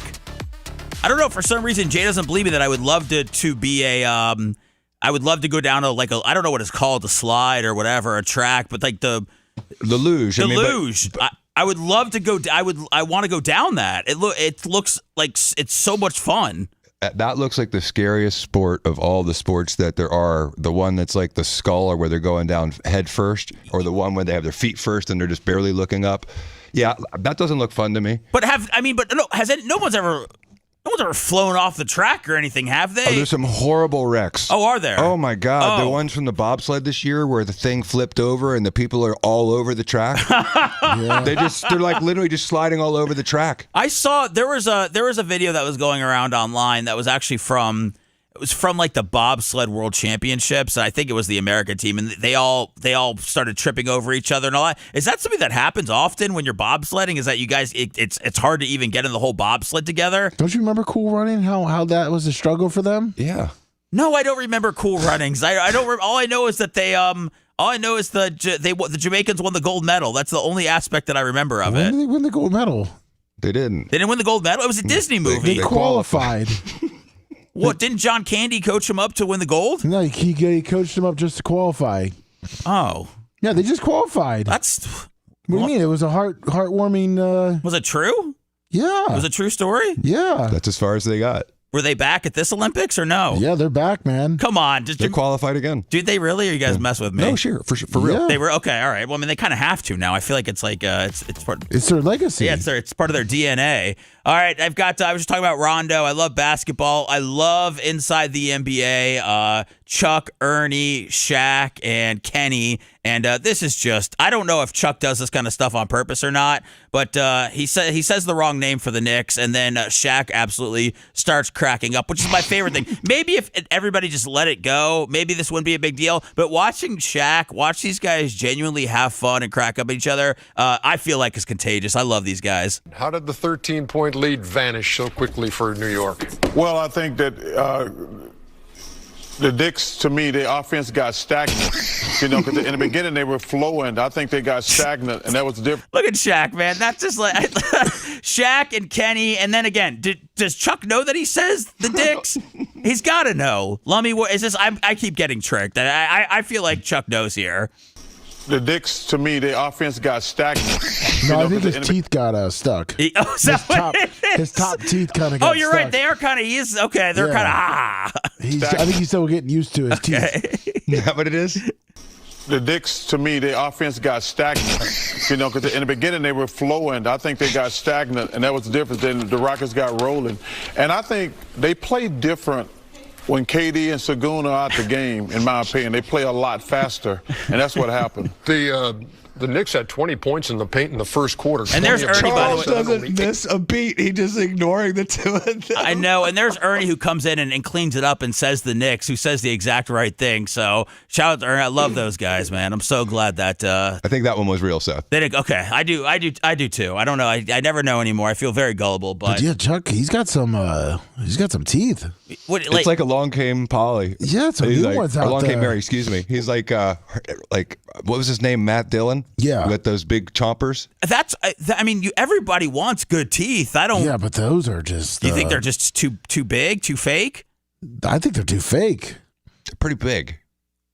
Don't they say that Brian has big teeth, baby face? He has a small head. And, is that what? Okay, I don't notice the big teeth or anything. So it has to be pointed out to me. All right, this is a guy who is playing poker, and he ended up winning, and he suffered a very serious injury. Any guesses? If you don't know, what injury a poker player could suffer after winning? Broken ankle. Broken ankle? Torn Achilles? Torn Achilles? Somewhere in between. He's going to do with it. He's just going to limp in and call here on the button. What you got? 3? I should have started with about 3.2. He's probably wondering, wow, Justin hasn't limped in yet. Commentating on poker, you think is that the dream job right there? It is. Man. He may be limping in right now, Seth. Let me get this a little bit quick right here. I don't need the whole poker setup. Listen, this was a big thing back in the 2000s. That guy right there too. He was the mouth. Just a moment ago, we saw Alec Corelli get eliminated with the 2 over cards. All right. I got it. We've got the same exact scenario this time. Justin Smith has the 2 over cards. So flop. Yeah, flop comes ace 7-3. So far, so good for the Brazilian. Gotta get out of here with this. Gives Justin 4 more outs. Get out of here. He's got 4 more outs. I don't even know what that means. He's got to get a 10 to win. No, he got a 10. Is it over? There we go. Yeah, he got a straight. To stay alive. There it is. Go back. How excited he. Back-to-back double ups by Justin Smith, drawn out both times, man, to stay alive. Watch Look this. how excited he is, his fans, his friends. Fix that tomorrow. Let's go. Wait a minute, Vince. Something's wrong out there. We'll operate it on it tomorrow with the million. Yeah, there's something very wrong. He's doubled over. He's really in pain. Yeah, it snapped. What the? This is no bluff, let me tell you. Oh, this is fake! What the hell? I hate my life, man. so bad Jesus today, Seth. Christ, in Is there a Deadspin had it, man. Is there a thing up in that chair that you fall for? That was a full circle to the Vince McMahon story. Oh, jeez, man. I'm sorry. I'm dumping that. That's so I'm funny. dumping it. Did it all go away? No. It's never going away. It's going to be out there forever. The setup lines were pretty good, though. They weren't bluffing. I saw every part up until when the commentator started talking, and whatever, man. It's okay. I believe it's real. Well, the actual clip is real. Okay. I think. I don't know. No, I think it's all. I think Is it's it all I fake? don't know. I don't even know. I don't know. I think it was a promotion for Poker Stars. All right. Well, they got their promotion. It's a story I should have just gotten to and just forgotten about those clips. Yes. A man is behind bars in Kentucky after he had, now this is real, he had relations with a dead deer. Officials with the Central City PD say a man driving through Muhlenberg County called 911 after they saw a man appearing to have sexual intercourse with a dead deer on the side of the road. So not only into bestiality, but also an exhibitionist to not have to take the deer in your bedroom. Officers were dispatched to found the man. This is. Does it say how long like the deer was dead for? No. Was it fresh? It says the well. It says Does that make a difference? Well, one's warm. Okay. Oh, dude. It says the officer. How close are you with baby? The officer found the man covered in the deer's blood and fur. This is the man right here. Oh. Oh, yeah. I don't know if Macho wants to, if he wants to get that up here. This is, so once you see that this is a guy very capable Oh, he's like a little person. He's 5'2". Of sexing up a deer. He is? Oh, wow. Look at that. Yes, he was charged with sexual crimes against an animal. So the question is, what animal would you have sex with on the side of the road? Call now. Well, 813-90 Bubba. Just kidding. This is what is that? What's bestiality? What's the mindset behind that? Is this a guy that nobody will have sex with? Is this a guy that has developed an affinity towards wildlife? It has to stem from being rejected by an incel to begin with. Involuntary celibate, do you believe? Probably hadn't had sex with a human being in quite some time, so he sees some roadkill and says, that looks mighty tempting. But is it his fault that he looks like this? Is it his? I'm not. He can look different than that. Is the deer's dead? Does it matter what happens to it after? That is true. But did he kill the deer first and then? See, that's what I was talking about with the warmth. Okay, I was seeing that. Did he just kill it and then took advantage of it, or did he come up on it? Well, he's being charged with sexual crimes against animals, right? Not cruelty to animals. Yeah. So I'm guessing the deer had already perished. Okay. Does that what do you think? Once an animal's dead, is it free for the humping, Lum? Well, I'm confused on why he did it on the side of the road and maybe didn't take it back to his house.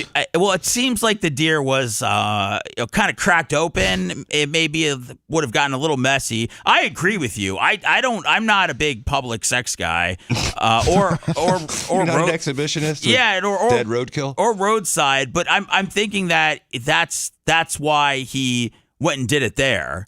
Okay, that makes a difference. So, as a juror, if I'm going to say if he's guilty or not guilty. Jay, is there anything here with as far as once an animal's dead, can you have sexual crimes against it? I'm not really trying to make a case for him. I just want to see if we are protecting dead animals, which we should. Yeah. I was thinking the same thing. As I don't know that I would be arguing if I was defending the guy that a dead animal doesn't have the same rights as a live animal, and it's not cruelty to animal. It's sexual crimes against a dead animal. I don't know if there's such a statute for it.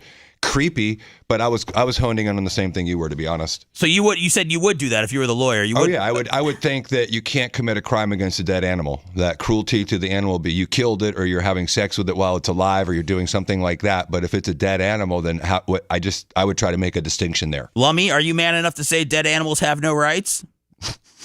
I'm reading the story. Are you willing to say it? You're really reading it. I gave you the details. What do you think I'm leaving out here? What do you want to know what time it was? You want to know if he strapped on a rubber? Well, no, I just was curious if this was a hearsay or if the officers rolled up on him in the middle of the act. And it looks like when the officers rolled up, they found the suspect with the trousers around his knees and a bunch of blood and deer fur on his body. That's what I said. I said blood and fur, and I didn't say trousers around the knees, but I think we understood that he was getting down to business. Are you calling me a liar because I fell for the poker ACL story? God, I'm so stupid. I'm sorry, but no.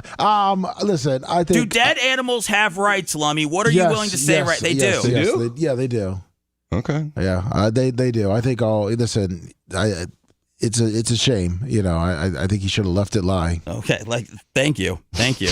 I didn't know he was so sensitive. I know this is shocking. I wanted to see what kind of man Lummy is, and he's an animal lover through and should through. have been just burying the deer. Got a big heart. Alive or dead, this Lummy will have your back if you're an animal. That's right. All right, one more clip here before I get out of here. I'm pretty sure this is real. There's been many articles about it. Lummy, would you say that the lady that was on the Zoom call with the college that started talking about training black people, would you say that is legitimate? Yes. Okay. Yeah. This is a Zoom call. I believe I don't know if this is all staff or there's still a lot of people look young if they're students, but this is a professor who maybe thought they were muted and started talking. I couldn't tell what they said. This one has subtitles, but they started talking about how to train black people. Friday, he delivers lessons and helps us fit those skills into our lessons. Bad schools that they're too dumb to know they're in a bad school. They're too dumb to know they're in a bad school. I mean, apparently Martin Luther King said it. Like, if you train a black person well enough, they'll know to use the back. You don't have to tell them anymore. All right, so there you go. That looks real to me. Yeah. This is if you trained. This was happening a lot when COVID was going on, as far as people that were getting caught saying things on Zoom, people were naked in the background, all sorts of things. And I don't know, man, if you're going to be racist, you got to be a little bit smarter than that as far as knowing that you're on Zoom. There's been many times I've been on Zoom calls where I was talking and I was actually muted. That happens a lot, but where people get picked up in the background saying this stuff, man, oh man. Well, I use Zoom, regularly for meetings with as many as 10 people for mediations and stuff. And I always tell my clients, even though we're supposedly in a separate room, talk as though your mother or a judge is listening, because we're not going to have any, and there's no bad hot mic moments, but I mean, as far as like confidential stuff, I'm like, if there's anything confidential that we need to speak about, I'm going to call you. We're going to go off the record. You're going to go mute. I'm not going to talk anything confidential in a Zoom format just because they tell me it's confidential. No, that's always like there's a live mic on. And look at this guy, the tic-tac-toe, the bottom, the second to right square right here. This guy, his mouth is open. And that's before they even got to the absolute worst part of this, man. But he was locked in on what she was saying. Which box is saying it? What's that? Which box is saying it? I think it's the blurred box. Because Okay. I don't see her name anywhere. I don't see her name that they said. I think it was a Friedman that's not up there. So trust me, I was looking forward to see her reaction, but she is not there. But apparently Martin Luther King said it. Like, if you train a black person well enough, they'll know to use the back. You don't have to tell them anymore. They just Allison Friedman, what you're saying is absolutely hearable here. You've got to stop. Look at all their faces covering them. Dude, everyone's blown away. That is, by the way, that's one of the most racist things I've ever heard. I don't know a single person that would speak that way about a black person. And if they did, I would call him out as being a racist F, because the things she said, we just train them to use the back door. Holy crap, man. You're supposed to be in a racial, like, equitable round table, and that's the way you feel. I mean, that's the hypocrisy. It's unbelievable, Seth, right? The content of what she said. It's not like there was one little slang word or something that she got in there to try to get, like, she's being very serious and very passionate. I like the way this guy goes, Allison Friedman, we hear what you're saying. The back, you don't have to tell them anymore. They just Allison Friedman, what you're saying is absolutely hearable here. You've got to stop. So she's defending it.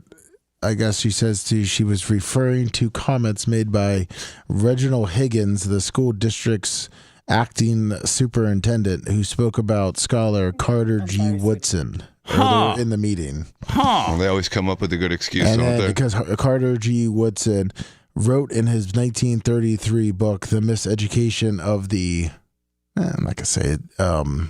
Is it black person? Yeah. If you make a man think that he is justly an outcast, you do not have to order him to the back door. He will go without being told. Oh, so she wasn't saying something racist. She was just quoting someone who said something racist. Supposedly. Is there a difference, Tess? Should we be so she was just quoting a racist? Okay, that happens a lot. Well, I guess she was quoting the guy that said it earlier in the meeting. Oh Lord! All right. Either way, man, that's a it's a tough scene on a Zoom call. Jay, thank you very much, man. My pleasure. Congrats on not having to work yesterday. Hope you have an easy day today. I do. Nice easy week. Lummy, we've got a trumpet.